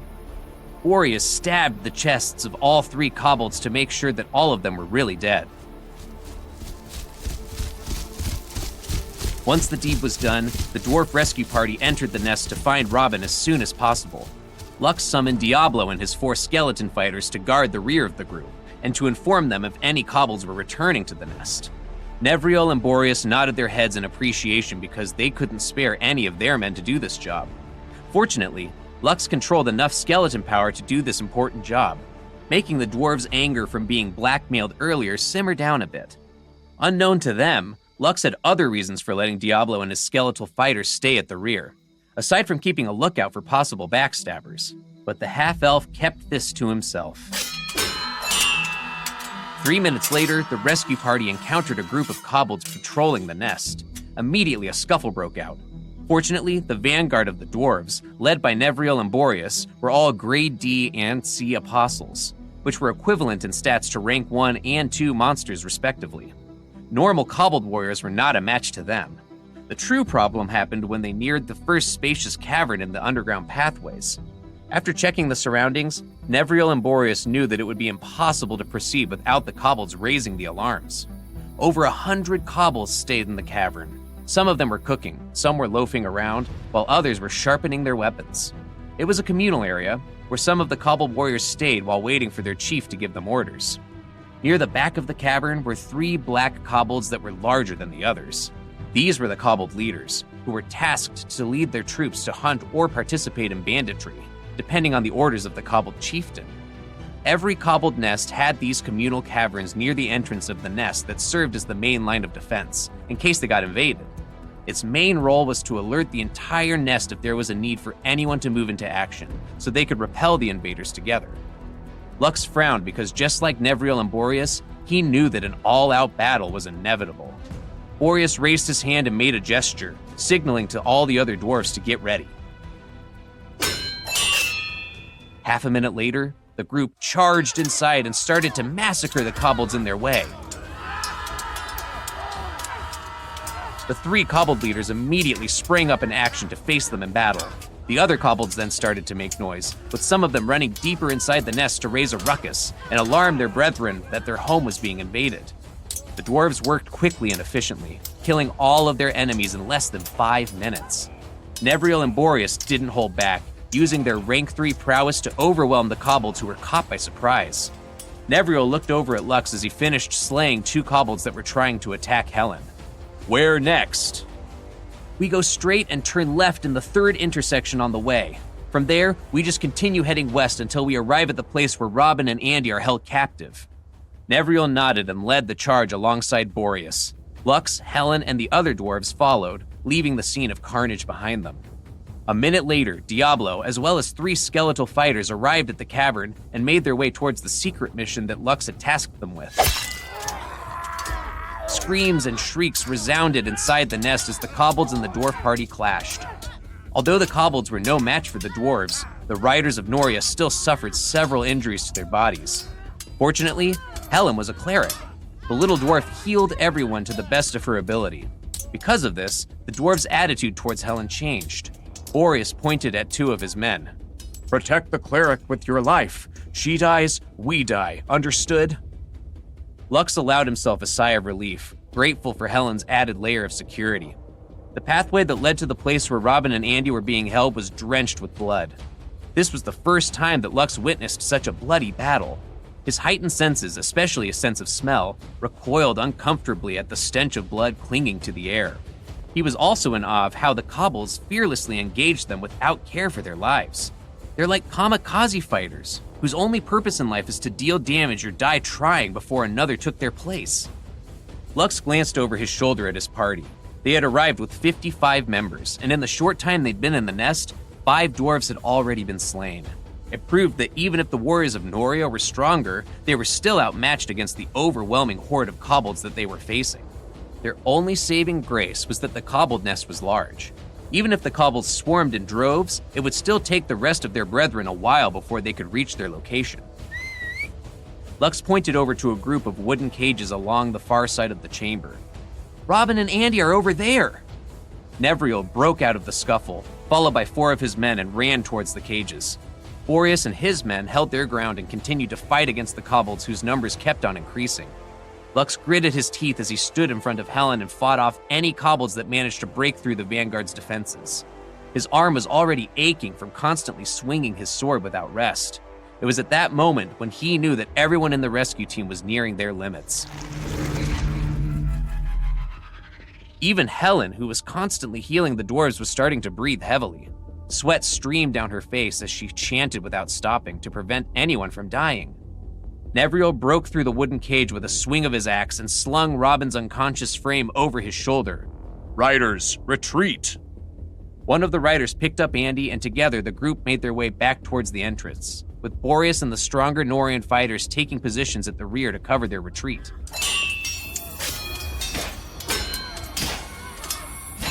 However, as they rounded the intersection leading to the entrance, a group of kobolds smashed into them, drawing them into another pitched battle. This time, the big shots of the kobold race were present, which made the battle more difficult. 4 rank 3 kobold mages cast fireball spells, severely injuring 4 of the dwarves. Nevriel hoisted his axe in the air. They box us in and we're dead! Keep fighting! Break through! Suddenly, one of the kobold mages unleashed the skill Earth Tremor. This made the ground under everyone's feet tremble dangerously. Lux sensed that the ground under his and Helen's feet was about to give way, so he decisively lifted the little girl and threw her toward Boreas with all of his might. Sir Boreas, catch! Lux shouted as the ground under his feet collapsed.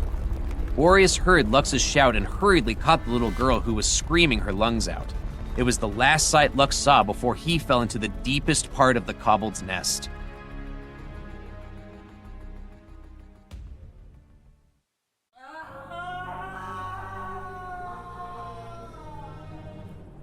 Lux felt his entire body aching, every muscle screaming in protest as he attempted to move. The injuries he had sustained from the fall were severe, leaving him barely able to twitch a finger without waves of agony washed over him. Fortunately, upon closer inspection, he realized that he hadn't broken any bones. His body was badly bruised, the pain making him want to scream, but at least he had been spared any fractures. Diablo, rise! Lux ordered, his voice strained. His trusted partner materialized beside him, ready to assist. With great effort, Lux willed his storage ring to produce a few potions.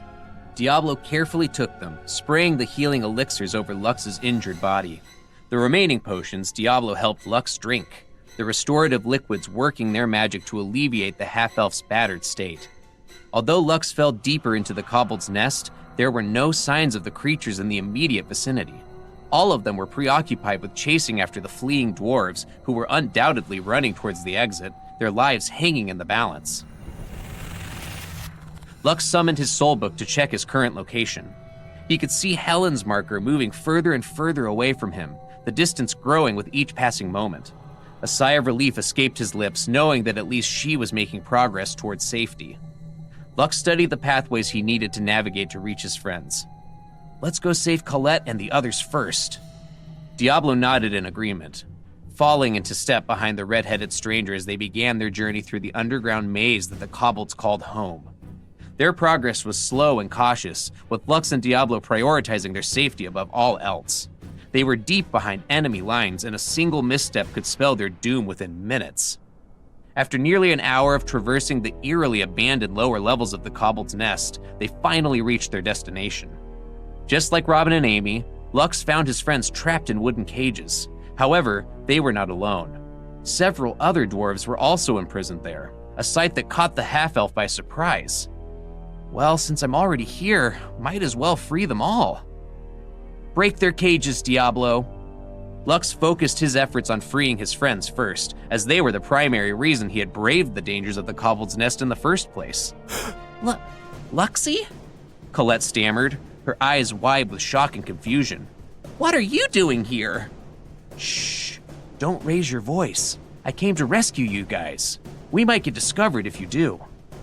Colette nodded, clamping her mouth shut.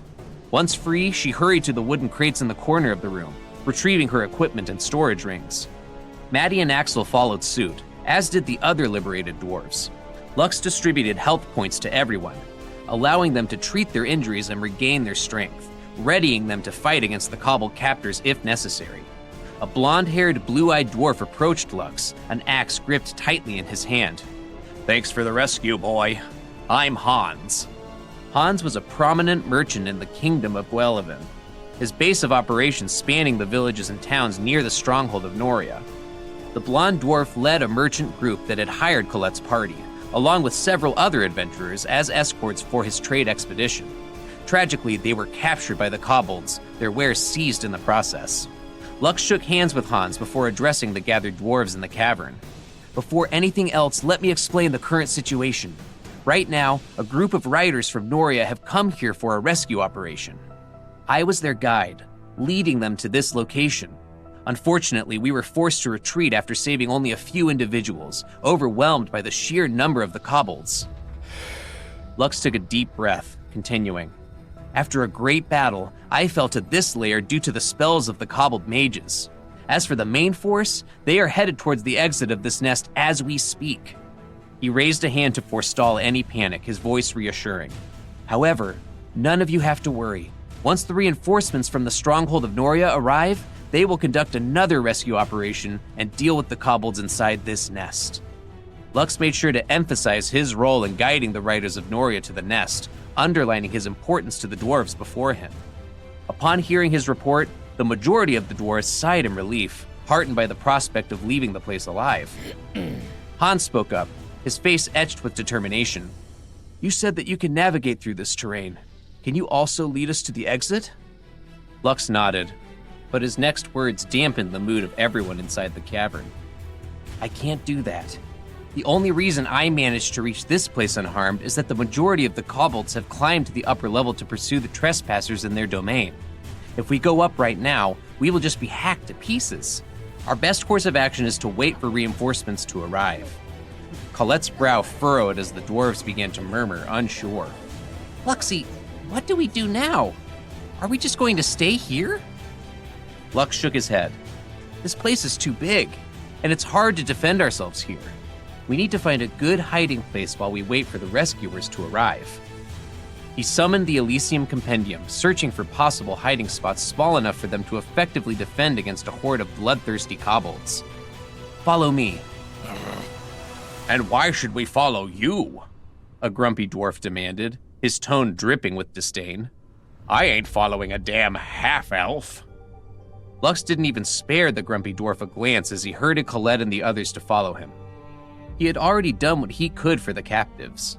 Whether they wanted to follow him or not was none of his business. The grumpy dwarf cursed under his breath, his words laced with venom. Hans, on the other hand, narrowed his eyes as he followed behind Lux. As a merchant, Hans always trusted his instincts when it came to making transactions and forming connections with potential business partners.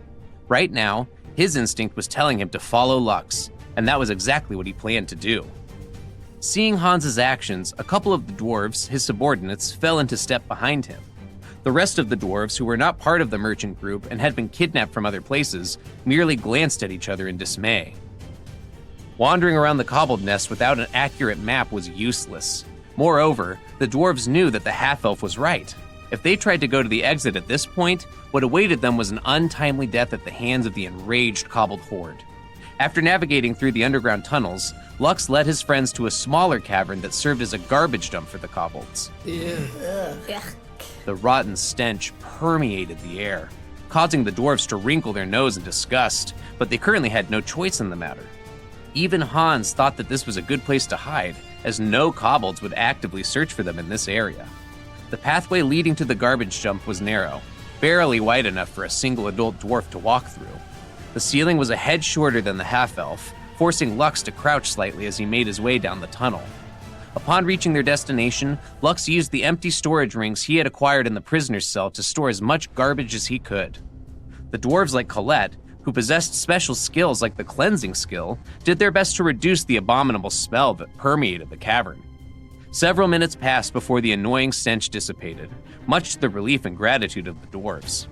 Despite being smaller than the place where they had been held captive, the cavern was more than adequate to house all of them. Lux cleared his throat and turned to address the dwarves. Listen, I would like to establish some rules while we are here. First of all, talking is not allowed. On the off chance that a kobold or a group of kobolds were to come to this place, our priority should be to kill them as quickly as possible before they can raise an alarm.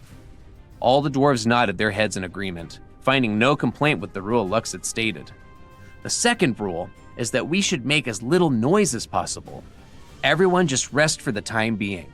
We will need every bit of strength we have to leave this place. Once again, the dwarves nodded their heads in approval. Lastly, if the worst case scenario happens and we are discovered, everyone should stay as calm as possible. We should be able to stand our ground if we work together as a cohesive unit. He gestured toward the entrance of the cavern. My skeletons will serve as the first line of defense, blocking the entrance should the kobolds launch an all-out attack. If they fall, all able-bodied men will help block the entrance alongside me to ensure that they won't be able to break through our defenses. The dwarves nodded their heads for the last time, settling down to rest and conserve their strength. Lux sat beside the entrance of the cavern, using his sensitive hearing to detect anyone approaching in their direction. Colette, Maddie, and Axel, exhausted from their ordeal, drifted off to sleep, entrusting their safety to Lux. The little dwarves had developed an unwavering faith in the half-elf, especially after witnessing his bravery in rescuing all of them. Lux watched the children sleep, a smile tugging at his lips. Now that they finally settled down, it was time to make his preparations for the upcoming battle.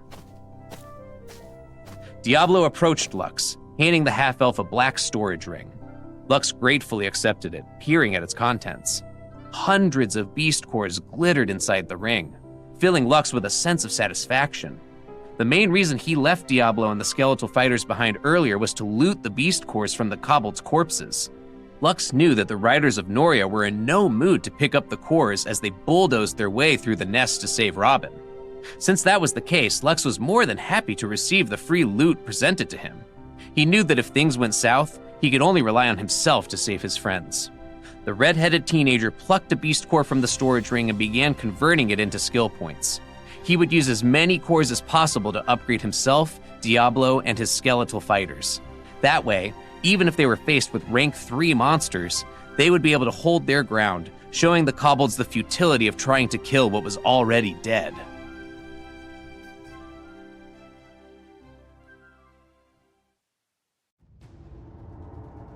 After assessing the stockpile of beast cores that Diablo had taken from the battlefield above ground, Lux decided to focus on upgrading his partner, determined to make Diablo an even more formidable force. After all, the named creature would be the main fighting force in this rescue operation.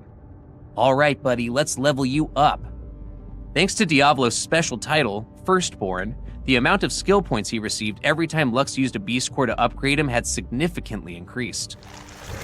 Lux didn't hesitate as he used 34 rank 1 beast cores to upgrade Diablo to the next stage. The soulbook chimed, its voice businesslike and precise. Diablo's progress has been updated. He now requires 600 skill points to reach the next stage of evolution. Lux nodded with a determined glint in his eye. Let's take it a step further.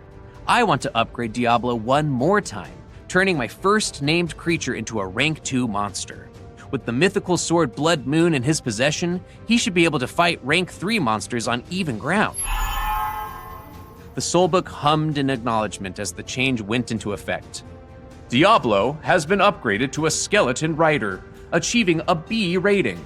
His health and mana have increased substantially, with his health now at 7,500 points and his mana at 1,640 points. His attack now ranges from 250 to 300, with an additional 300 damage from Blood Moon. His defense has also received a significant boost, increasing by 200 points. Lux grinned, excitement bubbling within him. What about new skills? Did he learn anything else? Diablo has acquired the active skills Whirlwind, Slash, and Leap, as well as the passive skill Enhanced Fortitude. Whirlwind Slash is an area of effect skill that allows Diablo to strike multiple enemies simultaneously, while Leap enables him to close the distance quickly and deal damage upon landing. Enhanced Fortitude increases his overall durability and resistance to debuffs. These additions will greatly enhance his combat capabilities and survivability on the battlefield. Lux let out a satisfied whistle. He couldn't help but feel a surge of pride as he reviewed Diablo's upgraded stats. The named creature had managed to collect an impressive 268 beast cores from the corpses left behind by the dwarves, with 10 of them being rank 2 cores. All right, now it's my turn, Lux declared, eager to upgrade himself and keep pace with his partner in crime. Lux used 20 rank 1 beast cores to upgrade his body constitution to the next stage, his anticipation building as he awaited the Soulbook's response. The Soulbook thrummed with energy. Congratulations! Your body constitution has been upgraded. Please choose one of the following 3 options as your bonus reward. Lux listened intently as the Soulbook listed the choices: a permanent boost of 50 points to vitality, the active skill Warcry, or the passive skill Guts. Without hesitation, Lux selected Warcry, knowing it was the skill he needed most in this critical moment. The Soulbook chimed once more. Skill Evolution has detected the skill Warcry and upgraded it to Battlecry.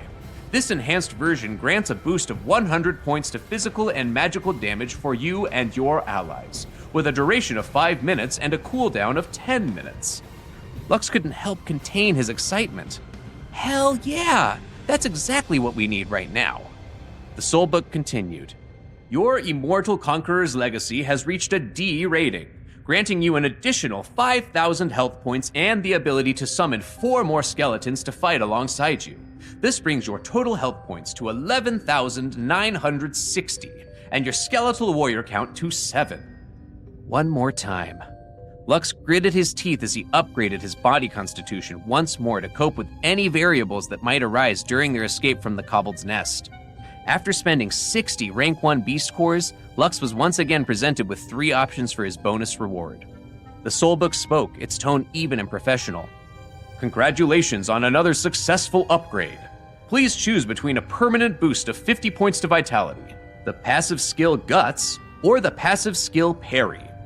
Lux deliberated for a moment before selecting Parry, knowing it would be invaluable in the upcoming battle with the Kobolds. The Soulbook fluttered its pages as it thrilled once again. Skill Evolution has detected the skill Parry and upgraded it to Expert Parry. This enhanced version grants a higher chance to deflect physical melee or ranged attacks, allowing you to unleash a counterattack with a very high chance of dealing critical damage to your enemy. It's a powerful defensive and offensive skill that will serve you well in close quarter combat. Lux smirked, satisfaction etched on his face. What else do I get? Your Immortal Conqueror's Legacy has reached a D+ rating, granting you an additional 5,000 health points and the passive skill Expert Parry. Your total health points now stand at an impressive 16,960. You have also unlocked the ability to summon 2 more skeleton archers, but this reward cannot be used at this time, as the requirement to unlock Summon Skeleton Archer has not been met. Once the skill becomes available, the effect of this reward will automatically activate, bolstering your ranged combat capabilities. Lux nodded, his mind already racing with possibilities. Got it. Anything else I should know? The soulbook preened, a hint of pride in its voice. Indeed. Your stats have improved significantly, surpassing even Diablo's health points. Your strength, agility, and dexterity have all received notable boosts, and your free stat points now sit at a staggering 480. You are well on your way to becoming a true novel protagonist, capable of taking on even the most formidable foes. Lux chuckled, amused by the soulbook's assessment. He knew he still had much to do in Leaf Village, but with his current strength, he was confident he could take on the alpha beasts that roam the beginner's zone. For a moment, it struck Lux that if not for the fact that Colette and the others had been kidnapped by kobolds, he would never have had the opportunity to upgrade his skills to his current level. I have to make the most out of this situation.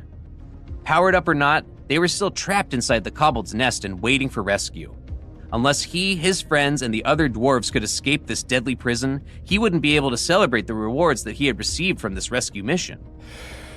Lux took a deep breath as he examined the contents of the storage ring Diablo had returned to him. I still have 114 beast cores left. I think that's more than enough to upgrade the skeletal fighters to rank C and unlock the summon skeleton archer skill. I wonder what options I'll get once I do. The half-elf absorbed the remaining beast cores, eager to see what new named creature might join his ranks. With each upgrade, his anticipation grew, knowing that the strength of his allies would be crucial in their escape from the deadly prison that was the kobold's nest.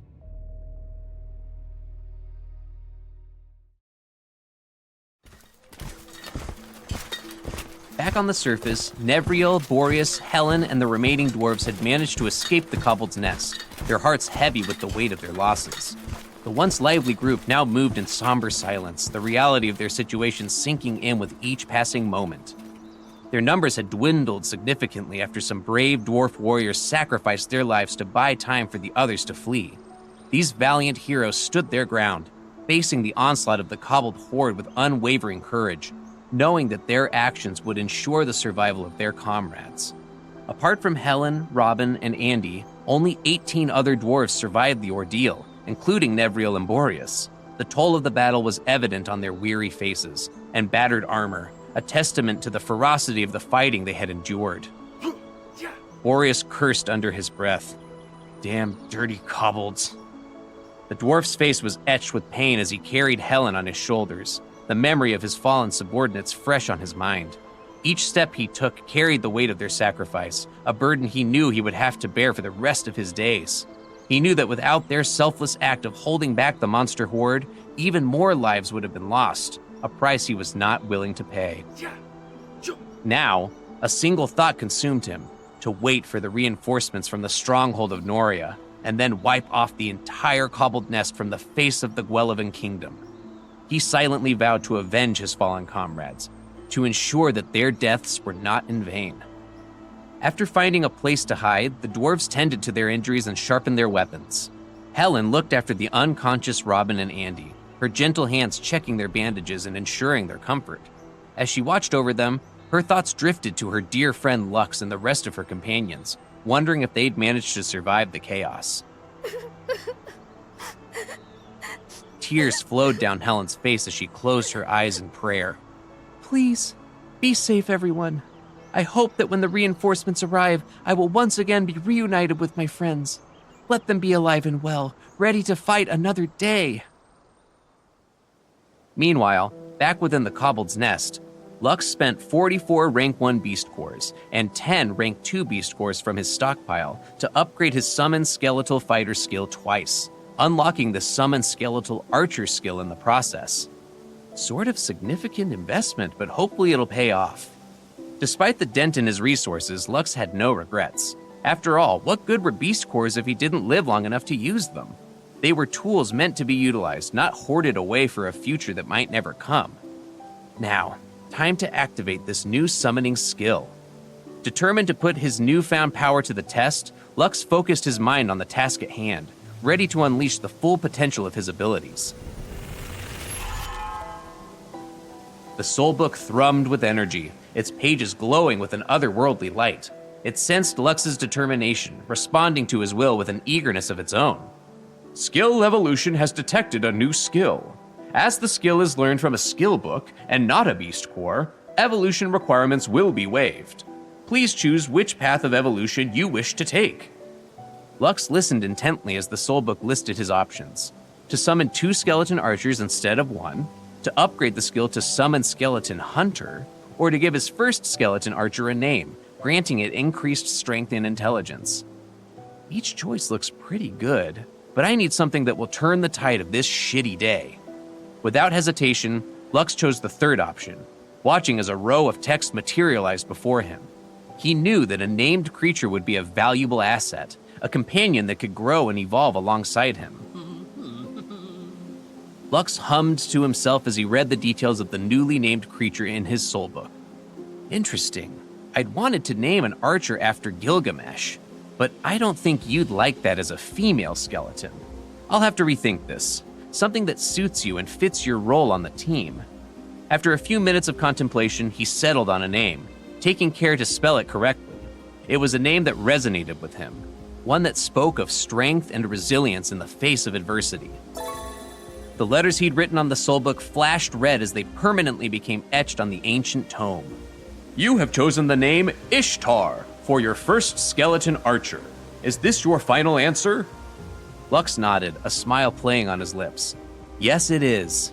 Ishtar, the forgotten queen, shall rise once more. A new page appeared in his soulbook, dedicated to his newly named creature, Ishtar. The words danced across the parchment, imbued with a power that Lux could almost feel emanating from the page. Ishtar, your second named creature, has been granted the title the Forgotten Queen. This title ensures her eternal loyalty to you and imbues her attacks with ice damage, capable of slowing and freezing her targets. Additionally, Ishtar's stats will increase by 50% during the night, and the effects of beast cores used to upgrade her will be boosted by 50% as well. She is a formidable ally, one that will serve you well in the battles to come. Lux wasted no time in upgrading Ishtar, using 7 rank 1 beast cores to boost her power. Thanks to the 50% bonus, his beast core consumption was significantly reduced, allowing him to make the most of his limited resources. Not yet satisfied, he used another 13 rank 1 beast cores, raising Ishtar's rating to D. He could feel her strength growing with each upgrade, a tangible force that filled him with confidence. Let's take it even further, Lux declared, his excitement mounting. He consumed the 10 rank 2 beast cores in his possession, along with an additional 7 rank 1 beast cores, propelling Ishtar's rating to an impressive D+. It was a remarkable achievement, one that would undoubtedly turn the tide of battle in their favor. The soulbook chimed, its voice filled with anticipation. Ishtar has reached the requirement needed to change her job class. Please choose wisely, as this decision will shape her role in your team. Lux reviewed the compatible job classes, Skeleton Hunter and Skeleton Ranger. While the Ranger's beast taming and stealth skills were tempting, offering versatility and subtlety, he ultimately chose the Hunter class, knowing that a dedicated damage dealer was what he needed most in the upcoming battle. Ishtar's precision and lethality would be invaluable assets against the cobbled horde. The soulbook's pages fluttered in approval. Excellent choice. As a skeleton hunter, Ishtar gains access to the active skills Hunter's Mark and Set Traps, as well as the passive skill Fast Reload. Her stats have also received a significant boost, with notable increases to her dexterity and attack. She will be a force to be reckoned with on the battlefield. Lux looked at Ishtar's upgraded stats, nodding his head in satisfaction. Not bad at all. With 15 free stat points every time she's upgraded, she'll be able to catch up to Diablo in no time. They'll make a formidable duo, ready to take on any challenge that comes our way. He knew that he had done everything in his power to prepare for the tough fight ahead. Ishtar now possessed the strength of a rank 1 monster, and with the ability to summon 2 additional skeleton archers, his forces were growing stronger by the minute. It was a small army, but one that would fight with the ferocity and determination of 1,000 men. Lux mused to himself as his mind began to formulate a plan for the battle ahead. Even though those extra summons might not survive more than a single hit, they'll still serve a purpose. They can act as distractions, drawing the attention of the kobolds while Ishtar and Diablo deliver precise, devastating strikes. It's time to put them to good use while we wait for our rescuers to arrive. With a newfound sense of determination, Lux set about implementing his strategy, ready to face whatever challenges lay ahead. He knew that the path before them was fraught with danger, but with his growing army of undead allies, as well as his unwavering resolve, he was confident that they would emerge victorious. After the dwarves escaped the kobold's nest, the majority of the kobolds returned to tend to their daily duties, their minds focused on the task at hand. However, when the guards of the prison returned to their posts, they noticed that all of their captives had vanished. The cages that once held them now empty, gaping at them. This discovery immediately brought a new round of alarms that echoed through the entirety of the nest, a cacophony of urgency and rage. Is that alarm about the riders or us? The expressions of Lux and the other dwarves turned grim, their hearts pounding in their chests. They didn't know the reason behind the kobold's sudden alarm, but they all knew that this was a dangerous time for them, a moment when their very lives hung in the balance. Just as the half-elf had expected, the kobolds launched a thorough search for the escaped prisoners, their eyes and ears probing every nook and cranny of their nest. However, in their haste and arrogance, they neglected to check the dump site where they threw their trash, believing that no dwarf would stoop so low as to hide among the filth and refuse. An hour passed, then 2, followed by the 3rd, each moment stretching out like an eternity for those in hiding. The tension within Lux and the dwarves reached an all-time high as the hours crawled by, their nerves frayed and their muscles coiled with the anticipation. We'll run ourselves ragged if we keep this up. Non-combatants, rest up. If you're still able-bodied, come to the front of the room and we'll rotate between keeping watch and sleeping. We need to be ready for when they find us. The red-headed teenager naturally assumed the role of temporary leader among the dwarf survivors. His quick thinking and decisive actions earned him their respect and obedience. Everyone listened to him, even the grumpy dwarf who had made things difficult for him earlier. Everyone's desire to live outweighed any petty grievances or prejudices. They all owed Lux their lives, and having witnessed his capabilities firsthand, they knew that trusting his judgment was their best chance of making it out of the kobold's nest alive. Lux positioned himself near the entrance of the cavern, his body resting but his mind alert. This was one of the techniques that his grandma Vera had taught him a year ago, a way to allow himself to rest while still being able to react to any situation at a moment's notice. Hans, the head of the dwarf merchant group, hummed as he watched the half-elf with keen interest. As a merchant, Hans had learned to trust his gut, and right now it was screaming at him to stick with the half-elf no matter what, to follow his lead and see where it took them. Because of his close attention to Lux, Hans immediately noticed when the latter's eyes snapped open, a silent gesture signaling everyone to stop whatever they were doing. This was a signal that Lux had established with them beforehand, a way to let them know when the kobolds were approaching the dump site, without alerting their enemies. Earlier, Lux had summoned 2 skeletal archers and placed their heads outside of the cavern, positioning them on the path facing the tunnels. He had ordered them to look out for any enemies headed their way, their empty eye sockets serving as an early warning system. Since his connection with the skeleton archers wasn't as strong as with his named creatures, he gave them an additional order to mention the number of approaching enemies if they saw him. Right now, the skulls of his skeleton archers informed him that 3 kobold warriors were making their way towards the dump site. The narrowness of the path forced the kobolds to walk in a single file, a fact that Lux had taken into account when choosing this location. The topography of the cavern would render any advantage in numbers completely useless, a fact that Lux intended to exploit to the fullest.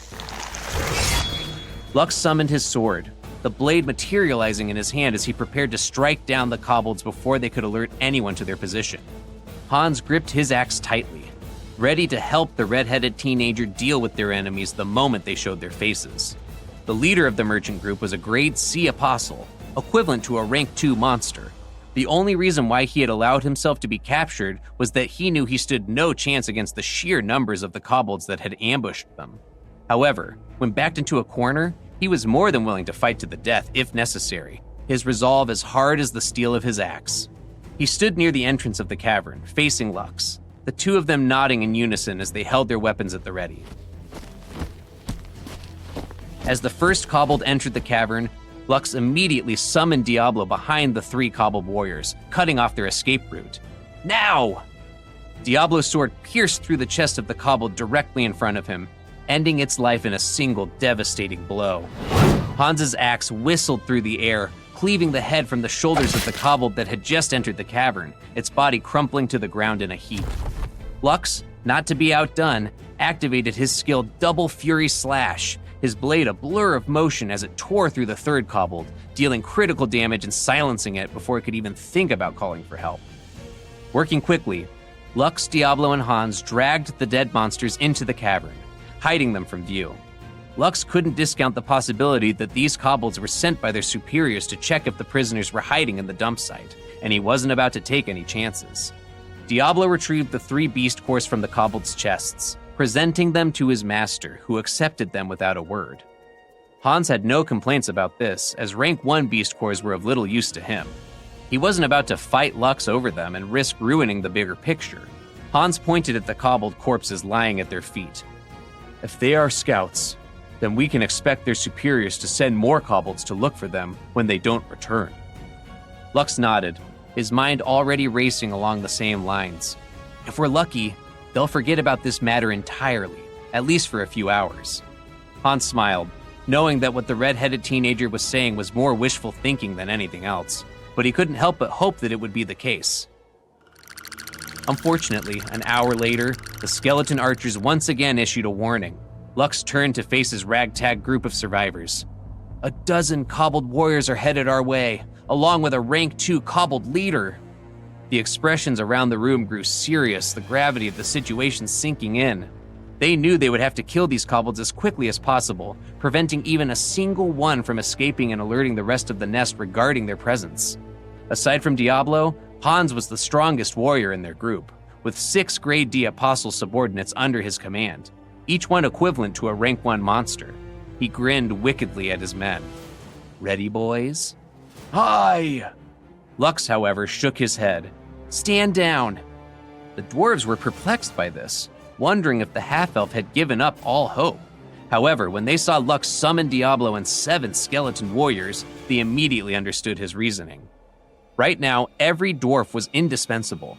If they fell in battle against the kobolds, it would mean one less fighter on their side, a loss they could ill afford.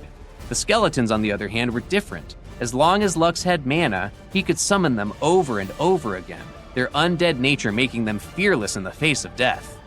All the other dwarves retreated to the far corner of the cavern, distancing themselves from the impending fight.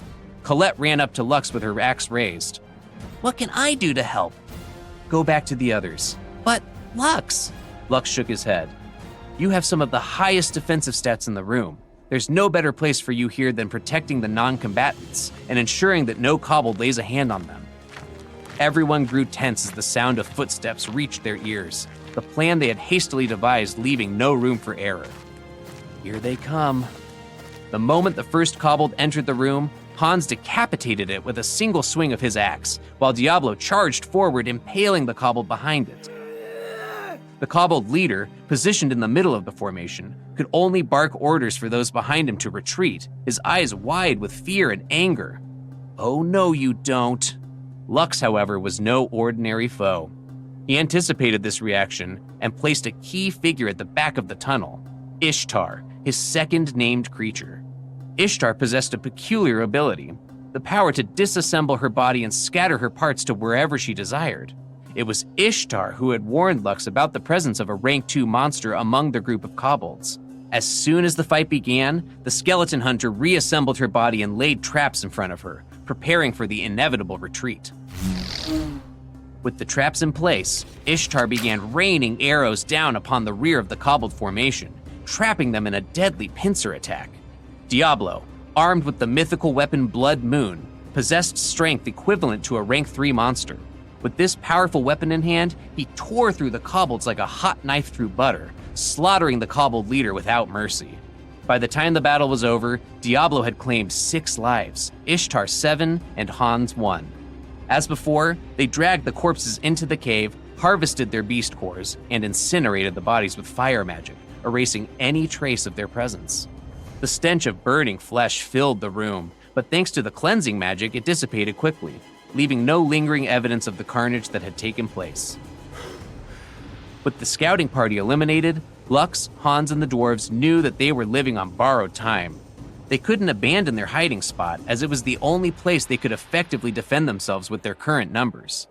Lux gazed at everyone, his expression grave. The next time the kobolds come, we'll be fighting for our lives. When that moment arrives, I need all of you to remain calm and follow my orders without question. He paused, letting his words sink in before continuing. No matter how many of them come, I'm confident that we can hold them back. The tunnel only allows one person at a time to pass through. Even if they number in the thousands, they'll have no chance but to funnel through this one path. As long as we block this entrance, they won't be able to overwhelm us with sheer numbers. Everyone nodded in agreement, their spirits lifted by Lux's strategy. They had witnessed the strength of the skeletons firsthand and believed that they would be able to keep the kobolds at bay, no matter what. Lux kept a straight face even as his mind began to race. Kobolds may not be the smartest monsters around, but they're far from stupid. In their haste to find comfort in Lux's plan, the half-elf and the dwarves overlooked the true nature of their enemies, a mistake that could prove costly. Even the most well-thought-out plan can go terribly wrong if you don't fully understand what you're up against. It was a lesson that the red-headed teenager would soon learn the hard way. A bitter truth that would test the limits of his resolve and the strength of his allies.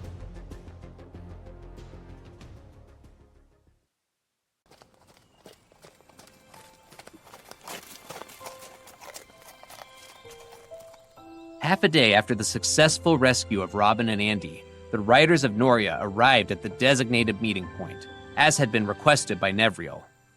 Given the critical nature of this mission, the stronghold dispatched nearly half of its manpower. Nevriel gazed upon the horde of soldiers that had come to aid them. 400 Grade D apostles, 95 Grade C apostles, and 8 Grade B apostles. This level of manpower was sufficient to wipe out any hostile force within the territory of Noria. However, even Nevriel harbored doubts about whether it would be enough to raid the kobold nest successfully. Typically, a kobold's nest housed thousands of kobolds. The kobold warriors were the weakest, followed by the kobold leaders. The kobold mages, stronger than the rest, could reach rank 3 as they aged. As for the draconic kobolds, their ranks started at a minimum of rank 3. These special kobolds were known to break through to rank 5 as they matured. If there were a handful of rank 4 draconic kobolds, or even a single rank 5 kobold, the riders of Noria would be in for a grueling battle. Usually, rank 5 creatures wouldn't be found in any beginner areas. They could be considered world bosses, as no one in the beginner's territory would be able to fight them one-on-one. At most, a group of 100 people, composed of grade B and A apostles, could engage them in a boss raid. One of the rider captains of Noria, a grade B apostle, spoke up, concern tinting his voice. Since Robin is already safe, there's no need for us to risk our lives trying to raid the kobold's nest. We should just return to the stronghold and call it a day. The other riders nodded their heads in agreement. If Robin were still inside the kobold's nest, they would undoubtedly charge in and do everything in their power to rescue him. However, since he was already safe, the warriors of Noria didn't feel the same urgency to aid the other dwarves captured by the kobolds.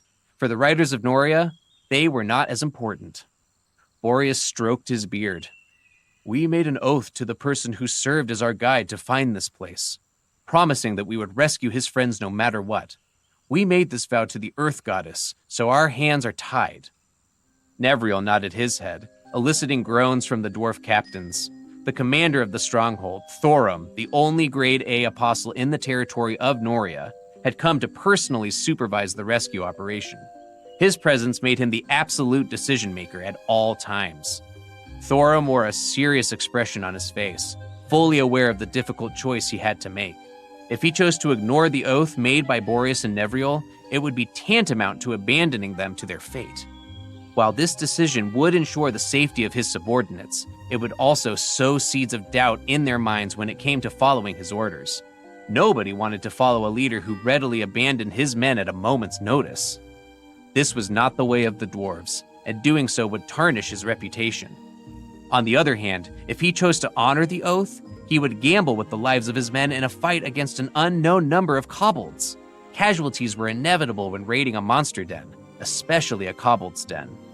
Thorum didn't want to see his men die in droves if they were to encounter a draconic kobold whose rank surpassed theirs. Just as he was hesitating to make a decision, a voice spoke out from behind him. "We will go and rescue Colette and the others." All the dwarf warriors turned around to look at Robin, who stood before them with a determined expression on his face. "I owe that half-elf my life. I will not be able to sleep at night knowing that I abandoned the one who saved me when he needed me the most. I am a dwarf, not a goblin. I will not turn my back on those who have made their oaths to the Earth Goddess." Robin scanned the faces of all the dwarf warriors, who looked at him with complicated expressions.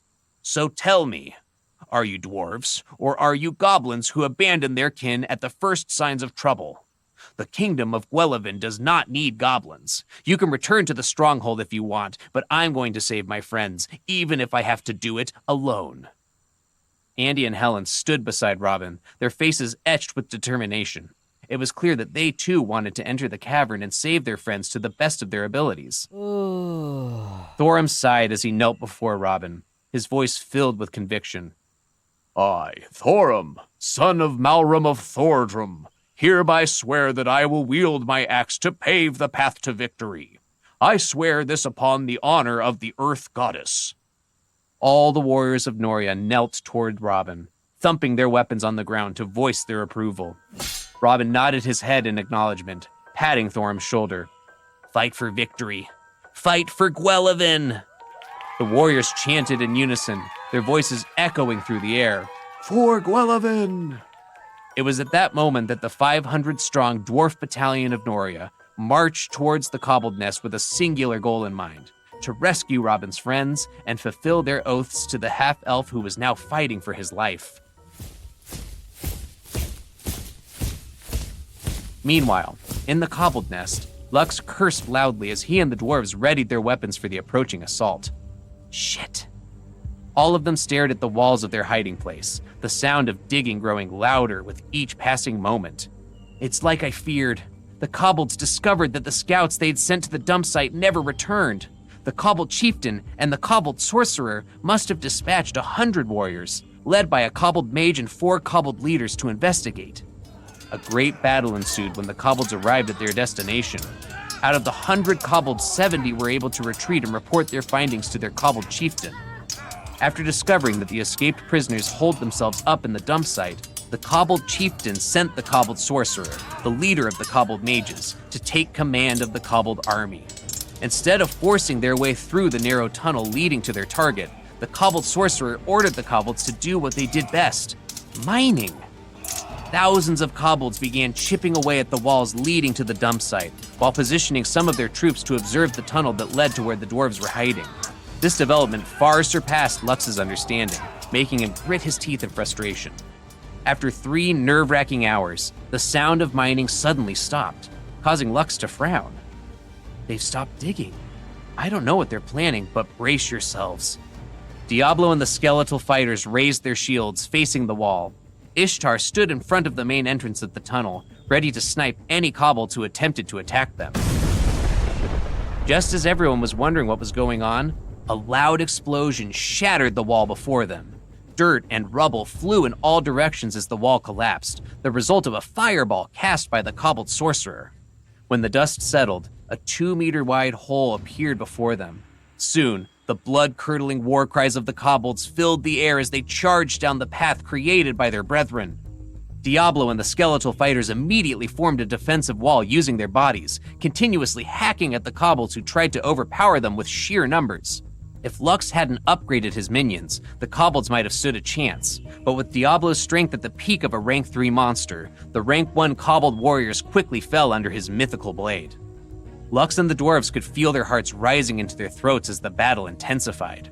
Soon, even Ishtar, who stood far away from them, started firing arrows at the main tunnel leading to their hiding place, confirming Lux's fears about a pincer attack. Thanks to Ishtar's ice elemental damage, the kobolds' advance was slowed. Even so, it was merely delaying the inevitable. Everyone, get ready! Go to your positions! This is a do-or-die moment, so do everything in your power to resist. Once the kobolds break past our defenses, it's all over. Fight with everything you've got. The dwarves shouted in unison, steeling their resolves. As the battle in the dump site area intensified, the warriors of Noria killed the guards manning the entrance of the kobold nest. Over 500 strong warriors, with Thorim at the lead, ran through the passageway that led to the depths of the nest.